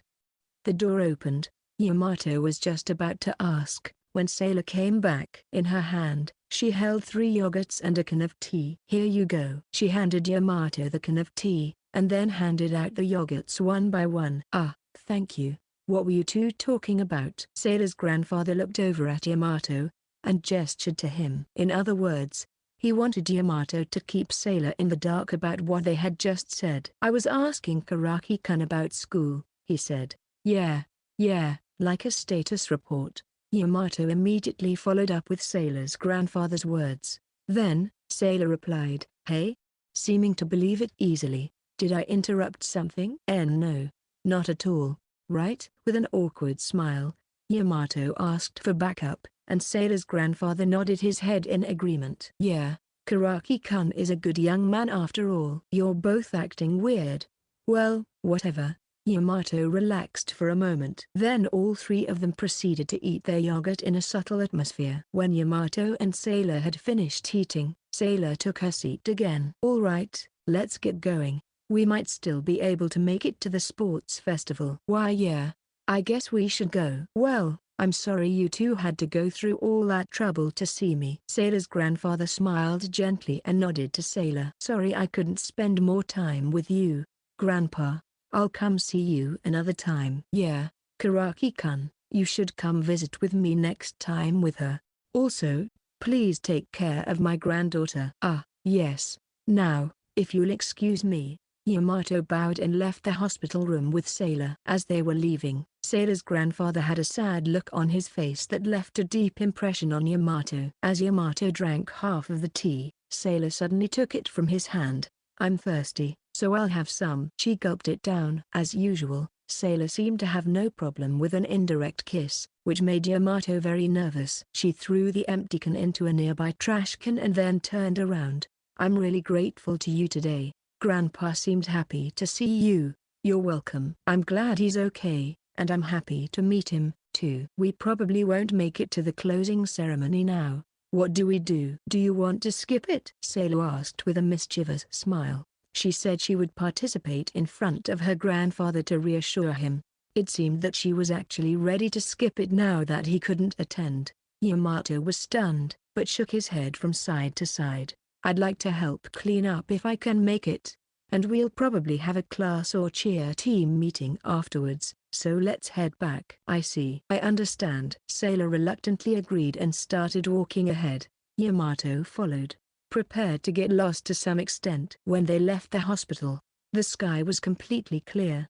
The setting sun had turned the whole area orange. The reflection in the puddles made it a very magical scene. They walked slowly to the station and boarded the train to return. There was no crowd as on the way to the station, so they sat in a row of empty chairs. After the train departed, they continued to ride in silence for a while. After sending a message to Ito and May that he was on his way back, Yamato opened his mouth. I'm glad to see that your grandpa was doing well. Yes, he seemed calm and kind to me. Yes, and I could tell that he cares a lot about Shire's. Speaking of which, Shire's. At that moment, Yamato felt a soft touch on his shoulder. Sailor leaned against him. Her head rested on Yamato's shoulder and she seemed to have fallen asleep. Her sleeping face, bathed in the western sun shining through the window, was very adorable. The warmth of her body against his shoulder was comforting, but it was unsettling to have her leaning against Yamato unarmed. Yamato was nervous, yet somehow he was also relieved. It may seem contradictory, but that was the feeling he was experiencing. Even a saint needs to rest, huh? Yamato stroked her hair, which was shining in the sun, as he spoke to himself. Shiraze, we're here. As the train arrived at the station nearest the school, Yamato shook Sailor's shoulder and woke her up. It didn't look like Sailor was going to get up as she rubbed her sleepy eyes. A little more. You can't get up. The door's closing. As Yamato stood up, Sailor, who had lost her support, woke up with a jolt. As it was, Yamato pulled Sailor's hand and managed to get out of the train. Waking up is the worst. Not my fault. Shiraze just wouldn't get up. Yeah, I'm up now. Sailor, who seemed to have finally woken up, was in her usual state. In terms of time, the closing ceremony of the sports festival was over, and it was time to leave. Yamato decided to contact May and Ito again, so he took out his phone and sent a message. And send. If there is an after party, Shiraze will be attending too, right? If Yamato is going, is it a class thing? Yeah. I'll have to ask about the cheerleading team as well. As they were heading towards the school while talking, Yamato's phone notified him of an incoming message. Stop. Ow. Yamato suddenly stopped, and Sailor, who was walking right behind him, bumped into his back. Sorry. It's fine. What did they say? I'll check the message. The sender of the message was May. The after party is in front of the station. Everyone is already on the move. The cheering team's party will be held later. The class after party would be held at a restaurant in front of the station called Italia. The cheer team's one would be at a later date. Yeah, so we're going? Yeah, just follow me. Yamato and Sailor soon arrived at the location, but there was still no sign of their classmates. A few minutes later, when they started to see a few Osaki High School students around the station, May, Ito and their group arrived. Good evening. Yamato bowed his head to May, who came running up to him with a smile. I'm sorry for leaving so abruptly. Sorry I had to leave when I still had the ropes and tug-of-war to do. It's totally fine. Don't worry about it. Ito caught up with Yamato and reported the result with a V sign and a smug face. That's right. Don't worry about it. We came in second in the jump job, but we came in first in the overall score. By the way, the red team also won the cheering competition. Amazing. Maybe it's because I didn't participate in the second half of the competition. I'm satisfied with the result of the cheering competition. What are you talking about? Even Karaki went along with the executive committee's big rope push, and we would have won with you anyway. Ito said this with a cheerful smile and walked into the restaurant with the students around him. Around that time, the rest of their classmates joined them, and they all entered the restaurant together. Then, with a toast by a male member of the sports committee, the class party began. A wide variety of Italian food was lined up on the table, and since it was a standing-only meal, everyone enjoyed eating as they moved around. Tamaki-san. Right after the party started, Sailor called out to May. When May responded with a yes. Clearly nervous, Sailor smiled gently and said, I heard from Yamato that Tamaki-san did a lot for us. I'm really sorry. Also, thank you. It's not like that. I'm the one who should thank you for joining the cheer team and coming to the after party today. Then May, overcome with emotion, began to shed tears. What, Tamaki-san? This is weird. Sorry, I'm just so happy. Here, use this. Sailor immediately took out a handkerchief and handed it to May. I can't use this. I see. Sailor gently wiped May's eyes with the handkerchief that was returned to her. Then May's face froze and her cheeks grew red. Then, she walked straight up to Yamato with robotic movements and slapped him on the shoulder. I am so happy. Ahaha, that's great. The stares from the boys around Yamato were painful. It was obvious that they were jealous of him. It wasn't surprising, though, since Yamato was surrounded by all the beautiful girls in the class. In addition, unexpectedly, other girls also began to gather around Yamato. They asked him all sorts of questions about the fact that he skipped the sports festival, and they were excitedly asking him to dig deeper into the matter. It reminded Yamato of the time when he was bombarded with questions early in the new school year, but what was different from that time was that there was no malicious intent on their part. Because of this situation, the stares from the boys were becoming more and more painful to handle. Yamato turned to May to ask for help, but she seemed to be preoccupied with talking to Sailor. As for Sailor, she was talking to May, but her eyes were fixed on Yamato. So, as a last resort, Yamato looked at Ita, and he gave a good luck sign with an expression of excitement, like a parent bird watching a baby bird leave the nest. Can't somebody help me? Having given up on rescue, Yamato prepared himself to deal with the girls. The class party continued for a while, and after about 2 hours, they disbanded. When they went outside, the sun had already set. Yamato parted ways with Sailor on the spot, but as they parted, she asked him something that seemed to be bothering her. Speaking of which, are you going to participate in the cheer team after party? Yeah, I'm planning on it. I see. I'll join you then, Sailor said nonchalantly and left. Even though Yamato was there, the fact that Sailor was now actively interacting with others could be considered progress. This was unthinkable before. However, Yamato couldn't honestly rejoice about it. At first, Yamato had been the only one who could interact with her, but now she was starting to show various expressions to others. This should be a good thing, but it made Yamato feel a bit bothered. I can't believe I'm trying to be possessive. Yamato can't help but feel frustrated because he felt like a beastard for thinking so. In contrast to Yamato's mixed feelings as he let out a sigh, the night sky that he looked up at was unbelievably clear. Epilogue. After party with a saint. A few days have passed since the sports festival ended, and the atmosphere in the school has completely calmed down. The rainy season had begun, and rainfall was becoming more frequent. It was time for students to gradually become aware of the existence of final exams. On that day, Yamato and Sailor were having lunch on the landing in front of the rooftop when a light sprinkle began to fall just as they were about to take their lunch break. It seems like it's been raining a lot lately. Yes, it is. It's a shame we can't eat outside. Sailor chewed on a pastry with regret as she listened to the sound of the rain. Yamato checked his phone and sighed. By the way, the cheer team is having their party today. We're doing it after all. I honestly don't know what kind of face I should put on to participate in this, since the sports festival itself happened quite a while ago. Are you going to skip it?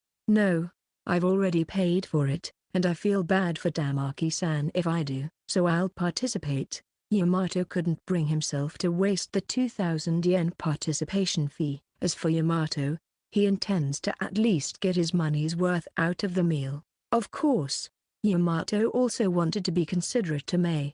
If you're that short of money, you might as well get a part-time job. It's summer vacation now. It's too early to be talking about summer vacation. It's only the middle of June. Besides, I don't think my parents would approve of a part-time job. I want to do something summery. You're really going at your own pace, Shires. When Yamato said this in a dazed manner, Sailor, who seemed to have finished eating her bread, lay down on her side. Is that bad? When you say it like that, you make me look like a terrible person.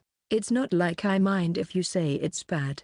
She rolled around on the floor and stopped when she bumped into Yamato. Yamato, embarrassed by how close Sailor's face was while she looked up at him, averted his gaze. "Ah, you looked away. You're acting like a child. You'll get your uniform dirty. That might be a problem. Help me." Sailor raised her body and turned her back to Yamato. The back of her blouse was transparent, revealing a light orange camisole. Yamato's heart pounded, but he lightly touched the back of it. "Did you get it?" "It came off. It was not as dirty as I thought it would be." When Sailor saw Yamato's embarrassment, she seemed to understand. "Also, I'm sorry. These things make me feel weird, too." That's exactly what Yamato was thinking, but he couldn't bring himself to admit it. "Well, I'm getting used to it lately." "Hey, you're used to it?" "Maybe," Yamato answered half-heartedly, even though he wasn't used to it at all. Then Sailor smiled happily. "I'm glad to hear that." Her smile made him feel strangely unsettled. He was not confident that he could keep his heart from pounding when he was around Sailor. After school, Yamato and Sailor went to a restaurant in front of the station for the joint party of the two cheer teams. As soon as they entered the restaurant, they were instructed by the third-year students to sit in separate seats for men and women. Yamato felt very awkward as all the boys he had never talked to were sitting around him. However, with the addition of Takao, the leader of the white team, Yamato was able to get through it. Sailor was also surrounded by girls from other classes and grades, and even from a distance, he could see that she was uncomfortable. And then, his eyes met with Sailor's and he gave her a small wave. As Yamato waved back, a third-year boy next to him gave him a shove. "Flirting in public. I envy you." "You bastard." "It's not like that. It's hard for us to believe that." A boy in the same grade sitting in front of Yamato said coldly, and the others nodded in agreement. Yamato was about to hold his head in his hands, thinking that the situation had become troublesome almost immediately. "Well, I guess we'd better get started." Takao stood up, and everyone's attention turned to him. "Takao-kun, please give us something thoughtful." From the girls' side of the table, Yanagi, the leader of the red team, stirred up the crowd. Takao then began to speak vigorously. "Everyone, this year's sports festival was a success. This was made possible by the united support of our cheer teams, the hard work of the sports festival committee members, the students who competed, the teachers who provided support, and the understanding and cooperation of the local residents and parents." "Takao-kun, that's too long." Yanagi's Tsukumi brought a burst of laughter from those around her. Takao, who was quite serious, blushed and cleared his throat before continuing. "Anyway, everyone did their best." Cheers, cheers, and so the cheer team's party began. In the end, Takao was not able to meet Yanagi's order for something thoughtful, but thanks to this, a friendly atmosphere was created in the restaurant. Perhaps it was because of this friendly atmosphere, but for a while Yamato didn't have to deal with any teasing about his relationship with Sailor.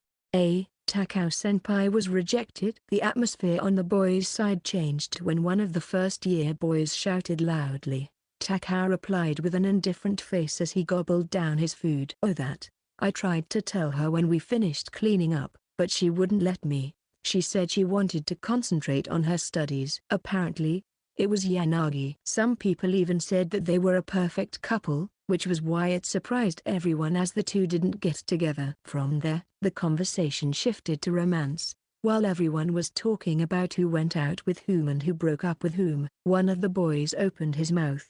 "To tell you the truth, I confessed my feelings to the saint on the day of the sports festival, but she rejected me like normal." It was a second-year boy who said this. Apparently, he had also confessed to Sailor on the day of the sports festival. Yamato hadn't heard anything about it, so it was a surprise to him. From there, the topic turned to Yamato again. It was hard for Yamato to keep up with all the speculation and chatter. The second-year boy even mentioned the fact that Yamato and Sailor had dropped out of the sports festival.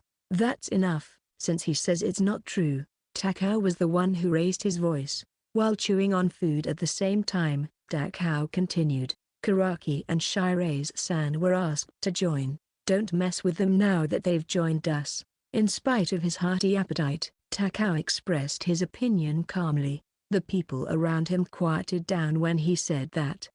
Thank you. When Yamato thanked him, Takao smiled in return. No, I'm really grateful to you too. It was the last sports festival for us third-year students, so we really wanted to make it a big event. When the boys heard Takao's words, they broke down in tears and started talking about other things. When he had calmed down, Yamato left his seat to go to the bathroom.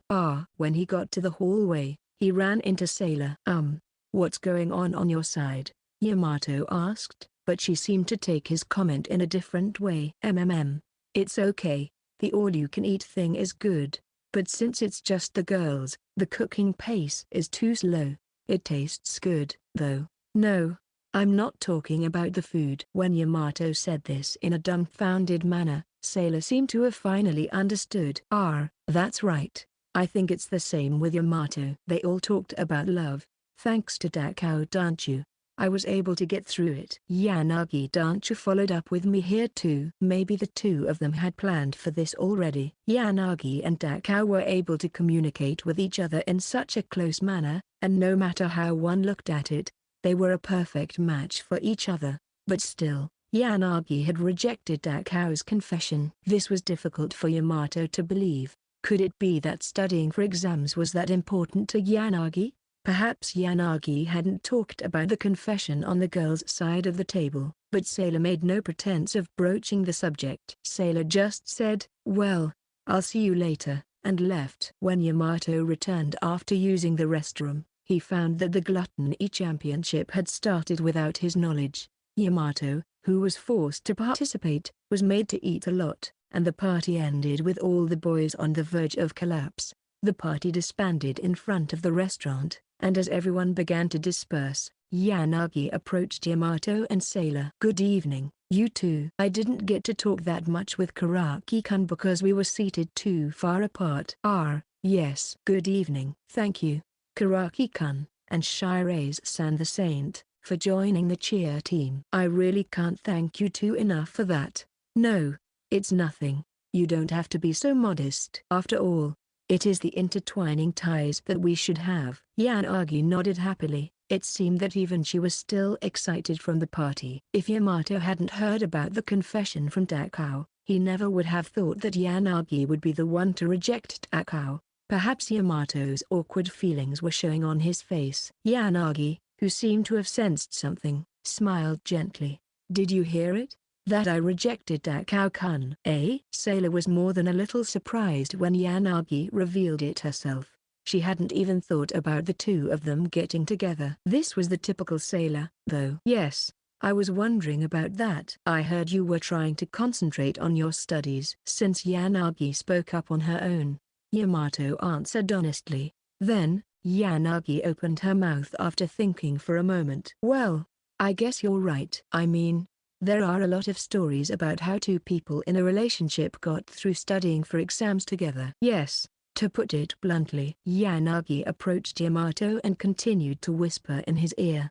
"I thought it would be easier for Takao and me to remain friends." After moving away, Yanagi said with a smile, "That's all." In other words, studying was just an excuse. "So, I see. Thank you for telling me." Yamato was mildly shocked to learn that there was such a way to take things.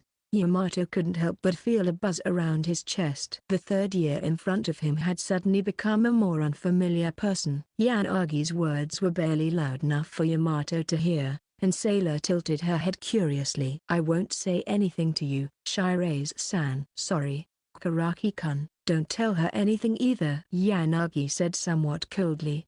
Then after saying, "Well, good night," she left. "What's that?" Sailor gave him a disapproving look and Yamato turned his face away from her. "That's why I can't tell you even if you ask me." "I don't mind. I'm not that interested." Even though she said that, she was glancing at Yamato repeatedly. "No, you're really curious." "No, I'm not. It's just that I'm bothered by the fact that Yamato is hiding things from me." The unexpectedly cute comment made Yamato feel like telling her.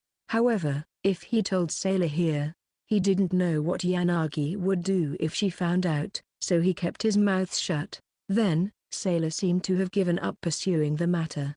Well, whatever. It doesn't matter to me whether the leaders go out with each other or break up. Shiraise is amazing, being able to leave it at that. Is that a compliment? I think it's a compliment. All right then.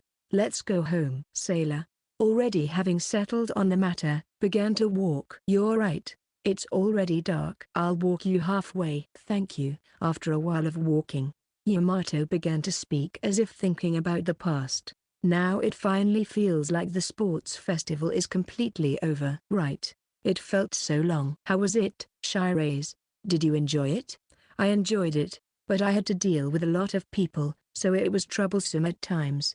You joined the cheering squad. You know, I didn't expect that I'd have to join alongside you, though. Did Yamato enjoy it? Suddenly, Sailor looked into Yamato's face and he hurriedly averted his gaze. Well, I did. At least it was the most fun I've ever had in a sports festival. Fufu, that's nice. Sailor smiled happily and began to walk beside him. Then Yamato suddenly asked her something that had been on his mind. The other day, I heard from Shiraise's grandfather about your friend. It was about a person named Tsubaki-san. Do you still see her? Perhaps because Yamato suddenly started the conversation, Sailor answered with a blank expression. I heard that part. It's true that I've talked to her from time to time, but I don't think we're friends. And I haven't seen her since I started high school. Ah really? Don't you ever miss her? No, I don't miss her, but it's not like I don't like her. Blithely. Yet clearly, Sailor denied it. As Sailor said, it's not that she doesn't like Tsubaki.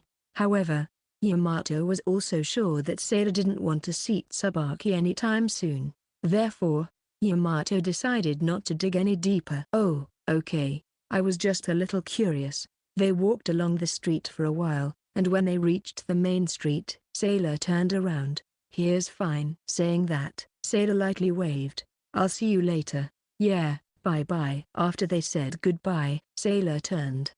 That's right. Sailor turned around again, shouting as if she remembered something. What's wrong? Make sure you clear your schedule for the summer vacation. We have a lot of things to do. Sailor smiled at him. Yamato smiled back and replied, I told you, it's too soon to tell. After parting ways with Sailor this time, Yamato looked up at the night sky, which seemed incomprehensibly vast. Even though it was the city night sky, Yamato could still see the stars that looked like the summer triangle. Summer vacation was still a little ways away, but since she said so, maybe it wasn't as far away as he thought. Yamato started to walk home, thinking about what was to come afterward. It's been a while. If you're new here, it's nice to meet you. I'm Tozuka Riku. Thank you very much for picking up the second volume of I Know That After School. The Saint is More Than Just Noble. It is thanks to all of you who have supported me that I was able to publish the second volume. This time, the season begins to turn to summer, and Yamato's and Sailor's feelings changed little by little. I hope you will watch their relationship as they gradually come closer to each other through various events as the environment around them changes. I also hope that you will enjoy the sweet and sour feelings unique to summer, and the unique atmosphere between them. The illustrations are also a highlight of the story, and I hope you will take a look at them, as they depict a refreshing summer look and many exciting scenes. I was also very excited when I saw the illustrations. Lastly, I would like to express my gratitude. Thank you again to the editor in charge and to everyone involved in the publication of this work. I will continue to work hard, and I look forward to working with you in the future. Thank you to Takubon-sama for the illustrations. Thank you again for the wonderful, precious, and incredibly refreshing illustrations. I look forward to working with you again in the future. And to the readers, thank you very much. Whether you've read the first volume or the second volume, I thank you from the bottom of my heart. I will do my best to make this story even more enjoyable for you, so please keep reading. Thank you very much for reading this far. I hope to see you again in the next volume. September 2021 Tozuka Riku. End of Volume 2.